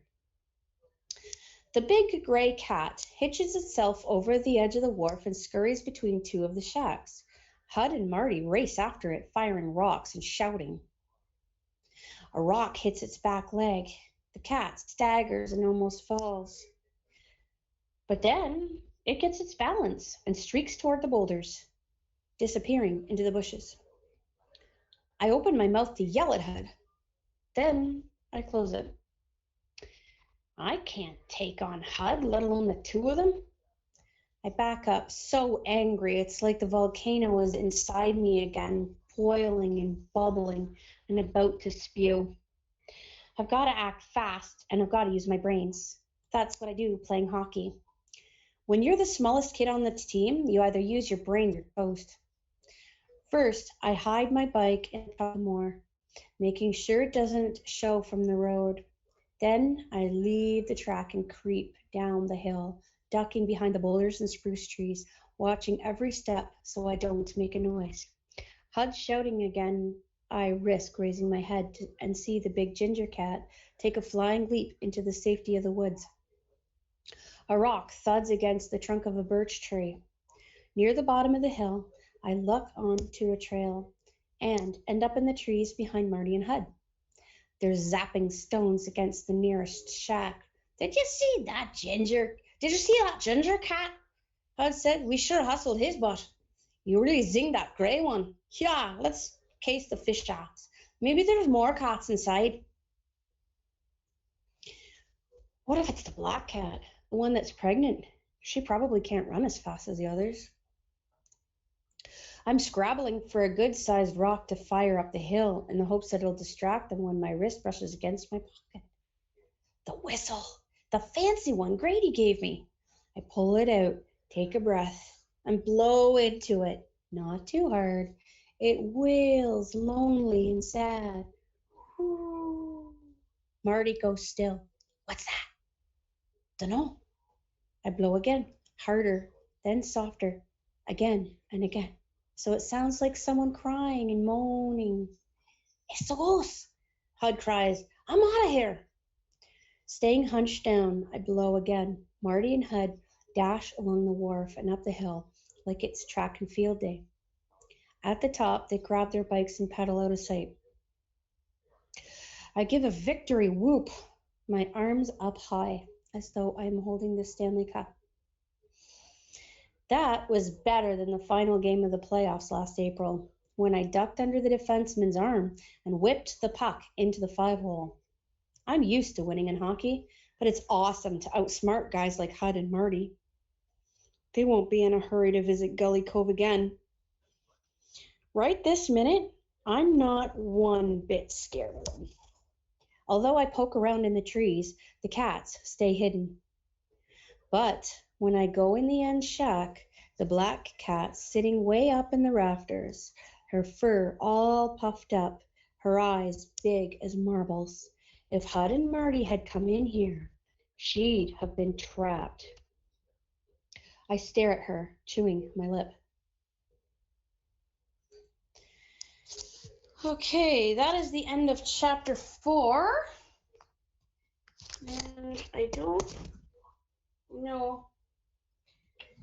I'm going to just do an update on the board here. Let's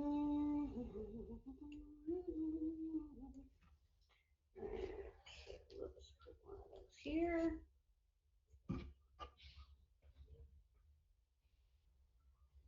Ooh. Okay, guys, I'll just change the chapter since Michelle's not seeming to be back yet. That's okay. Here we are. Okay.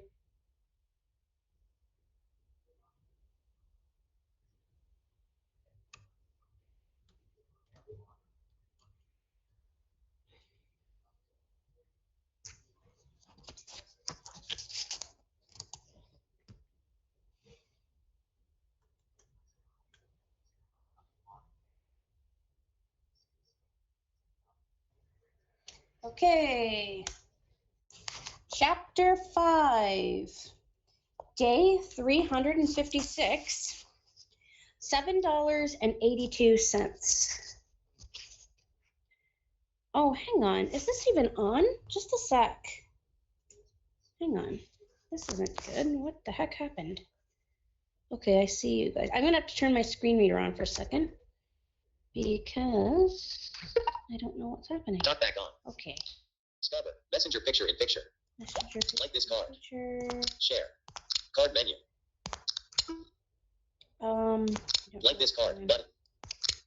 I have a card. Okay, Card but menu. it looks like I'm still in the call. Double tap to activate. Somebody sent me a card. Thank you very much. That's awesome. Okay, so I'm going to take that off now. Talk back off. Looks like I'm still here. Okay, I just saw the home screen picture and I kind of panicked. So we'll just go.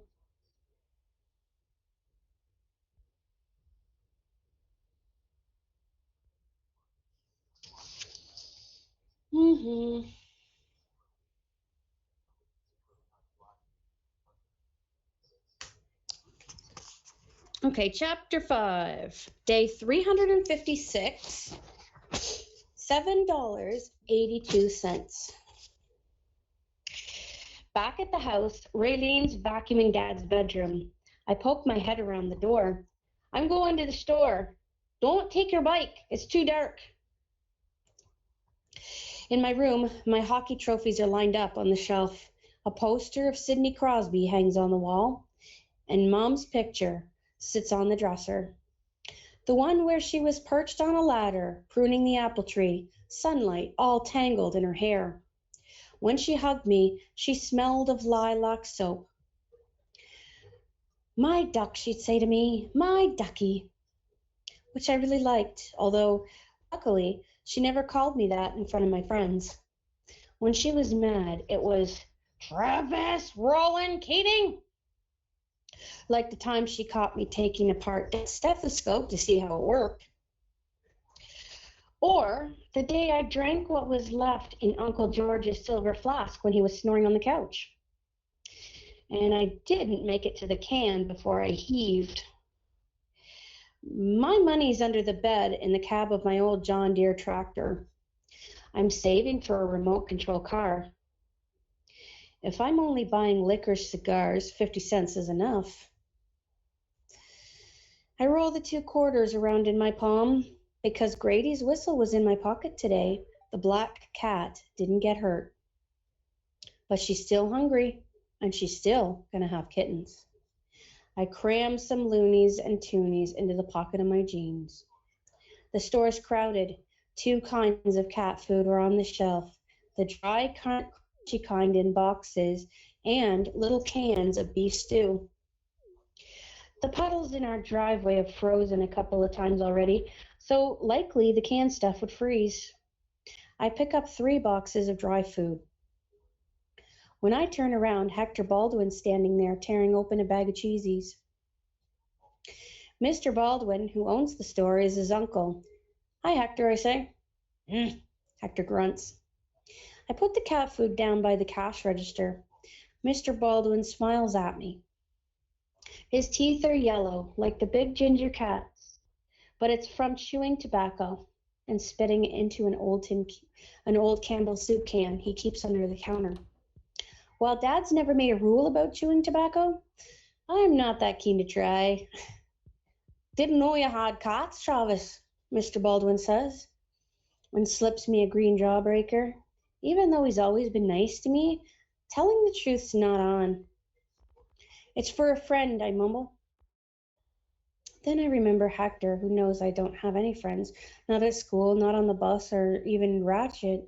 I never spent so much time on my own in my whole life. Makes me lonesome as a coyote on an ice floe. That'll be $7.82, tax included, Mr. Baldwin says. How's your dad? Keeping busy, I hear? He's fine. You a hockey player by any chance? Play right wing. The St. Fabian Furies could do us some new blood. Lowest scores in the league last year. He spits into the can with a little pinging sound, then counts out the change and puts the 3 boxes into a plastic bag. Too bad they can't hurry up the parts for the Zamboni. I pick up the bag and thank him for the candy. I'm really good at scoring goals. When those numbers start flashing up on the board, the guys on the team won't care where I come from or how I talk. Maybe then I won't have to sit at the front of the bus with Prinny and Hector. Okay, there goes that chapter. All right, let me update the board. Nice, I'm back. Hey. I definitely missed a lot. I can do them over again if you want. Nah, it's alright. I'll have to just listen to the story anyways. Okay. Okay.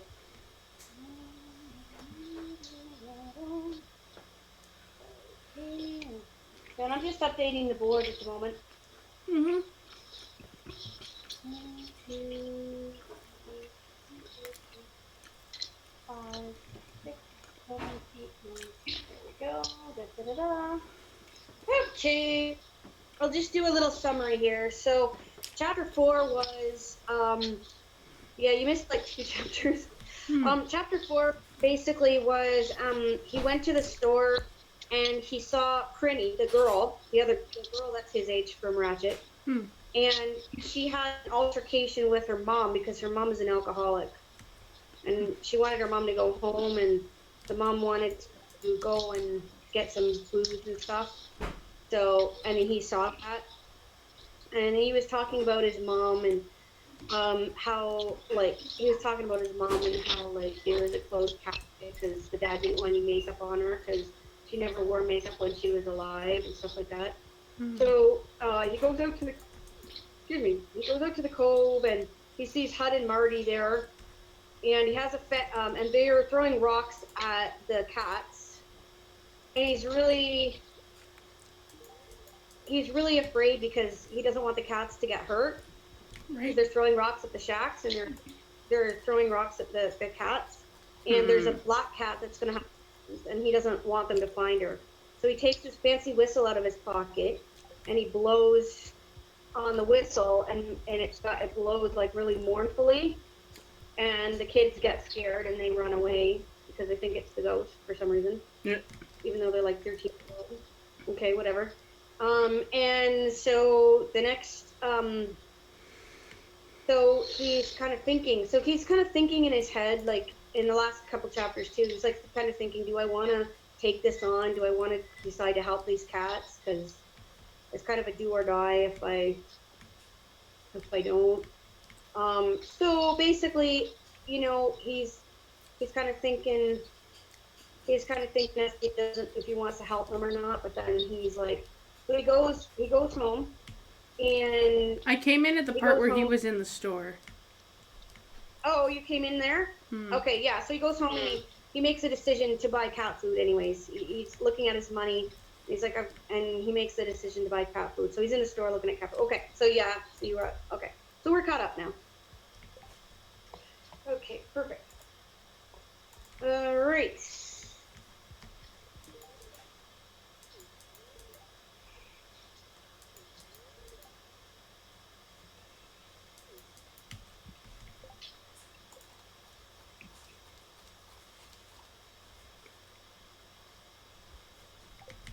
Well, apparently I have a decent friendship with the wizard in this game. Okay. Oh.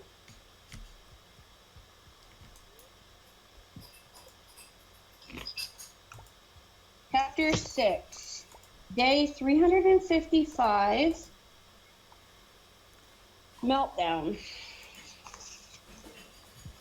When I drive past Dave Murphy's place the next day, he's sitting on his front steps, whittling a chunk of wood with a penknife. Lucy runs for the fence, barking. To save time, I coast down the last hill to Gully Cove. 3 cats leap from the rocks where they've been sunning themselves and disappear into the trees. Then everything's still again, except for the sea, which is never still. I leave my bike at the bottom of the hill and take a box of cat food and a bottle of water out of my pack, along with some plastic bowls I stole from the cupboard this morning. Rule number 1's taking a beating.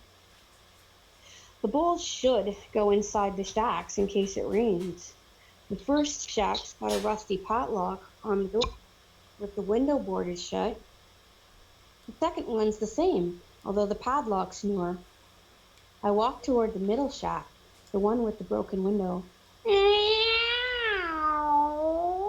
My scalp goes creepy even though I don't believe in ghosts. The ginger cat's inside, glaring at me as if I'm here to shoot it, not feed it. Its eye looked worse, glued tight shut. You got attitude, I say. I Yeah. bet you're a guy cat. Do people just go away and leave you like you weren't important? He hisses, lashing his tail. He's crouched down on the floor and looks bigger than he really is. So, right away, I decide to call him Felix, after Felix the cat, Pop Van, the famous NHL goalie that Dad raves about. The window's too high for me to climb in, the broken glass shining like Abe Murphy's penknife.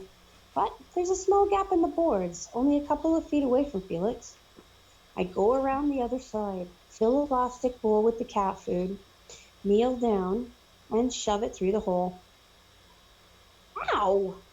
As I jerk my hand back, some of the food spills out of the bowl. 3 claw marks run from my wrist to my thumb. Felix, Ah. meow! To the side of the wall. Yep.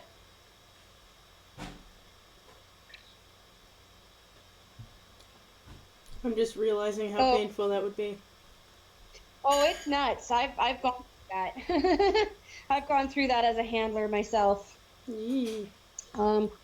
Yeah, one of the cats that we had, we called her Black Petra, because she was black and she was a girl. But if she was a guy, we would have named her Black Peter, because when we finally rescued her, she was in the bushes. She was in the thorns in the bushes. She kept going back and back and back into the bushes, and we finally got her, and she clawed the crap out of us. Mm. And it's like, okay, you're kind of like the Dutch legend Black Peter, because Black Peter's supposed to put you in a sack and take you away somewhere. Yeah. So yeah, so it's like, okay, you're evil. So we called her Black Petra. So yeah, she was the hardest rescue I ever did. She was Moses. Me and my friend were both. That was not fun. Alright. Okay, so here I am trying to help, and I'm the one bleeding. One of the Kleenexes in my pocket isn't too oily, so I wrap my thumb in it, watching the blood soak through. To take my mind off the pain, I edge over the rotten boards in the wharf toward the next shack. This one's easy. Part of the one wall's gone, and the bottom of the door looks like someone kicked it in.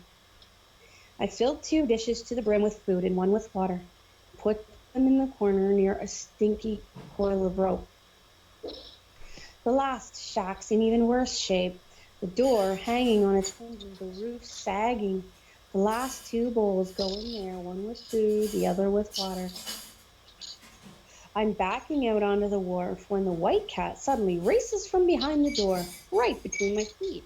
I lurch backward, my heel breaks through the boards. The empty water bottle goes flying. I'm falling, flailing at the air, grabbing for the edge of the wharf. One shoulder bangs against the ladder. My wrist thumps into a crossbar. The woods slimy with kelp. Then I'm waist deep in the sea. The water's ice cold, the shock making me yelp. Staggering, I wrap my hand around the crossbar. A wave sloshes up my chest, thrusts me against the wood, then drags me back. My legs are turning numb, so are my fingers. Another wave pitches me around like I'm no bigger than a jellyfish. Then I lose my grip and the sea's got me, doing its best to pull me under.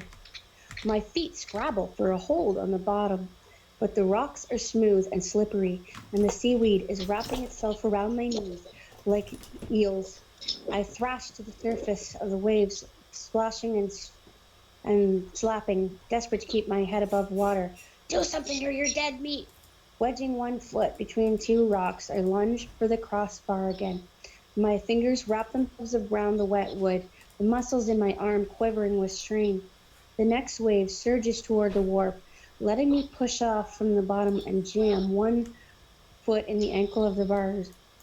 My free hand grasps the next crossbar, then my other leg's out of the water, my sneaker finally finding a foothold. Slowly, I haul myself up. grunting like Hector. When I finally crawl onto the wharf, I fall face down, dig my nails into the wood, and hang on. The wind slices through my wet clothes, making me shiver and shake. It doesn't matter that I'm an okay swimmer. Anyone could drown in water that cold. I gotta get out of the wind or freeze to death. I get up on my knee, head hanging down, my bones aching, like I'm as old as Abe. Then I stagger to my feet. Water squelches in my sneakers. Bracing myself against the wall of the end shack, I edge past the jagged hole in the boards and stumble toward the next shack. It's empty. I shuffle to the far corner, drop to the floor, and curl up in a ball against the coil of rope. Even though I'm out of the wind and even though I'm hugging myself tight, I can't stop shivering. My teeth are clattering, tears drumming on the floor, and all I want is for Mom to tell me everything's going to be okay. The first sob bursts out, then the second. And suddenly I'm howling like a coyote, dripping tears and seawater onto the old wooden boards. A memory that I buried along with Mom surges through me. The way she hugged me in the hospital on the very last day, hugged me like she never wanted to let me go, like she'd saved every bit of her strength for it, her bones digging into me, her eyes so full of pain that I had to look away. In the end, I run out of tears. My eyes are burning. The rest of me is stone cold. As though it belongs to someone else, I realize my thumb's throbbing from the claw marks. I better pull myself together. Start for home. It'll be dark soon. I lift my head, and a black streak whips through the gap by the door. The black cat was watching me. Watching over me. If I start crying again, I'll be here all night. I swipe my hands over my face. My jeans are soaked, and so is my jacket. Oh man, this'll freak Raylene out. But the whistle's still in my pocket, and the pain in my thumb's nothing major. Once I'm on my feet, I stamp them up and down to get the circulation moving and bang my arms around my chest. Outside, the wind's still brutal. I sling my pack on my back, pick up my bike, push it up the hill, and ride home as fast as I can. On the front steps, shivering again, I take off my sneakers and wring out my socks. Then I creep into the porch. Luck's with me. It's the last 5 minutes of Raylene's favorite show. I whip down the hall, get some dry track pants from my bedroom, and head for the back porch. There's goosebumps up and down my legs, and my toes are pale blue. I just made my last trip to Gully Cove. Cats or no cats. The black cat wasn't watching over me. She was in the shack because she smelled food. When we moved here, Dad taught me how to use the washer. In go the torn cargo pants, the wet jacket, jeans and socks, and a bunch of t-shirts for camouflage. My sneakers get propped on the baseboard heater. Then I close the door and go to the bathroom. My eyes are puffy as though I've got allergies, and I feel hollow inside. The claw marks look gross. After washing them with soap, I cover them with the biggest plastic bandage in the box. Raylene's in the kitchen with the radio blaring. You start a wash? Dad's dead set against lots of things. No lying being rule number 2, close on the heels of no stealing. I was skipping rocks, I say, and I didn't see a wave coming. What's for supper? Not many rocks around here flat enough to skip. She doesn't look half as sleepy holding a paring knife as she does in front of the TV. Meatloaf, I say? Did your sneakers get wet? Put them in an old pillow slip and throw them in the dryer on low. What happened to your thumb? Scraped it on the rocks. I'll go dry the sneakers. Lying gets easier the more that you do it. Later on, Dad asks about my thumb, except he's sitting across from me at the table, not busy peeling potatoes and singing along with Dolly Parton. Scraped it on some rocks. Is there dirt in it? Maybe I should take a look. Okay. I made 98 in a French quiz. Good for you. Where were the rocks? I mixed corn and potatoes with my fork. Up by Abe Murphy's. I don't want you going any further than his place, Travis. That's a rule. Anyways, it won't be long before you'll have to put your bike away. Winter comes early around here. A year and a half ago, when Mom got sick, Dad started making rules. He hasn't stopped since. I said to him one day, why don't you make a rule not to make any more rules? But he didn't think that it was funny. Most of the time, he acts like he's scared to let me out of his sight. I don't care what he says about Raylene scrubbing the kitchen floor. He hired her to keep an eye on me. Are we going to buy a snowmobile soon, I say? That was part of the deal when we were moving here. Brady's dad has one, and sometimes we borrowed it. I'm at the clinic this Saturday, so I thought we'd go to St. Fabian the following weekend. One thing about being this far north, there should be lots of snow. Will we get an Arctic cat or a skidoo? I picked up some brochures on the way home. We could check them out after the dishes are done. It's my job to do the dishes, pots and pans and all. That's how I earn my allowance. Buying the cat food made a big dent in my savings. Maybe Mr. Baldwin will give me a refund for the 2 boxes I didn't open. I'll take them back tomorrow. That night, I dream about Cod drowning me in the sea and about sharks with cat faces, which chase me into a cave. My mom's in the cave. She's swimming away from me. Then she turns into a rainbow trout that flicks its tail and vanishes.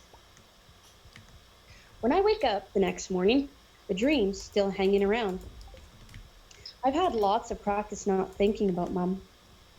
But cats aren't as easy. Felix, who scratched me, the white cat trapped behind the door in the abandoned shack, the black cat, Hungry Boney, bolting the instant I moved. I'll take the cat food back to the store after school. Gully Cove's no place for me.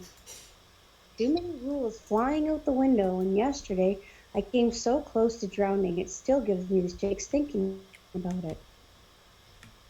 It's wet and windy by the time Mr. Murphy drops me off. The rain mixed with little ice pellet. So I stay home and play Need for Speed in my room. I'm not going anywhere. I never want to be cold again. Okay, that is the end of chapter 6. Nice. Anything going on in the chat?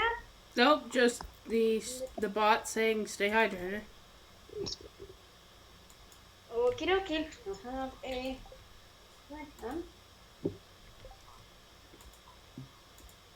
We're zipping along here. Crazy, right? Hey! Wow. Ashley, thank you for the hydrate. Just as I'm talking about staying hydrated, Ashley comes in and tells me to hydrate. I just drank a bunch of water, so thank you. After reading all of those chapters, I would imagine that you would need to hydrate. You be reminded from reading. How you doing, Ash? Yes, that's awesome. Ah, my mouse is falling. Hold on. I gotta get off my chair. I keep going forwards. This chair is just a pain in the butt. It slides across the floor. How am I doing? I'm glad you're good. How am I? I'm good. I'm finally getting food in. I was hungry. Are you curious also how Maggie is? Because I would love for you to be curious how Maggie is. I'm curious how Maggie is. Maggie's doing okay. Maggie's hot.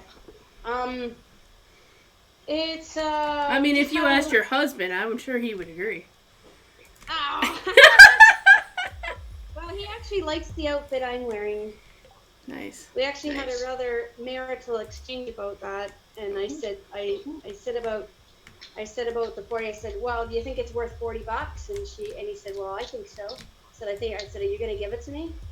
And he said, "Oh, I don't know." I said, "Well, you can stuff it down my boobs." Oh my Like, get out goodness. of here. Oh my goodness. I don't even know how to respond to that. Right? I know. Hey, you gotta keep your sense of humor, man. It's You true. gotta keep your sense, because if you don't have your sense of humor, then you're really up the creek without a paddle. That's not what you want. So this guy's still, he's on the fence about rescuing these cats, and he's getting, you can see though, he's getting more converted to the idea. He keeps on resisting doing it, but he, let's see. Okay, let me see if I can change the chapter here. Here we go. Yes, nice to see you again, Ashley. I missed you. I mean, even I missed Ashley. I haven't seen her for a few days. Then again, yesterday was my day off, so that's on me, but...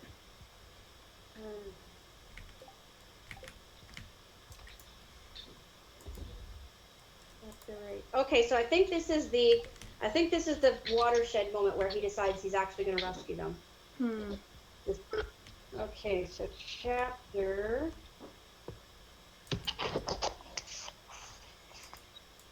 7, day 353. Left or right? Thursday afternoon is sunny. As I shove the boxes in my backpack, the fluffy white cat in the picture stares up at me. Fat and clean and happy. All the way down the driveway,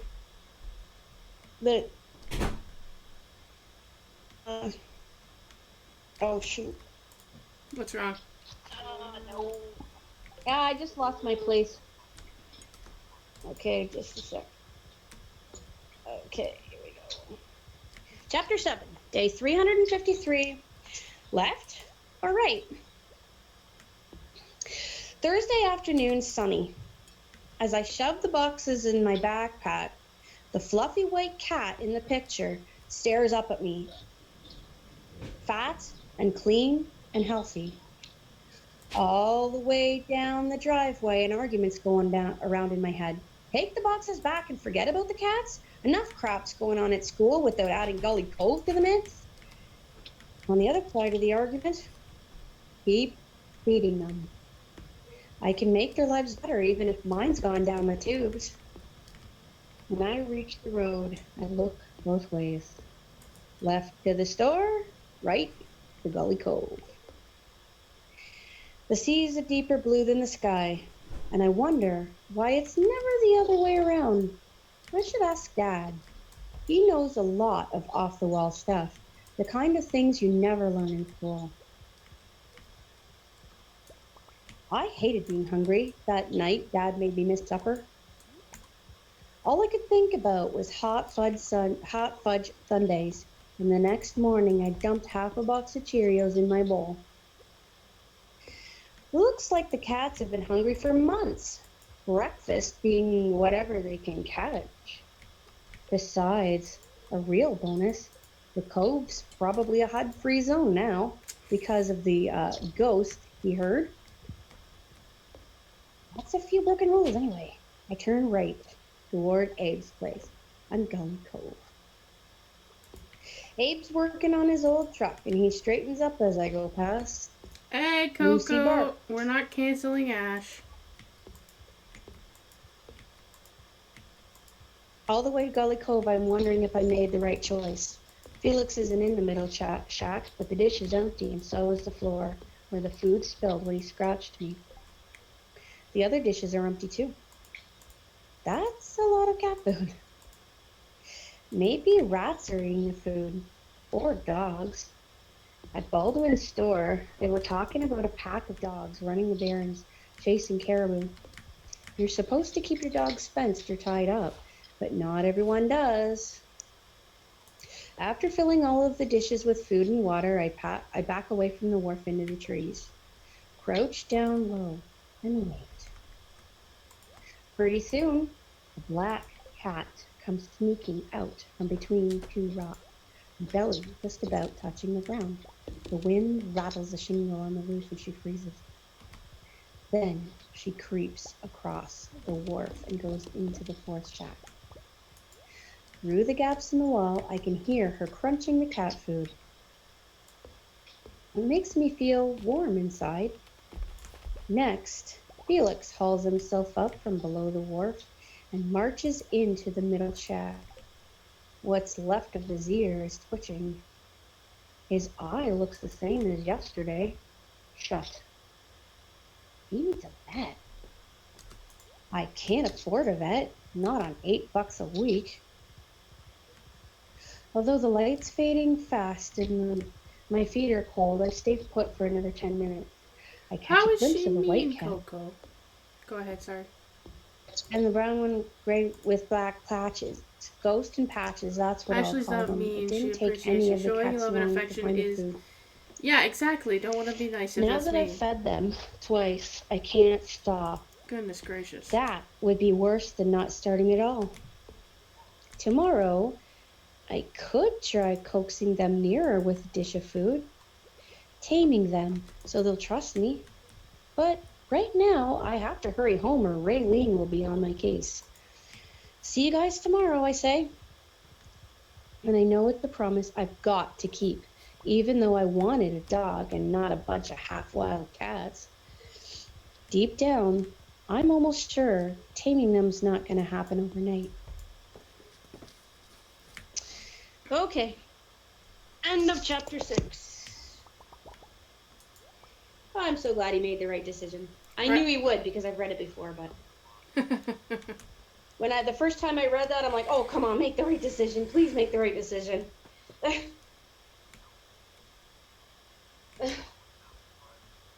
There's actually nothing, there's a really good feeling when you're training ferals, right? When you're working with ferals and you put that bowl of cat food out and they finally trust enough to actually be able to come up to it and eat it, and that crunch, that is the best feeling ever. I believe it. I love that feeling. Anyways, carry on through your talking. That needs to be done. I'll update the board.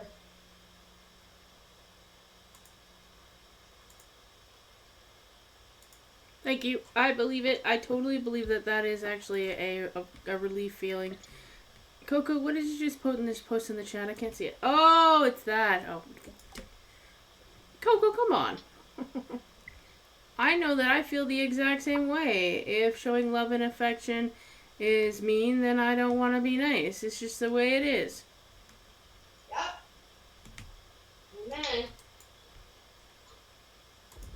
Amen. And I can totally, this is why I read books about like 11, 12-year-olds, because I can totally relate to that with the whole obstructive family thing, where their rules are more important than their kids' feelings or desires. It's like the dad with all his stupid rules, which he's gonna get his actually too at the end, but he's just being a complete jerk right now. But it's so interesting. He's just being protective where, because of it losing his wife. He doesn't want his kids to, I know.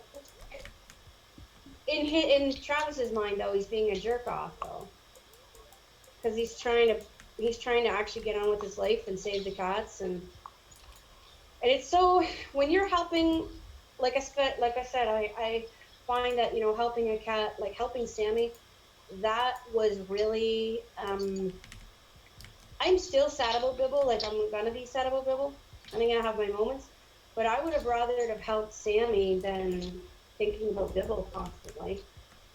Oh, I can I imagine. just thought that was more positive. I just thought that was, and it was funny because he's saying, well, cats don't greet you when you walk through the door, and it's Yeah, they do. heck, they don't. They do. I'd walk into my sister's house, and Bibble would be right there, meow, meow, meow, and I'd pick him up, and every time I go into my cattery at my house, the cats always come up and want to talk to me and stuff like that, and want to cuddle with me and everything. So yeah, they're pretty happy to see us, and that. So yeah, I don't. But I mean, this is like I said, this book is kind of just the guy wasn't the son of cat handlers. Hmm. Any of our children by the time they reached age 11 wouldn't think that way, but obviously he's not the son of cat handlers, and there's a very rural view of cats in this because this is a very rural setting.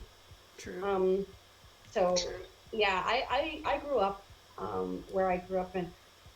I grew up with an extremely rural view of animals, and it was crummy because I think instinctively, even at age 10, I knew I needed cat therapy and couldn't get it. So I don't know, but yeah. Anything in the chat? Nope. Okie dokie. Cool. Yeah, I hope everyone's enjoying. I hope so too. Oh, I know I am. yeah, me too. Oh, good. I'm glad you are. I hate reading to people who don't enjoy it. I like stories, so I'm one who will actually Okay. enjoy it. Right on. So while you're reading, I'll probably end up muting myself on Messenger just so that I don't interrupt you. Oh yeah, no worries. The I only just- thing is, I won't know that you want to stop, so I won't be able to stop. It's But fine. anyway, we'll try this. Okay, here we go. Alrighty.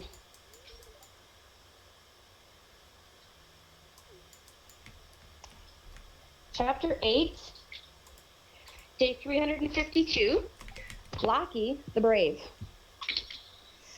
Every Friday, school's let out half an hour early.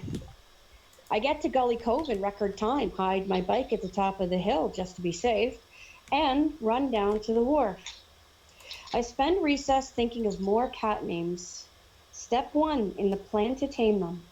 Step 2 is to get near them. I fill the bowls, moving slow and talking real easy, as if I'm talking to myself. Hey there, Felix. How's your eye today? Blackie, you planning to have those kittens soon? Where are you hiding, Ghost? And Rocky, you are the same color as the rock, so it'll be easy to miss you. Hope your leg's okay, where Hud hit you with a stone.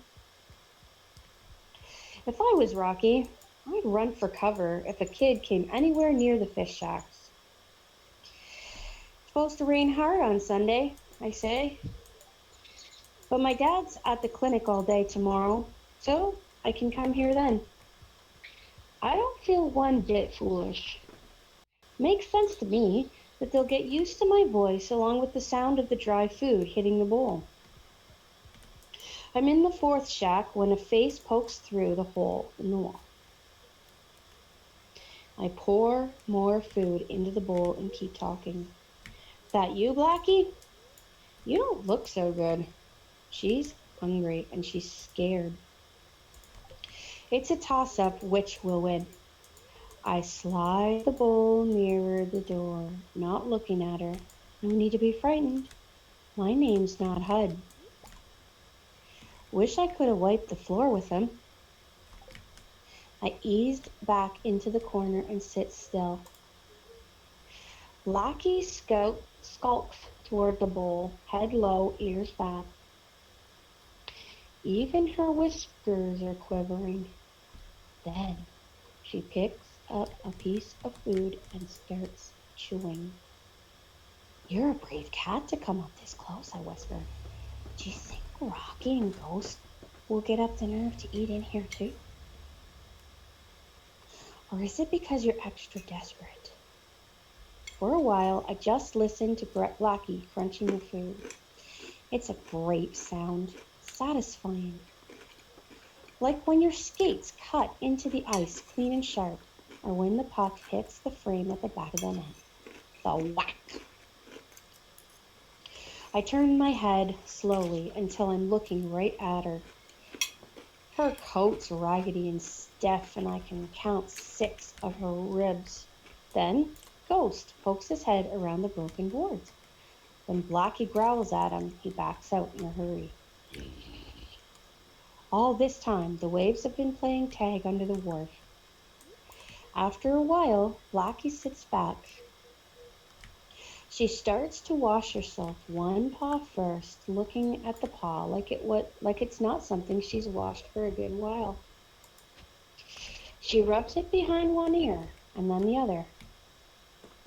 My knees are cramped, my ear itches, and the smell of old bait stuck up my nose. Last summer, Dad told me about these monks in Tibet who sit still for hours. It's called meditating. So that's one thing I know I don't want to do when I grow up. I'm not into scaring Blackie though. So I stare at those dirty floorboards as if I'm an apprentice monk. She washes both paws, both ears, her forehead, her chin, and her chest. That's when Felix sticks his big head through the door.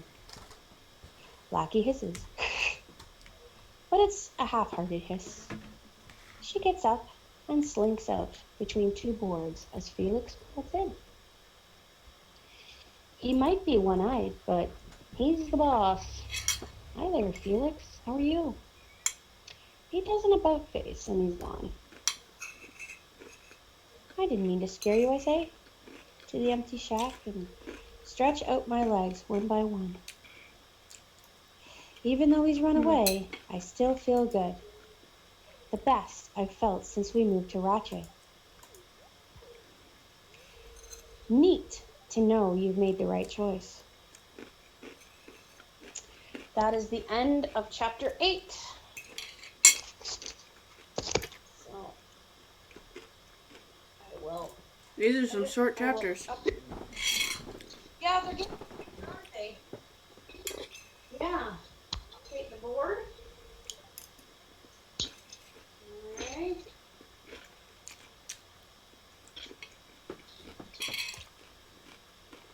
Yeah, the other 3 or 4 chapters were long. They had like multiple scenes in them.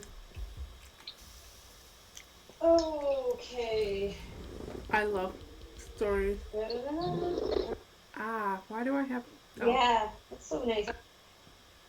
I love stories and I love being read to. I love reading to people and I love being read to.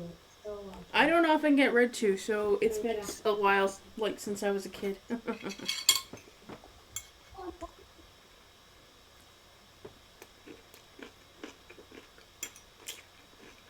we go. I have pickles and mac and Honestly? cheese, but I want sauerkraut. Ew.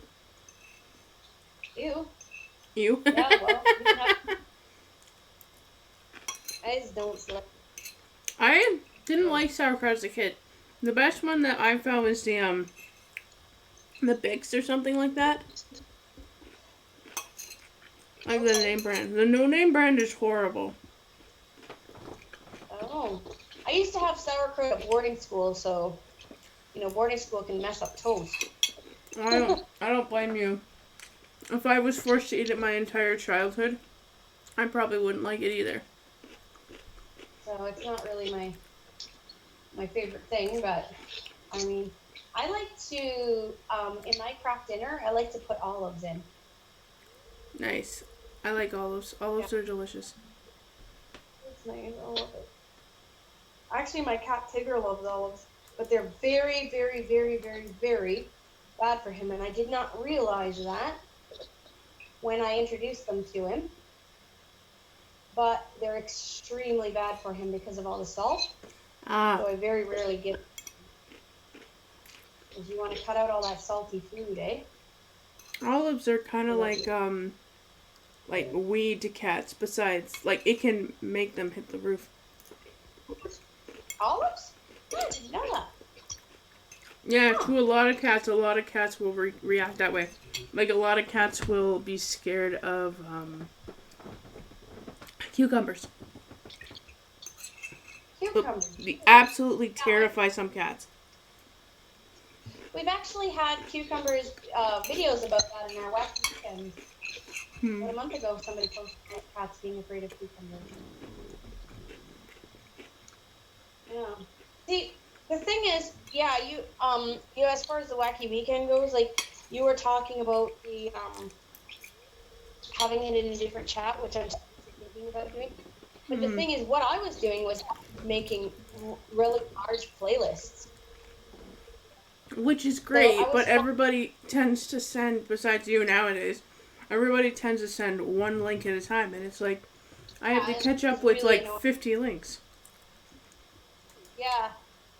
So I think it would just be easier to just put it in a completely different group chat if they're willing to join it. Because then we can keep up with it. Yeah. Or we could have a Google Doc or something. Yeah. Because we have to have all this for the library, right? Yeah. That's I still don't know how we're going to deal with that. I don't know how we're going to do it either. So many links, holy crow. And you keep upping it every week. Like, what the heck? I'm a believer in meeting your goals, though. But last week, I did almost our whole goal. I did it in one link, though, last week. I know. Wasn't that amazing? Like, I thought that was pretty amazing of me. I figured out how to do like 3,000 items in one link. Pretty nice. But anyway, okay. You know, yeah, we're making some good time.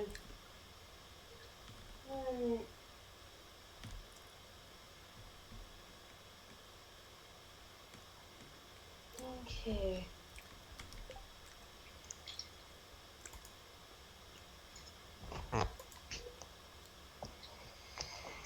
Oh.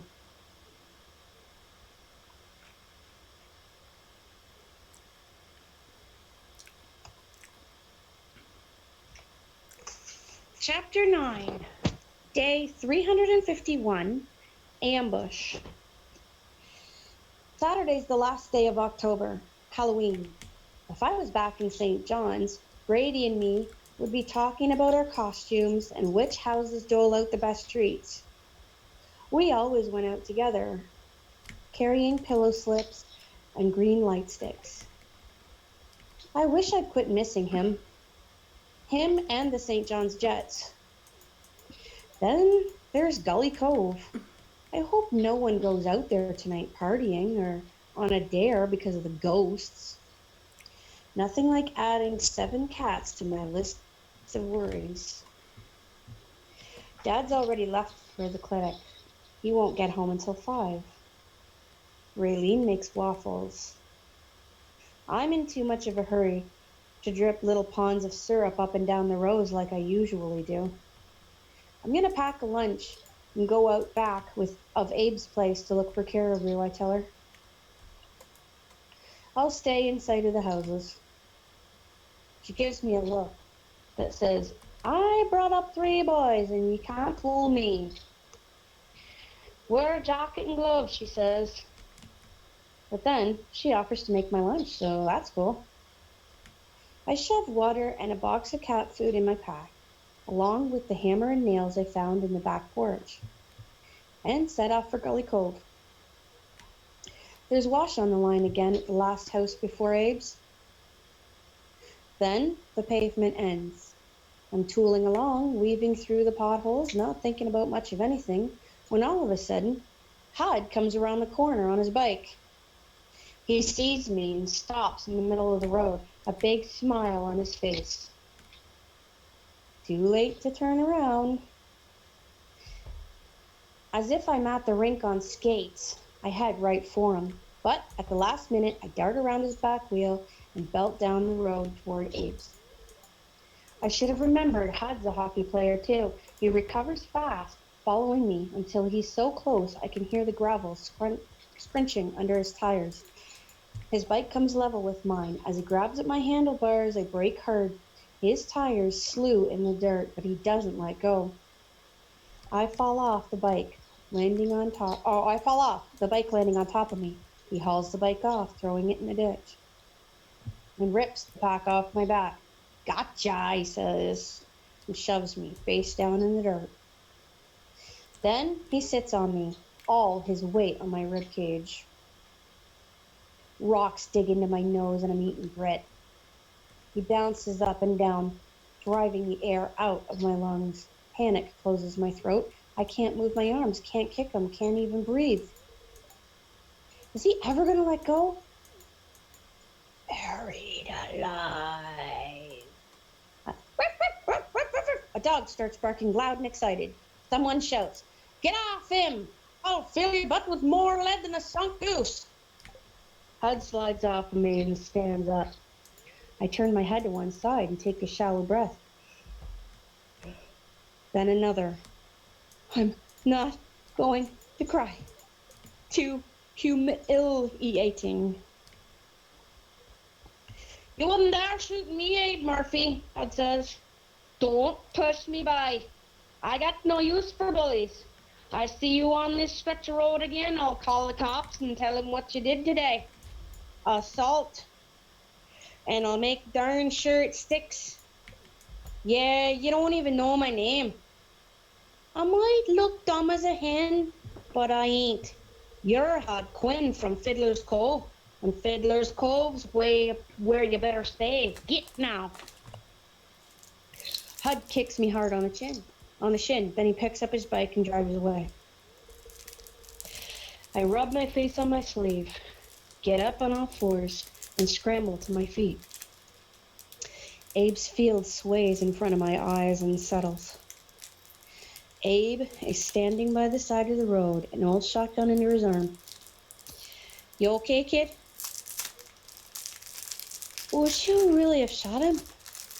My voice sounds like I've got bronchitis. Abe grins.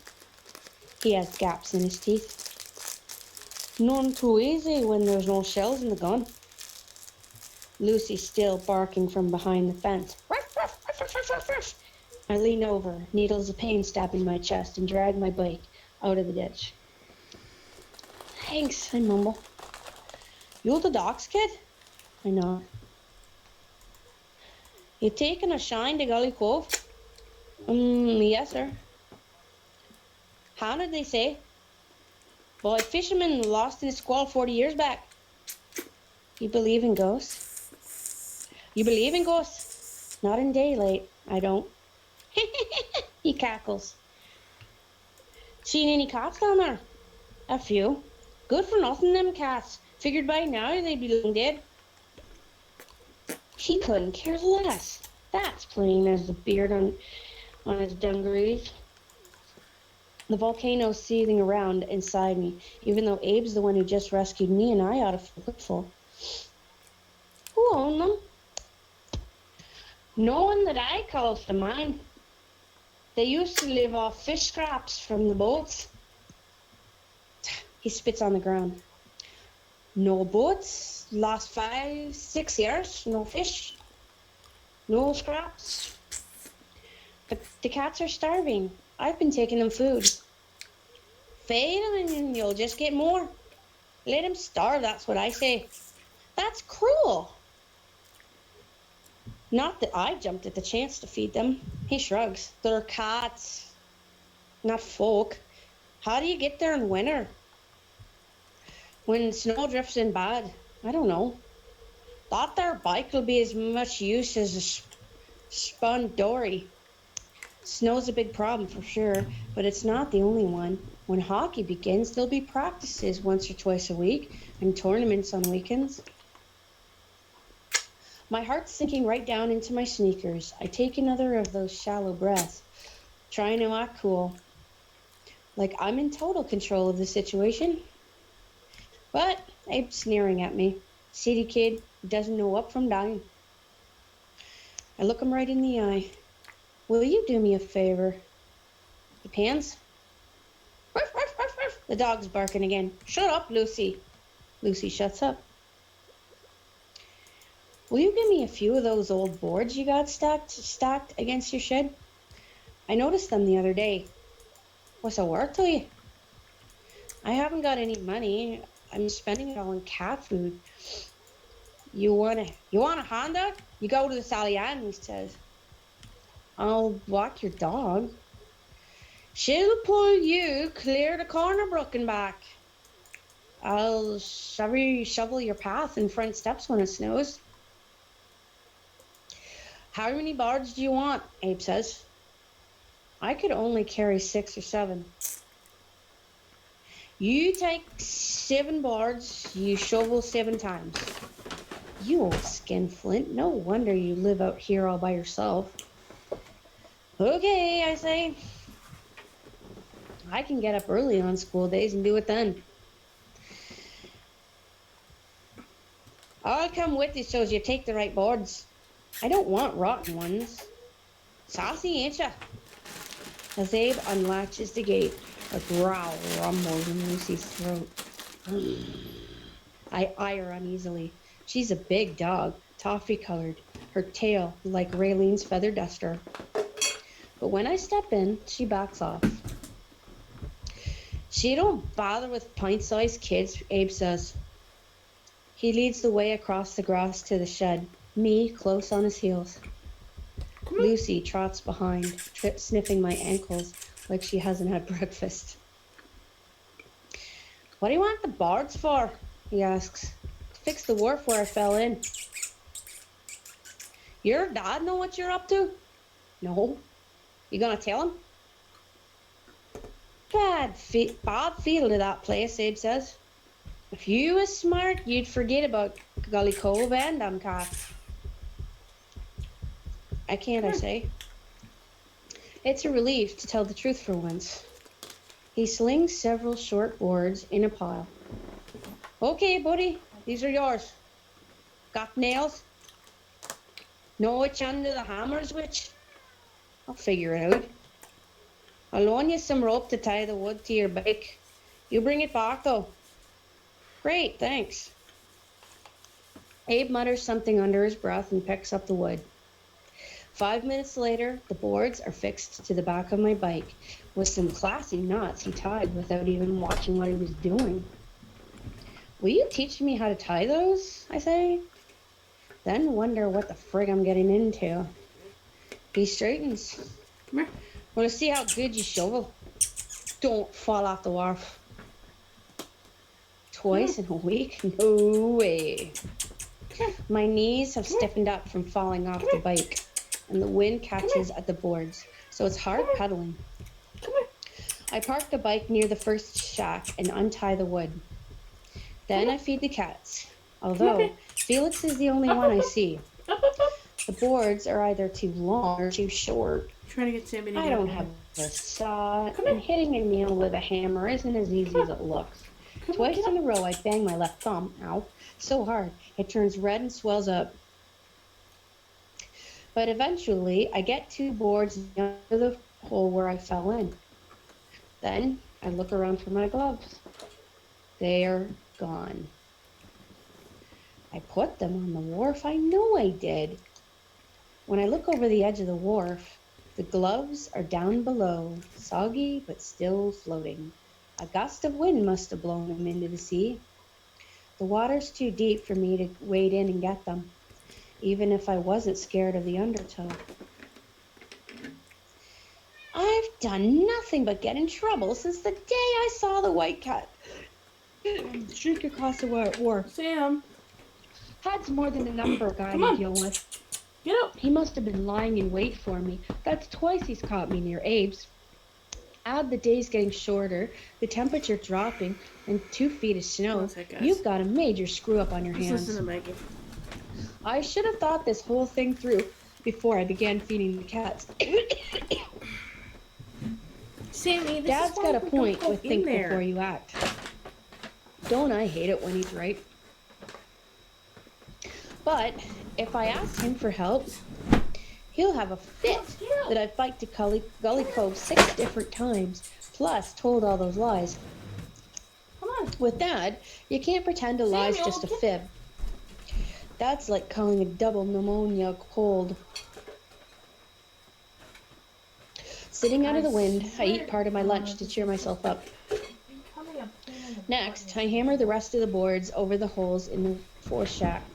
The final thing on the list is to check the roofs of the shacks. The last 3 have too many loose shingles, so I take the hammer to the padlock on the first shack, because that looks like the tightest roof of all. Correct. The padlock's rusty, but it doesn't give an inch, and the screws are in tight. I don't have a screwdriver, and the hammer won't lever them out. Leave the plastic alone. Right about now, the kids will be heading for Pete's Halloween party. Pizza or movies and cake. Feeling left out of things is a new one on me. On Willow Lane, there were always other kids around, friendly kids who liked me and invited me to their parties. I blow my nose, sneak into the forest shack, shake one of the food bowls, and sit down on the coil of rope. I'll do my meditating monk act and see what happens. About 10 minutes later, Felix puts his head through the gap. He sees me right away and hisses. Literally making space I so keep that he could quiet. come over here and He hang out. marches And then he in, goes behind the his chair fur all and puffed literally up, starts chewing on and plastic. stands That's there, not what I said to howling do. and groaning like he's one of those drowned fishermen. Travis? A voice quavered. Is that you? I jump, the hair standing up on the back of my neck. Felix whips through the gap like a shell from Abe's gun. The ghosts know my name.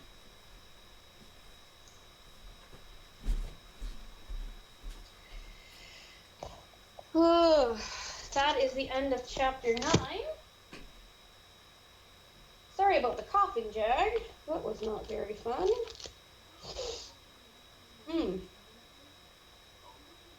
Ugh, I don't know what I was doing there. Alright, we'll update the board.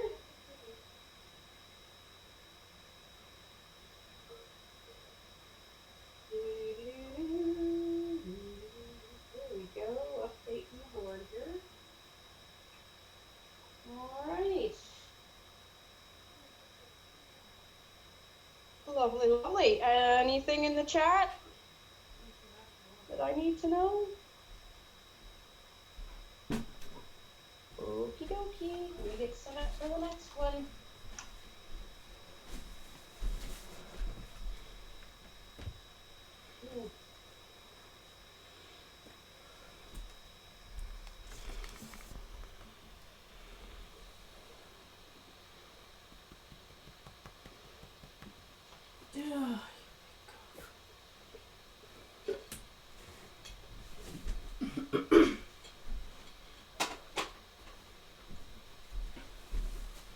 I'm not going anywhere, you silly. I'm still here.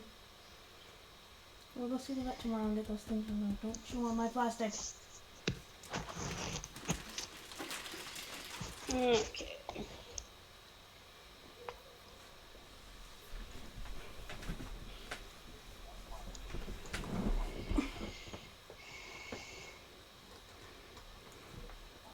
Hi, cutie.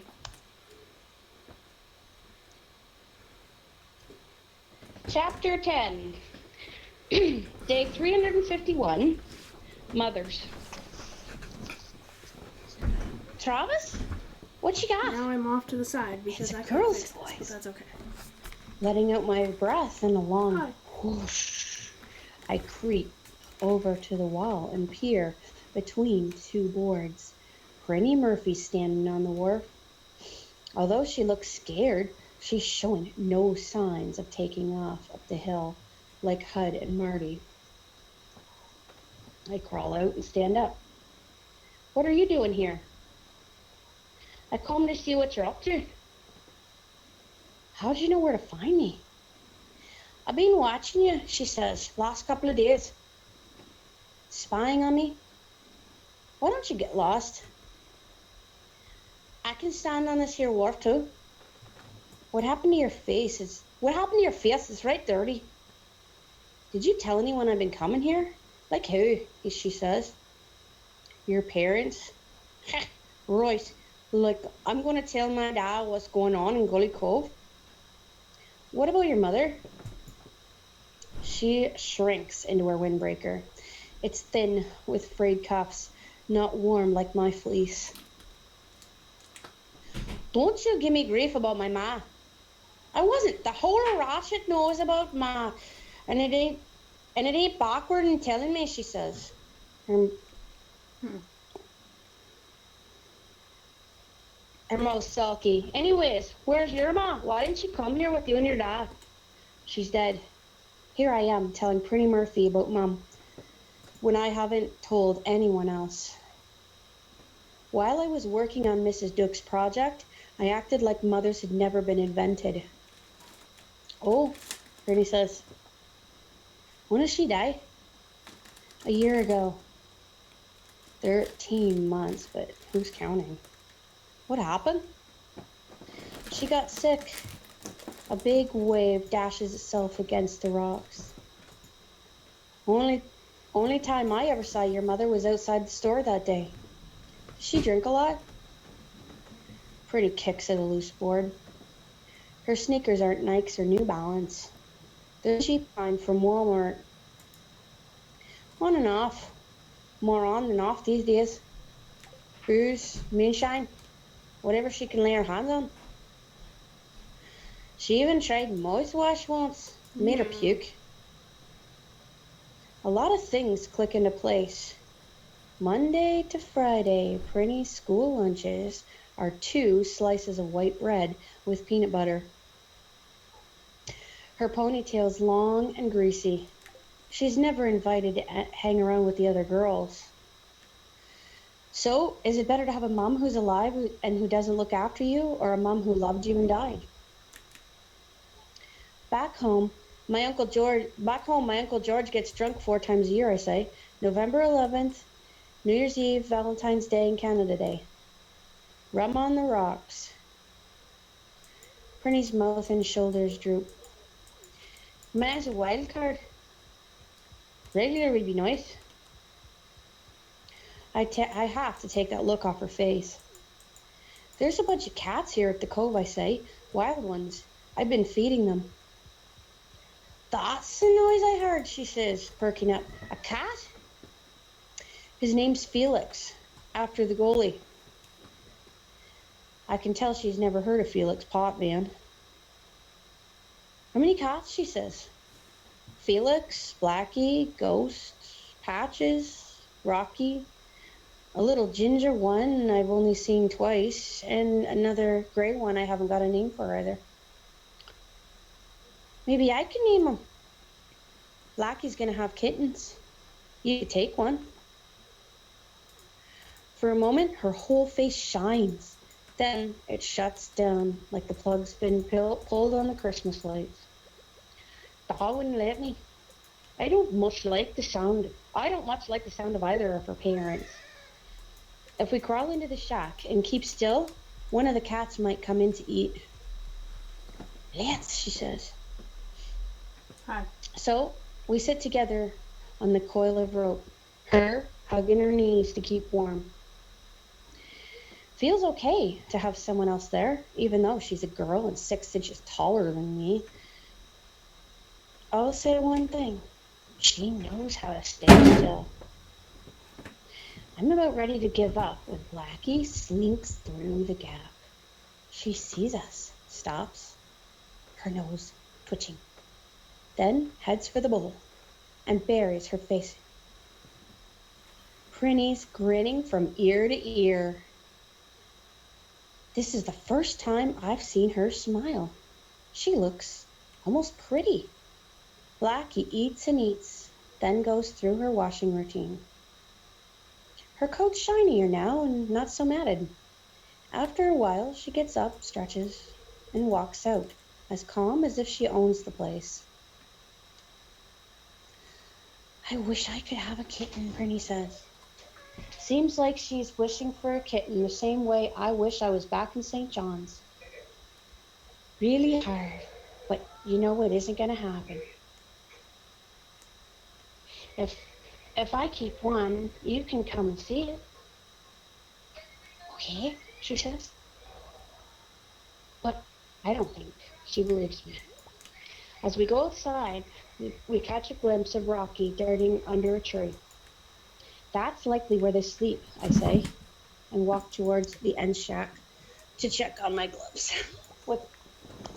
Really? They're talking 12:30, quarter to 1. What? No. There's one coming up soon. Okay, What? hang on, guys. Yep, you're Sorry fine. about that. Hang on, guys. I gotta take care of something. Shit. The new one looks like Ashley or Oh, hell no.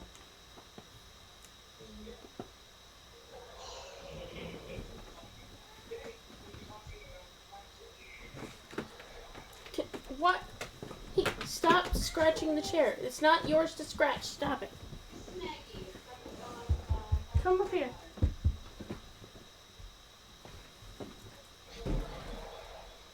Jeez. Don't scratch my chair.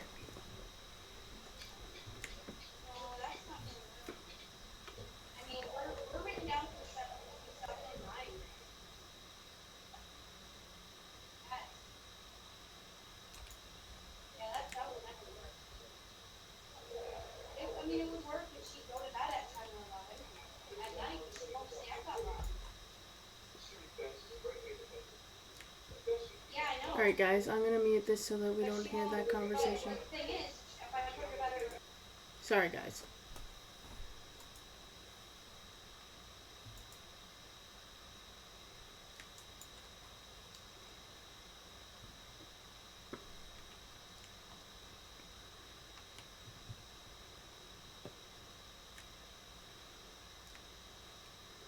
She doesn't realize that the conversation is going on, and that's okay. I'll just keep it muted.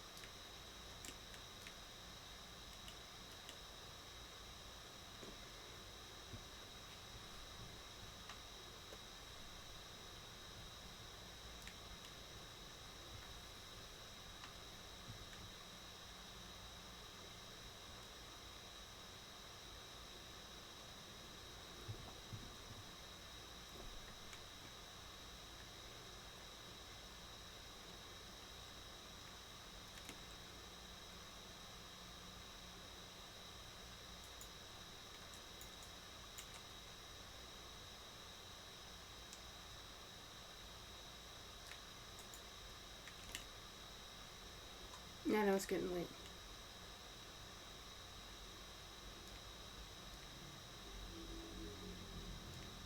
She doesn't realize she should probably mute it, so it's okay.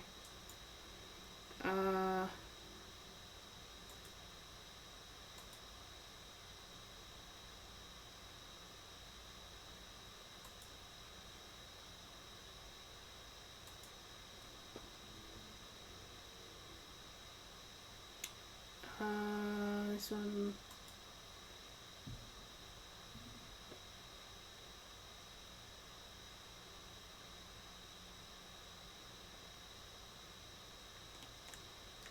Not that I really need to sell anything anymore.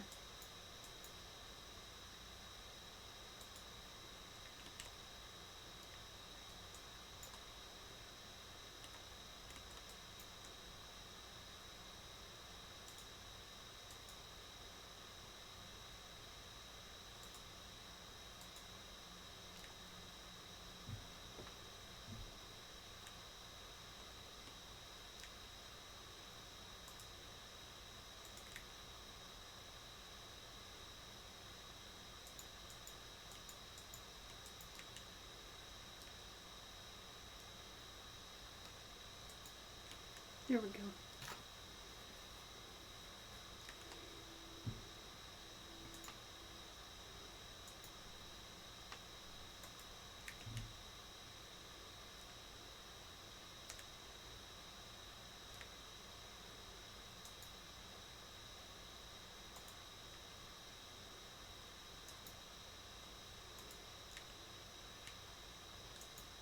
My mouse is way too quick at the moment. It's kind of annoying, actually.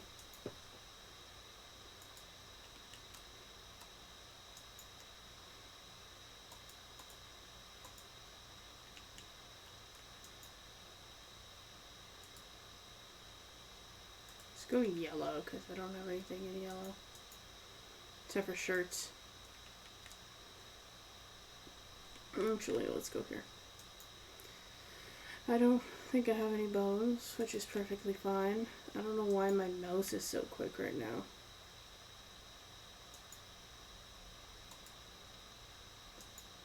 I'm gonna have to go fishing though.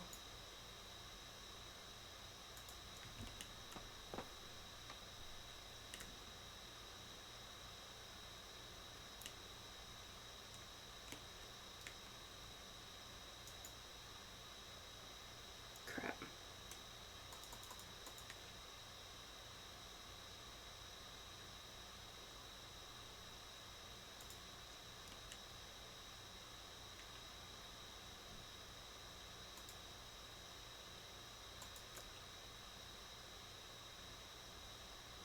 I'll just put this right here for now. And I'll move it up.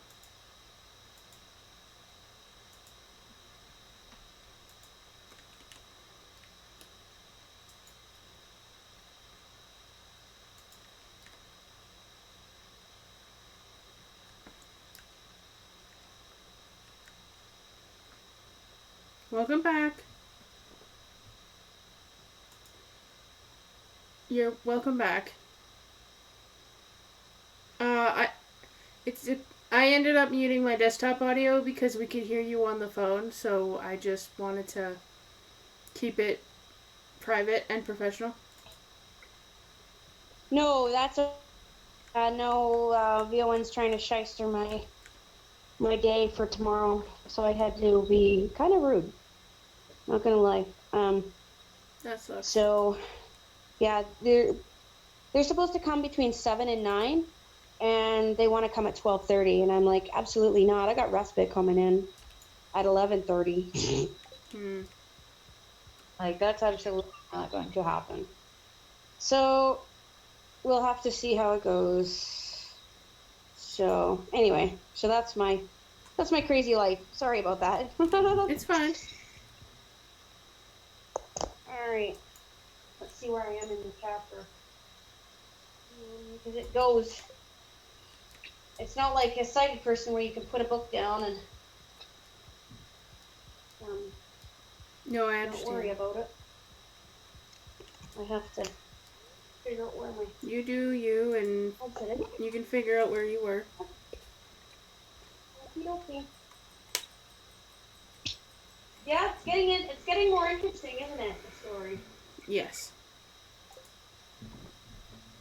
It takes a little bit. This story takes a little bit to pick up. The other two books that she writes, they kind of start into the drama right away. Whereas this one kind of takes a little bit because it was her first thing. But anyway. Okay. We're gonna go a few paragraphs back, but not too bad. Okay. She even tried mouthwash once. Made her puke. I heard that one. A lot of things click into place. Monday to Friday, Friday school lunches are 2 slices of right way. Okay, so I'm gonna try and. Yeah, it's a lot. That's pretty far back. Yeah, because she hasn't even seen the cats yet. Hang on.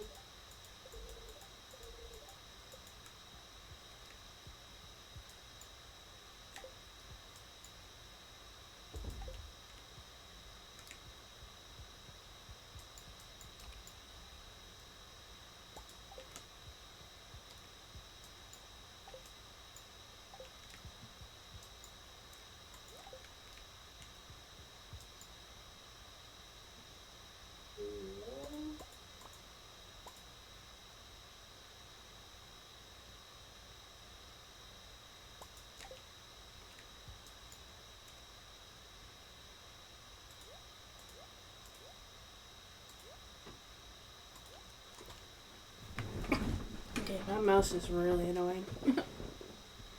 It moves way too quick.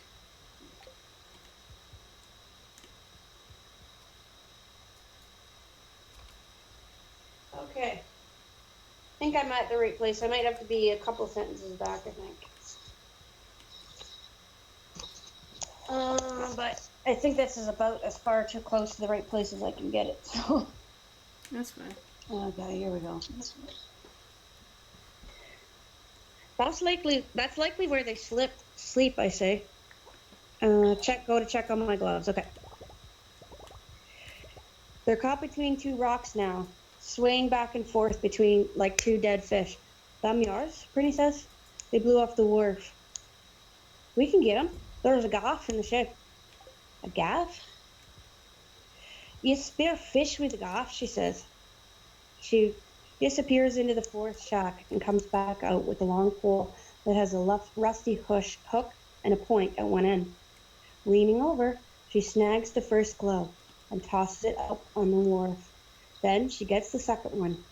Wow, I say. You've done that before. Pa's a fisherman. He still goes out lobster season. I wring the water out of my gloves. I'd have gotten in trouble over these. Thanks a lot, Prinny. Her cheeks go pink. I didn't eat all my lunch, I add. You want the rest? Props. I go over to my pack, which is leaning against the wall, and take out the lunch bag. When she sits down out of the wind and opens the bag, her eyes widen. Ham and cheese? Like real ham? You sure I can have it? I'm not hungry. Lying again, but that's nothing new. She chews slowly and thoroughly, like she's memorizing the taste. Then she eats the brownie, licking her fingers so she doesn't miss any of the icing. That was right good. If peanut butter on white bread is her lunch, I don't want to know what supper is. We should head back, I say. I can't come tomorrow because Dad's home and I haven't told him I'm doing this. What about Monday after school? I got chores, she says. And remedial reading. The only time for me is weekends. Won't your dad weld the tar out of you if he finds out? Nah. He'll talk on and on and on about trust and honesty until I want to crawl under the couch. If obey is sacred, she says, solemn, like she's in church. I wrap the wet gloves in the plastic bag and put them in my pack, along with the hammer and nails. Then we walk along the wharf together. At the bottom of the hill, she says, I cut across the barns to my place. See you, Travis. Bye, Prinny. She trots off between the spruce trees and the rocks, her ponytail flapping. I already knew she was in remedial reading because Mrs. Dux makes a point of mentioning it at least twice a week. I get on my bike and ride home, keeping an eye out for Hud. There's a note on the door saying Raylene's at her place and to come and get her. But first I put the hammer and nails away and throw the gloves in the dryer and wash the dirt off my face. My muddy jeans and fleece go in the clothes hamper. Lucky they didn't tear when I fell off my bike. Mom always said you should look for the good in everyone. Hard to know where you begin with Hud Quinn.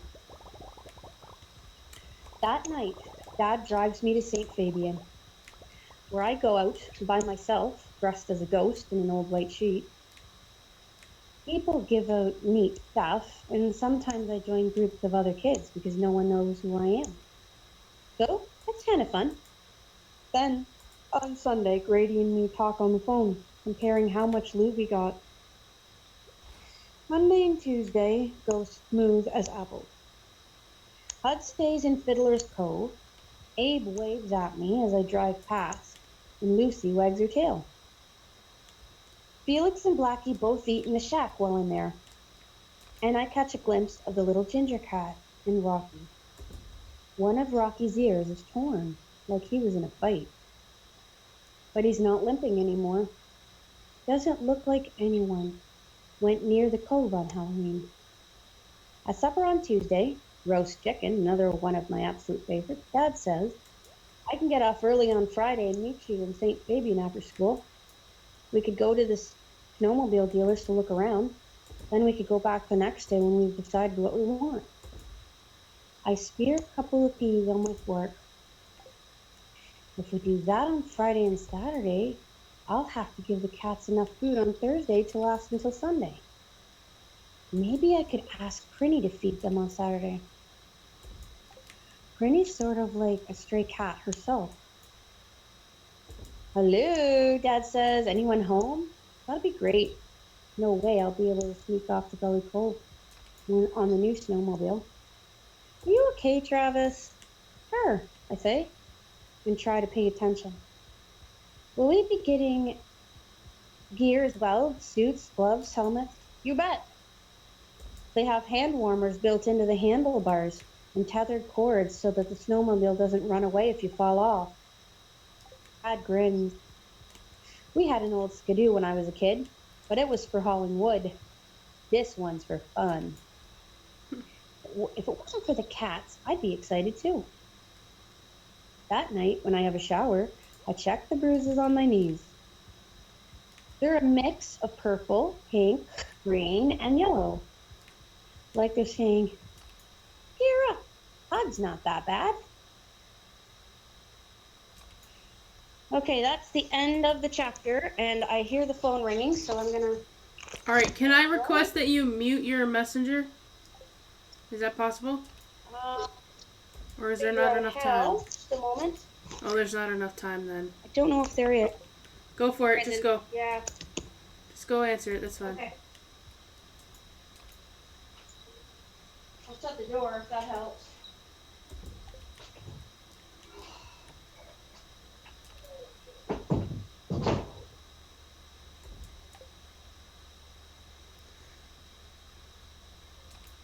I have to figure out why my mouse is so quick.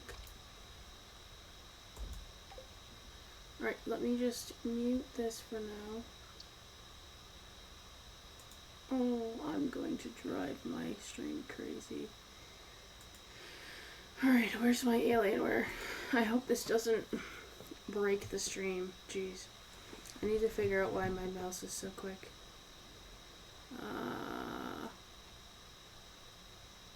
Okay, let's just the dark.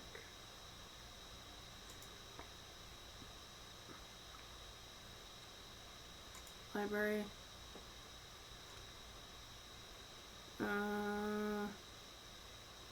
Nope, I need this one.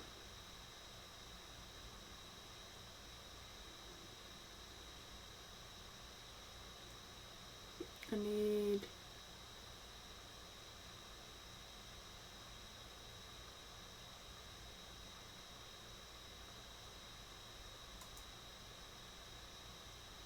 What? It's not showing... Oh, it's here.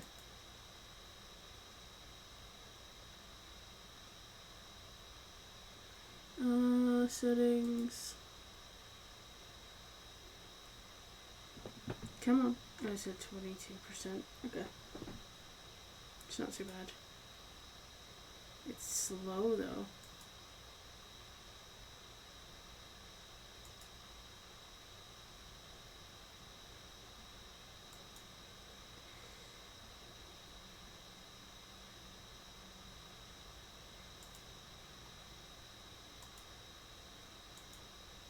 Jeez, did I freeze? I think I froze the program.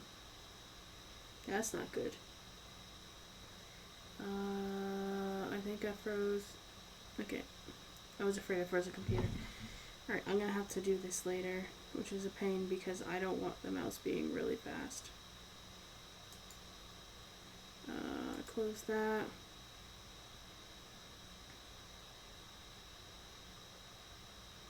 Close that. Yeah, I know, Cat, I know. Let's scroll through this. I don't need this open. Wait, where'd it go? This, I don't need this open. I'm gonna have to shut down my laptop tonight. I might have to start shutting it down at night, which is a pain in the butt, but it definitely makes sense.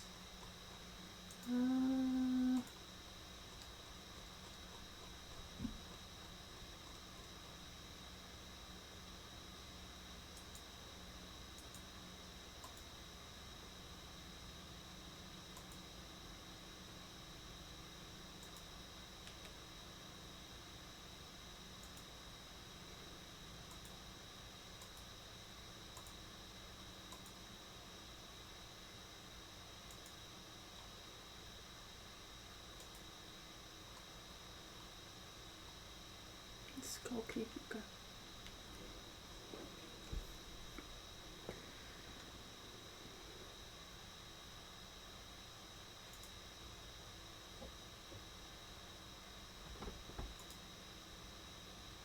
Oops. This is still Okay. really quick. Welcome back. Hi. I was trying to figure out Okay. my Oh, yeah, why I my haven't mouse played is the so board quick. yet. Ah, indeed. Yeah, did I just finish? And then the phone rang? Because I don't think I updated the board yet. But I'm pretty sure I did finish the chapter. No, I think I think you said that'll be it for right now, and the phone is also ringing, so I'm pretty sure you're right. Oh, yeah. I will update. Okay, okay. Ooh, we're getting there.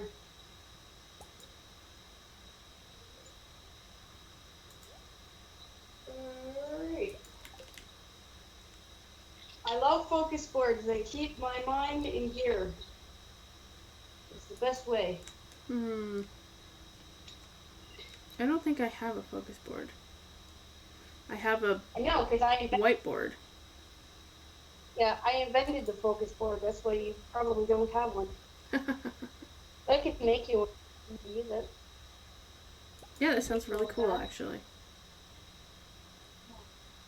Yeah, especially when you're trying to do a project like this. Especially in games and stuff, when you're trying to keep track of things. You have multiple things to keep track of. They're awesome. It's really good. Okay.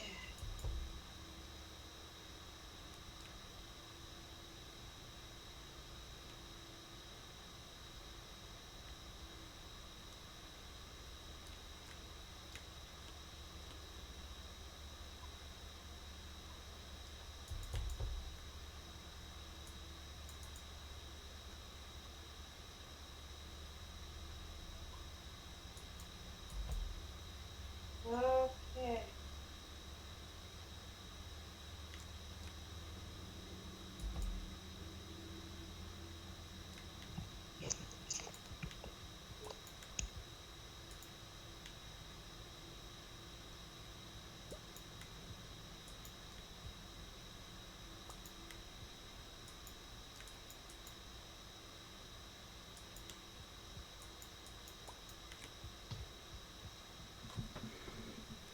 Chapter 11, day 346, 7 cats times 9 lives. On Thursday, grades 5 and 6 visit the museum at the far end of St. Fabian. Mrs. Dux told us about a polar bear that wandered in town, tried to get in someone's house, and got himself shot. Now he's stuffed, and they keep him in the museum. I've never seen the polar bear, alive or dead. The bus is in at the museum. Across the street is a low brick building with a sign that says St. Fabian Veterinary Clinic. Once we're inside the museum, everyone milling around and talking, I slip out the door. Mr. Murphy's bent over in the bus doing something to one of the seats. I race across the street and dive into the clinic. A woman in a white coat is sitting behind the desk. Can I help you? She says. Are you the vet? She's on the phone right now, but I'll tell her you're here. What's your name? Travis. I shift my feet, expecting Miss Stokes to come in after me any minute. You can wait in here, she says, and leads me into a room that smells of disinfectant. The posters on the wall show, oh, flea eggs stuck to the strands of a carpet and heartworms that look like globs of cooked spaghetti. Hello, Travis, I'm Dr. Larkin. She's got freckles and orange hair that's a mess of curls. I say the first thing on my mind. Do cats have kittens without any help? Usually, yes. Is your cat gonna have kittens? It's a cat I know. She's sorta wild. Is she feral? Feral? I don't know that word. Sometimes stray cats turn wild, she says, or else they've been born in the wild. Is that what you mean? I nod my head. Is it just one cat, or are there more? More? I wish she'd stop asking so many questions. She reaches for a pad and pen. Where are they? One of them's got a sore eye, all stuck together with yellow guck. Can you give me something to put on it? But I've only got like $10.57. Travis, if it's a feral cat, you'll never get near enough to put anything on its eye. You better tell me where the cats are and I'll come and take a look. If she does that, Dad will find out where I've been going after school. Then what would you do? Try and trap the cats? Bring them here, just for feline test for feline leukemia, and providing they don't have it, give them their shots. What if they do have it? She hesitates. You can isolate a house cat for 3 months and retest it, but if it's a feral cat that's not in good shape, then we'd probably have to put it to sleep. Feline leukemia is a terrible disease, and the cat is very ill. Also, an infected cat can spread the disease to all of the other cats. The same way that if you get a cold, you can give it to your friend. Maybe Felix has feline leukemia. Or Blackie. They're not in great shape. So if the vet goes to gully cold, the cats get killed. That's what she means. I'm supposed to be at the museum, I say. I'd better go. Are you feeding the cats? I edge toward the door. Yeah. I do my very best to look after them because I hate to see animals suffering. Won't you tell me where they are, or at least give me your phone number? It's Mila, Dad would answer. I can't. She's looking right at me, not mean like Mrs. Duck, just affirming. Then she flips through a pile of pamphlets on the counter and takes one out. This is some information about feral cats. And here's my card. You can call me anytime. The name on the card is Dr. Kelsey Larkin. Thanks, I say, stuffing the information in my pocket as I rushed out of the room. It started to rain. Mrs. Dux is standing at the front door of the museum, tapping her foot on the floor. Where have you been, Travis? I've been searching everywhere for you. Sorry, Mrs. Dux. If you needed to talk to the vet, you should have asked. Like she'd have let me. Yes, Mrs. Dux. We'll stay indoors at lunchtime tomorrow, write a one-page essay on reliability. Feeding the cats is all about reliability. I slouch off to join the other kids. The polar bear is a bummer because it's losing its fur and its eyes are made out of black glass. I read the pamphlet on the bus that afternoon. To prevent kittens being born in the wild, it says, the cats are neutered. Then they're often put back where they came from because they are so difficult to tame. I can't see what good that does. The rest of the way home, I stare at the raindrops smearing the window. By the time I reach Gully Cove on my bike, my jacket's wet through. The cat's bowls are full of water from leaks in the roof. The roof on the first shed is in great shape, but the door's shut tight. Because Raylene hassled me about going for a ride in the rain, I forgot to bring a screwdriver. So I try and break the padlock with a rock. It doesn't make a dent in it. If I had a saw and knew how to use it, I could make a cat door in the wall so that Blackie could go in and out. For Abe to lend me a saw, I'd probably have to shovel his roof. Up me. Bitty kid who can score goals but can't bust open a door on an old fish shack. The cats are like a big weight that I'm lugging around and can't put down. They need shelter for the winter. Felix's eye is still gucky. If anything goes wrong with Blackie and her kitten, I don't know what to do. I don't even know how I'm going to get down here when it snows. But now, if I tell Dad about the cats, Dr. Larkin will come out and maybe Felix and Blackie and the rest of them will have that disease, feline leukemia. 7 cats, each one losing all 9 lives at once. And that's the end of that chapter. Nice. Yep, this definitely resounds with me as a cat handler. Like when I was first starting out, going to the vet still can be, but it was extremely punitive. You went to the vet and there was always some threat hanging over you when you went there, whether it was going to be too much money or they were going to put your cat down for whatever reason or whatever. Like it was always so incredibly punitive to me. So that was, that's a fear too that people do deal with, the fear of taking your cat to the vet. And the thing is, feline leukemia is bad, and if the cat's not really well cared for, it's really bad. But honestly, if you know what to do, if you study alternative medicine and you know what to do, you can keep them all isolated. You can keep them isolated with each other, and you just treat the infections when they come up. And if you can do that, I have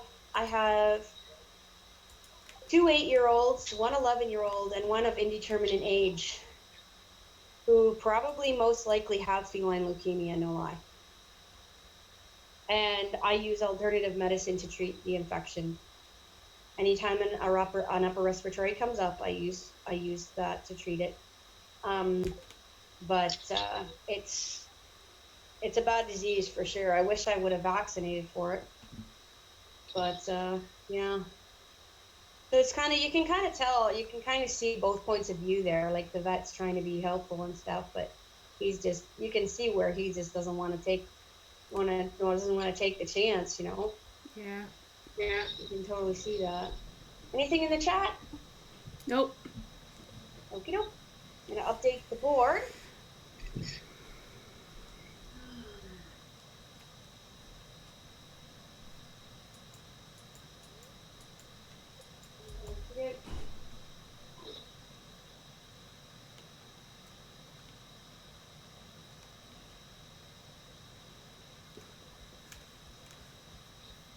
It is probably getting close to the time that I'd be getting off, though. Not right yet, just yet, but like in a bit. Yeah. Well, as long as you don't mind me coming back until this is all finished. No, I don't.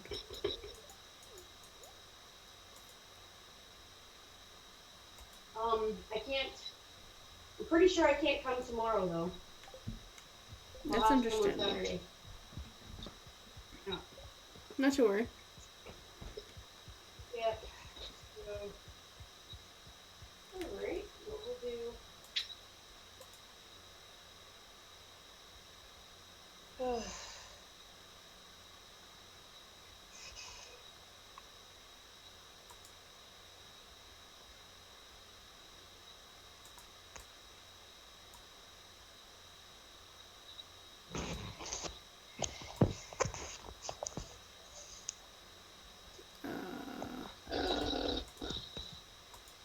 Okay.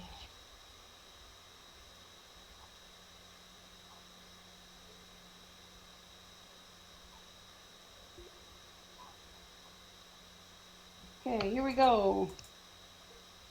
Chapter 12, day 345, not an option.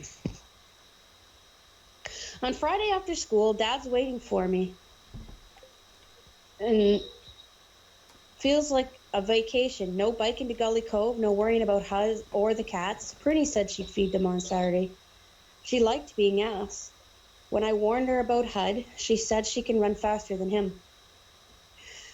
We drive down the street to the first snowmobile dealer, and I forget all about Gully Cove. I want every skidoo in the place. Yellow ones, blue ones that'll climb mountains or pull sleds with a winter's load of wood, racing brakes, 1,000cc engines, 16-inch tracks, everything shiny and new. Dad's trying to act like a grown-up, but he's worse than me.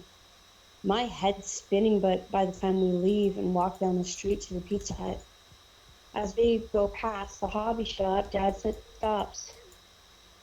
Isn't that the remote control car you wanted? On a shelf in the window is a black SUV with hand controls. I look at it longingly. Yeah. Why don't you buy it? Bet my money on cat food, Dad. Maybe I'll wait a while. That would keep you out of mischief after school. My heart thuds like I just bumped into Hud in a dark alley. Does Dad know about Gully Cove? I sneak a glance at him, but he's busy reading the labels on the box. I like riding my bike when I get off the bus, I say. I bet they've never opened a window in that school since it was built. How much allowance have you saved up? Let's go, Dad. I'm hungry. If you want to go to and we do want to go to the Arctic cat dealer after supper. He's looking at me kind of funny, not downright suspicious, but heading that way. He doesn't say anything though until we're in the restaurant and they've brought our drinks. Coke for me and coffee for him. You remember when we decided to come here that only one house was for rent? The one we're living in now, he says. I found out today that a patient of mine is moving away for a few months. We could rent her house here in St. Fabian. You wouldn't have to take the school bus anymore, and you'd be near the rink when hockey starts. I poke my straw in the Coke and watch the bubbles burst. If we moved to St. Fabian, I wouldn't have to put up with Hud on the bus twice a day. But the cats would starve. I'd been feeding them for over a week now, so they're used to it. Putting meat on their bones, Raylene would say. I don't want to move again. I'm not sure Ratchet is the best place for you. Hardly any kids there. Raylene says you don't bring anyone home after school. Just take off on your bike by yourself. You'd find it easier to make friends in St. Fabian. I'm making friends in Ratchet, I say. Wondering what Prinny would think if she could hear me. Think about it over the weekend. I don't need to. The waitress brings our pizza, thin crust, Hawaiian yum. Yes, very yum. So the experiment... It's the first time he's asked. I take a big wedge loaded with pineapple and ham. Hud scares the bejesus out of me. Mrs. Dux hates kids. Cranky old Abe's got me shoveling his path, and a girl whose mother's the town drunk knows I'm stuck with 7 half-starved cats. Yeah, I say, it's working. We'll have fun on the snowmobile this winter. If we had snowshoes, I could go out on the barrens on my own. Not out of sight of the houses, you got rules about that, but I might see caribou again. Dad chews thoughtfully. So you really like it in Ratchet? He has that look on his face that says, I know something's going on, but I haven't quite figured out what it is yet. Snowshoes would be fun, I say. Christmas is coming. I'll need them before Christmas, although I can't tell him that. Can I go to the salad bar? Sure, Dad says. I'll join you in a minute. Down the other side of the room, as I reach for a plate, I see Hector Baldwin standing there, his plate piled high with macaroni, iceberg lettuce, and those little ears of corn. Hi, I say. You here with your mom and dad? Yep, Hector says. I grab the edge of the counter like I'm about to faint. Hey, you used a real word. So you can talk. You been shopping? Beals Hardware. Why don't you ever talk to me on the bus? Hud, he says. For a moment, our eyes meet and Hud Quinn links us together, as if we're the best of friends. Then Hector shifts his feet. Gotta go. I load my plate with potato salad and pickled beets and go back to our table. Dad and I check out the Arctic cat dealer. Then we go home. All right, that's the end of chapter 12. Man, when it's just getting good. I know, right? I'm here all day, so I'm available for the rest of the time. So I'm good whenever you are. I'm just gonna update the board.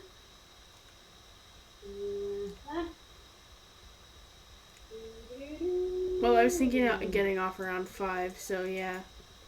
That's in 10 minutes, and I could have time to look for a raid target and whatnot. Okay, you want to do another one, or do you want to call it for tonight? How long does it typically take to read a chapter? Well, I just read one. Yeah, I wasn't paying attention to how long, though. I don't know, 5 minutes. Alright, that should be fine. Okay. Good. Yeah, like I say, it's gonna take us quite a while to make work. I got artwork to do too, so I'm gonna need a list of all the donors from your chat that have donated so that I can do my work. Okay. I just have no idea.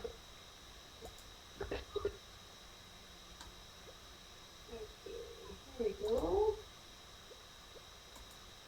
Yeah, it's getting pretty amazing.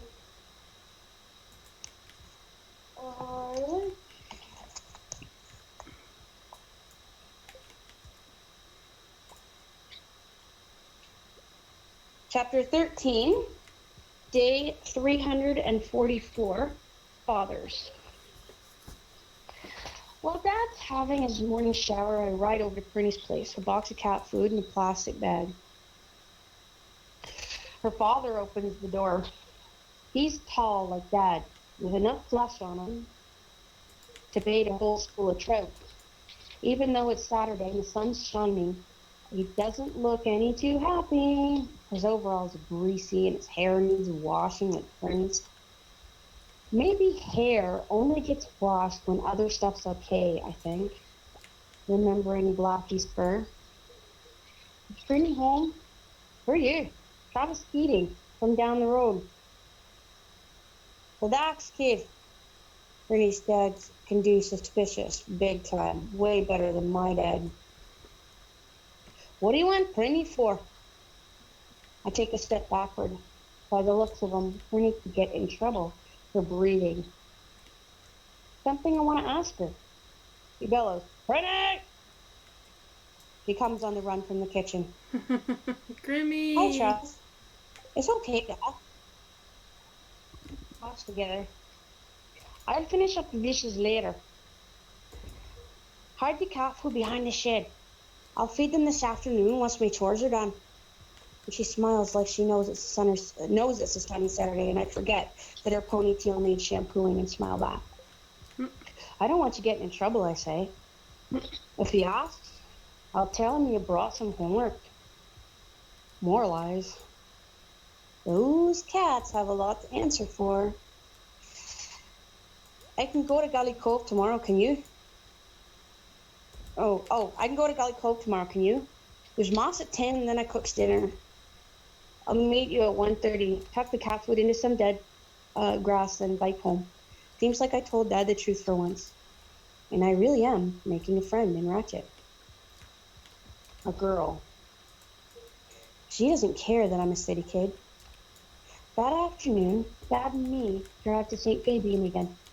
And he buys a Skidoo, a black 2-seater with a 4-stroke engine. He lumbers off.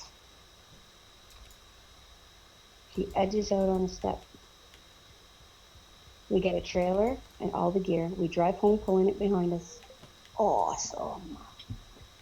Dad backs the trailer into the driveway and unhitches it.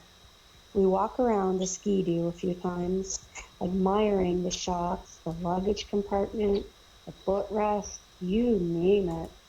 I catch Dad stroking the windshield. He looks embarrassed, then he starts to laugh. We both end up leaning against the trailer, laughing like fools. Haven't done that in a long time. Wiping his eyes, Dad says, now all we need is a foot of snow. This brings me down with a thud. Dad didn't buy snowshoes. Dealing 5 quarters is one thing. Dealing a skidoo is a whole different ballgame. End of chapter 13. Yeah, that wasn't too bad, actually. That was like 3 minutes. Well, I think the narrator that I'm following is getting more confident too and speaking a bit faster, Okay. which is nice. Okay, alright. God. Are you getting more confident? Okay, so I am, I think. Like I said, I do this a lot, but this is a very public setting, so yeah, I'm not as, but I am not tripping over my tongue as much as I was before. Alrighty, there's 8 on that side. 300 on this side. So, I've done 38 out of about 150. That's crazy. So we're here for a while. But as long as everybody's enjoying. I am. Yeah, That's easy. Pretty enjoyable. All right. So we can Grimmy, how was your lurk? Grimmy's coming back as I'm deciding to go raid. Yeah, all right.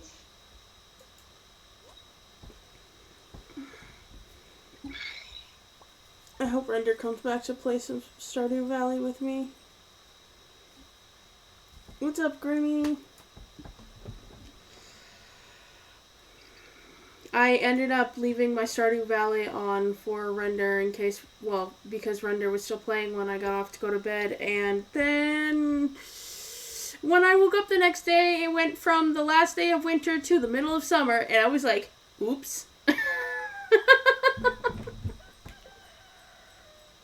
Sounds like a bit of a time warp. Yeah, it makes sense though, since I left it so that the time was not paused, so that he could actually continue without the day, and I was just in my house passing out and whatnot. But yeah,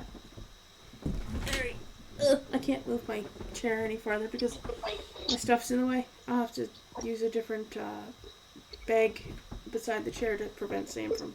Sam keeps going behind the chair because there's space there for some reason. He's silly. Hey. He's around to be silly. Yep. No, he was chewing on plastic, and I really hate that because it makes him choke. Yeah, that's not good. Wouldn't that be stupid if we went through all this and then he choked on a bag? Yeah. That would be really dumb. That would be really dumb. Maybe for Wacky Weekend you can put together some clips of him purring and stuff. Maybe some videos of Sammy walking around and stuff like that. Yeah, I probably could. I took some videos for TikTok too, so. Nice. Yeah, because that would be super good. And then, yeah, when you go to the vet tomorrow, grab all that documentation and shoot it over to me, and we will get that done. Yeah, sounds good. We will get it one.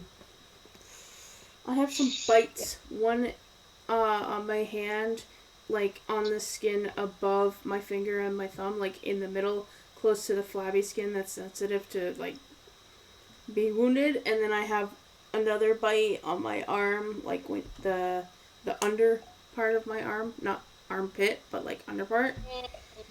And my mom thinks they're spider bites. Oh shit.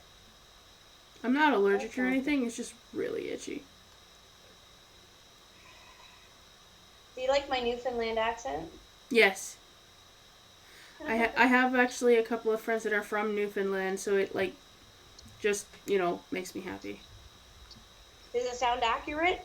I have no idea. They're Canadian, but they're half Newfoundland. My accent is accurate. Well, I mean, I don't know what. Well, okay, I guess I kind of know what Newfie sounds like because my mom's pastor is a Newfie. Um, but yeah, I think it's fairly accurate. That's good. I mean, if It's it's funny not, because I it's went. still great. Well, somebody can tell me if I'm totally butchering their accent. True. And, but the second two books in the series, like I'm having a good time because right now it's just some of the people, like most of the people that when they speak, I have to use it. For the present tense of Pretty Murphy and the hidden agenda of Secret Sugden, I have to do it all in that accent. Because it's narrated by people who are from there. So I have to do it all in the accent. So watch out there, boy. Bye. Alright, so those of you who are still here, the raid command for non-subscribers, that didn't do an exclamation point.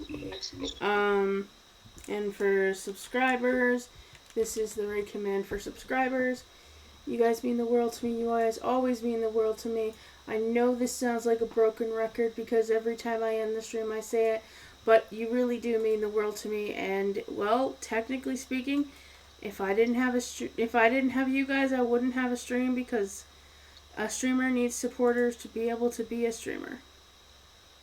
That's right. I mean, I can stream without views, but I mean, it's not going to go anywhere. Point. And we wouldn't have a kitty right now. There would be no Sam Sam. Yeah, there would probably be no Sam Sam. So I'm so glad he's doing so well. Thank you all so much. He's being dumb, but he's definitely doing well. That's awesome. That's awesome. Yes. Now, who am I gonna raid?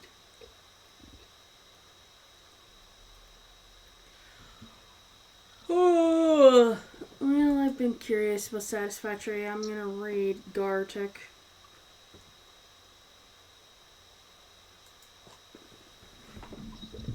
Alright, guys, this is a good friend. I haven't raided him in a while. But please give Gartic some lots of love. He's really awesome and he's a really good talker. So if you guys could give him some love and support and stay and get to know him if you don't know him, that would be awesome. I am getting tired and it's going to be supper time soon. Well, we're having grilled cheese. Not that it really matters. I'm not super hungry. I want those. I don't know why I'm always stream. It's hard because my brother likes to cook them on the stove, but I prefer them on the barbecue. Hey, do you know this is my week anniversary of streaming? No, I didn't know that. That's awesome. Yeah, because I came on last Thursday, remember? Oh, that's true. I'm still a little bit out of it. My brain is catching up. Tuesday night, I was literally stumbling over my words and not saying things properly. Oh, I remember Tuesday night. Alright, guys, please give Gartic some love. And I will see you in the next stream. We'll hopefully be tomorrow. And I'll let Maggie say goodbye too. Alrighty, well, goodbye, guys. I'm gonna see you on Saturday, I believe, if I don't have baby. Yes. If I don't have baby. If I have baby, then I won't. But I will be here until my debt to you is paid. And I will be here until that time. So. I mean, if you need days off, that's fine too. Yeah. So I will definitely. I'm not gonna have a car, so I'm probably not gonna have. 5 seconds. So, Love you guys. Yeah. So thanks, guys, and see you. I'll see you next time when I see you guys, and we'll read more of the book. Okay? Have a great night, guys.